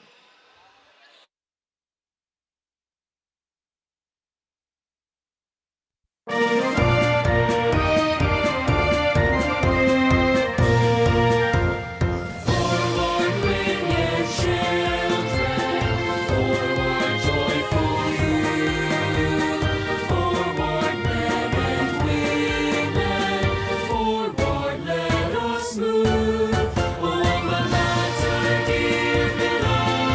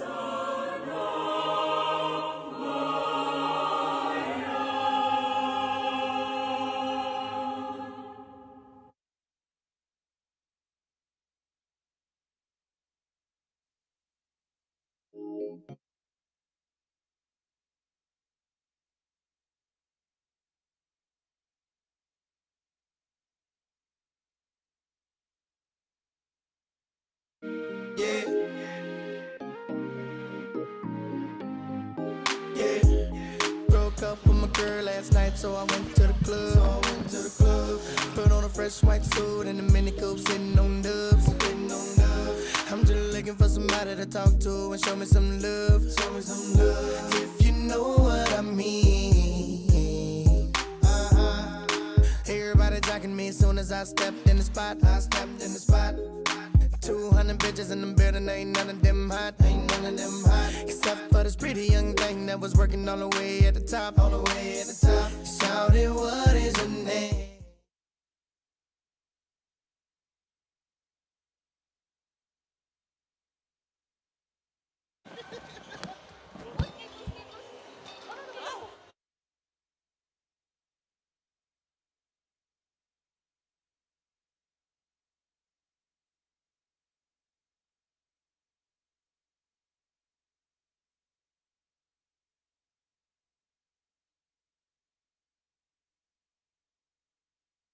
Cheer for both teams here. It's quite on par, as we can say here. 38% coming from UP Cebu and 36 coming from USJ-R. You know, UP Cebu has been scoring pretty well. You know, they just went a little bit short during that fourth quarter as well, and it's pretty clear here. USJ-R, that's why they took the win. They have out-rebounded UP Cebu quite a lot in this ball game, and you know their points of USJR's points from turnovers as well, 22-13. It's pretty clear how USJR could convert that turnover, a steal, or even those missed opportunities coming from UP Cebu and turn it into a point. Yeah, and if you take a look at the pattern here, I don't think it's a coincidence, but they have the same amount of field goals, bonus field goals compared to UP, as the same amount of rebounds that they had over UP, which is 16. It's also something that we should take note of. But you know, heading on to the players right now has been popping off for the team. Let's head on to the losing team, University of the Philippines, Cebu. But again, we have no time for that. But let's head on to our courtside reporter, Princess, for our player of the game. Hello, CESAFI fans. After an intense, hard-earned hold-on momentum, the University of San Jose Recoletos Jaguars are on their third consecutive win with a winning score of 66 to 60 points. 6 weeks in, and their way into the standing is currently 3-2. This is Princess Barbiel, and with me here is our bidang basketballista, best player of the game, Lorenzo Gabriel Saraom from the USJ-R Jaguars, who garnered 11 points, 8 rebounds, and 3 assists. And so, first and foremost, congratulations. And let me say that it was really an intense game that I could hardly pick up from the plays in my reports. How are you feeling after that close-knitted game? I feel happy and I'm grateful that we were able to maintain the momentum of winning streak sa among team, which is the USJ-R Jaguars.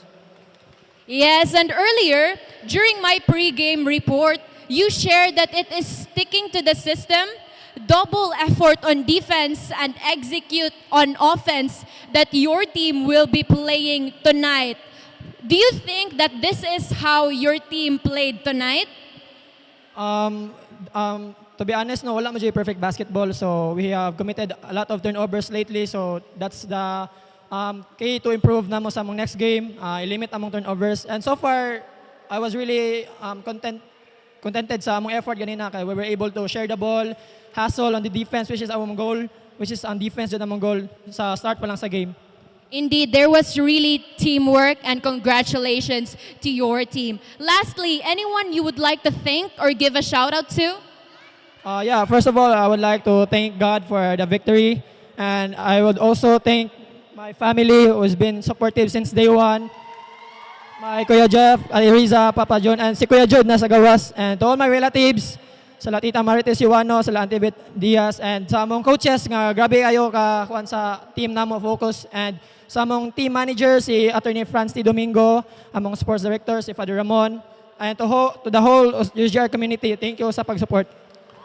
Thank you. And so, and there you have it, ladies and gentlemen. Our bidang basketballista, best player of the game, Lorenzo Gabriel Saraum from USJ-R Jaguars. But of course, we would like to extend our thanks again to our sponsors for making this season possible. Virginia, Crayon Lab, Cebu Landmasters, Molten and Mikasa, Sonac, Kick, Puso P, and PLDT Home and Smart Communications. Once again, this is Princess Barbiel, and I am one with CESAFI.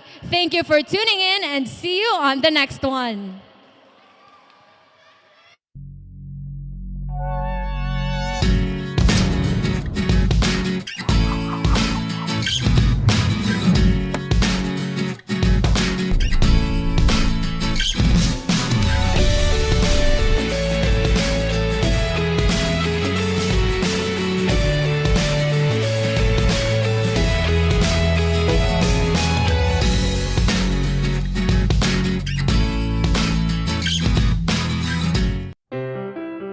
Non più tra i farfalloni amoroso, notte e giorno di torno girano, delle belle turbando al riposo, Narcisetto a dolcino d'amor.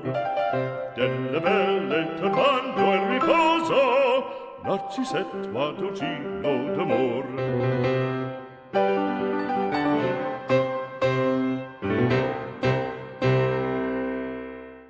Every land is the same, but what we do with it separates a builder from a master. To us, it is more than just creating space. It's about building places where dreams can become reality, where businesses have room to grow, passions have its corner to thrive in. Every milestone has a space for it to happen. We put our heart into every project, and we are committed to deliver the extraordinary time and time again. With masterful leadership, a wide array of quality development, and 20 years of genuine real estate service, we're not just builders. We are landmasters. 20 years of masterful development.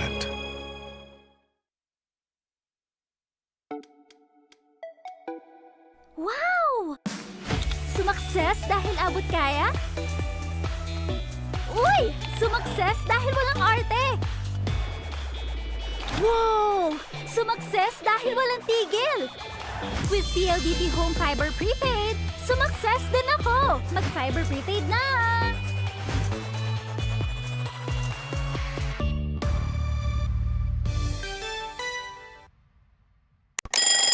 Ang sarap gumising sa umaga, sa tuwing naaamoy na ang luto ni nanay, ang daing at tinapay, at lalong-lalo na Virginia hotdogs, wala nang ibang gusto. Virginia hotdogs, ito ang baon kong paborito. Basta hotdog, Virginia. Rules, we make them.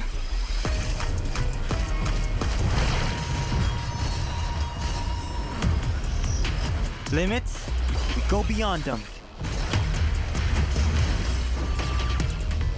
One size fits all? Hard pass. Introducing a groundbreaking DigiFlex mobile experience. Kick Mobile. Download the Kick app, choose your number, activate the eSIM, and own the country's first ever customizable mobile experience. Stay first in line for network priority and customize all you want, because the real flex is when everything is built to your rules. Kick Mobile. Our way, our rules. Hindi aabot ang data! Nice! Don't worry! The Only with Smart Power All 99.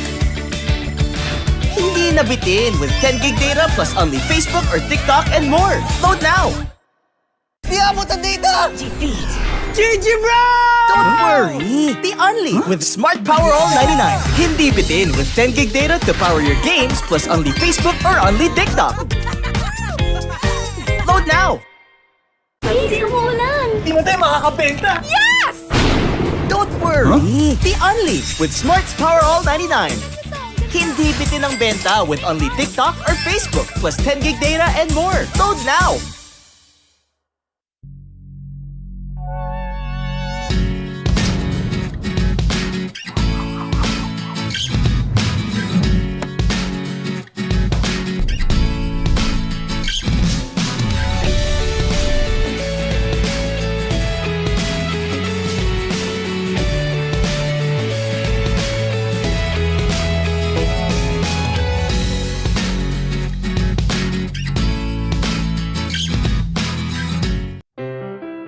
Non più tra i farfalloni amoroso, notte e giorno di torno girano, delle belle turbando al riposo, Narcisetto ad Ogino d'amor.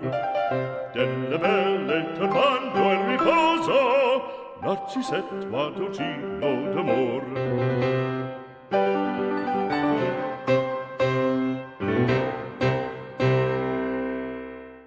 Every land is the same, but what we do with it separates a builder from a master. To us, it is more than just creating space. It's about building places where dreams can become reality, where businesses have room to grow, passions have its corner to thrive in. Every milestone has a space for it to happen. We put our heart into every project, and we are committed to deliver the extraordinary time and time again. With masterful leadership, a wide array of quality development, and 20 years of genuine real estate service, we're not just builders. We are landmasters. 20 years of masterful development.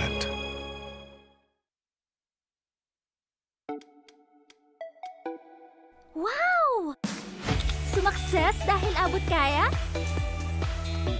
Uy! Sumakses dahil walang arte! Wow!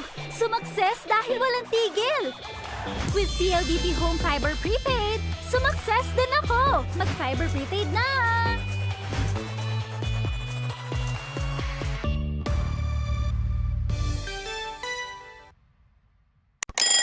Ang sarap gumising sa umaga, sa tuwing naaamoy na ang luto ni nanay, ang daing at tinapay, at lalong-lalo na Virginia hotdogs, wala nang ang ibang gusto. Virginia hotdogs, ito ang baon kong paborito. Basta hotdog, Virginia. Rules, we make them.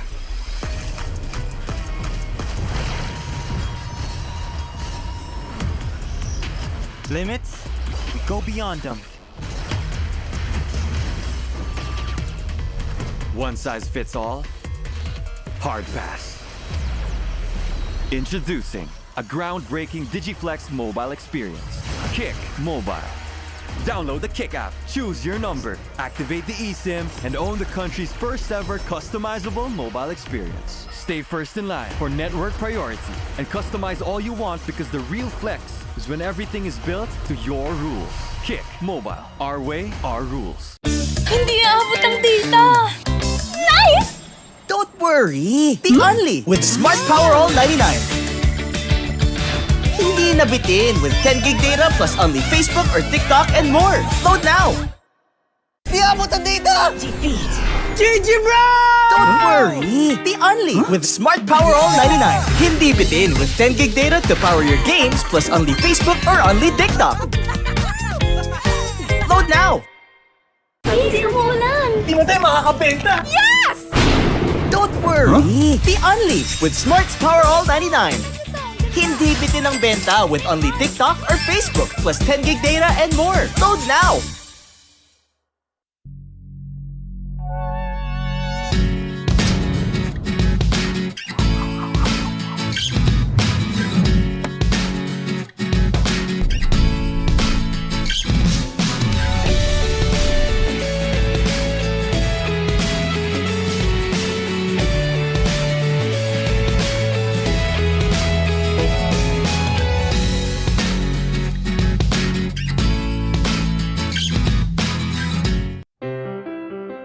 più drai farfalloni amoroso, notte e giorno di torno girano, delle belle turbando al riposo, Narcisetto gino d'amor, delle belle turbando al riposo, Narcisetto gino d'amor.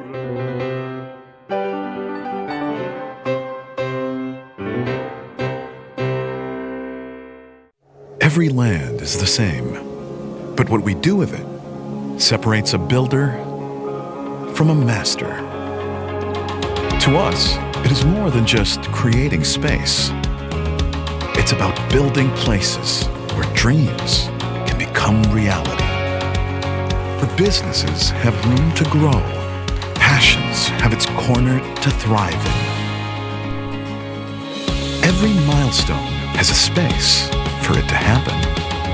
We put our heart into every project, and we are committed to deliver the extraordinary time and time again.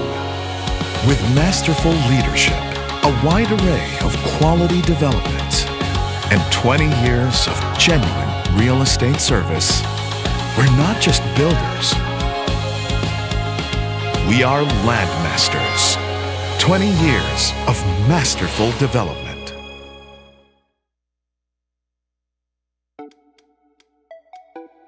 Wow! Sumakses dahil abot kaya? Uy! Sumakses dahil walang arte! Wow! Sumakses dahil walang tigil!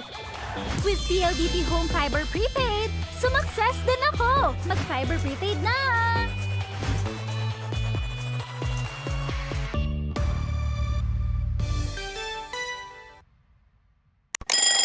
Ang sarap gumising sa umaga, sa tuwing naaamoy na ang luto ni nanay, ang daing at tinapay, at lalong-lalo na Virginia hotdogs, wala nang ang ibang gusto. Virginia hotdogs, ito ang baon kong paborito. Basta hotdog, Virginia. Rules, we make them.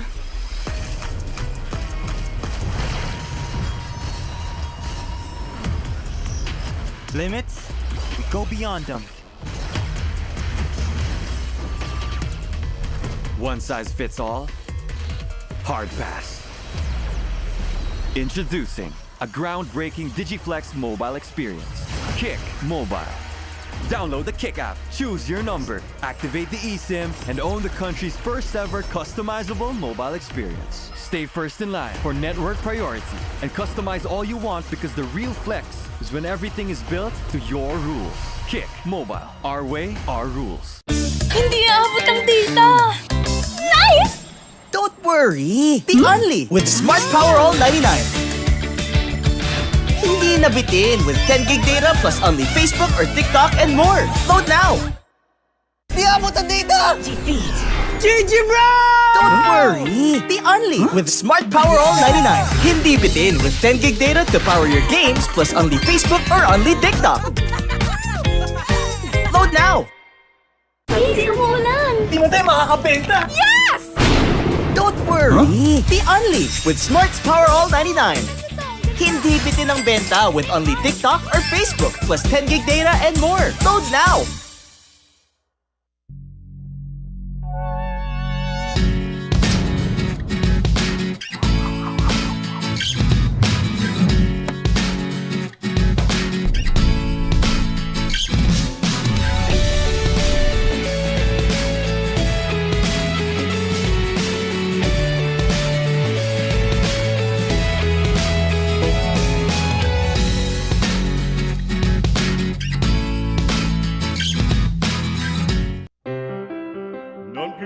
farfalloni amoroso, notte e giorno di torno girano, delle belle turbando al riposo, Narcisetto gino d'amor, delle belle turbando al riposo, Narcisetto gino d'amor.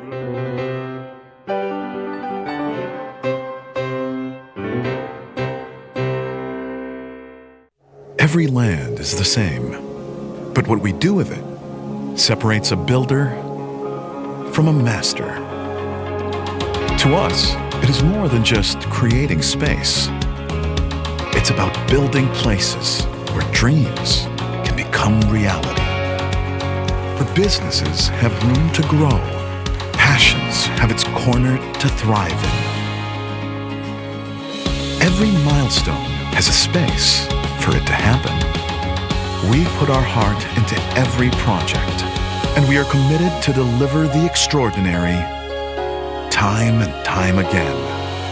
With masterful leadership, a wide array of quality development, and 20 years of genuine real estate service, we're not just builders. We are landmasters. 20 years of masterful development.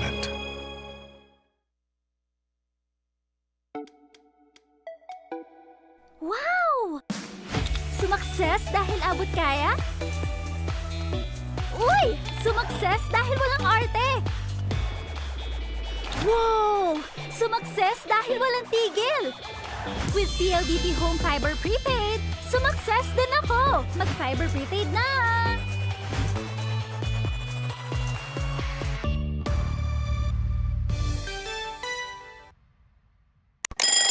Ang sarap gumising sa umaga, sa tuwing naaamoy na ang luto ni nanay, ang daing at tinapay, at lalong-lalo na Virginia hotdogs, wala nang ang ibang gusto. Virginia hotdogs, ito ang baon kong paborito. Basta hotdog, Virginia. Rules, we make them.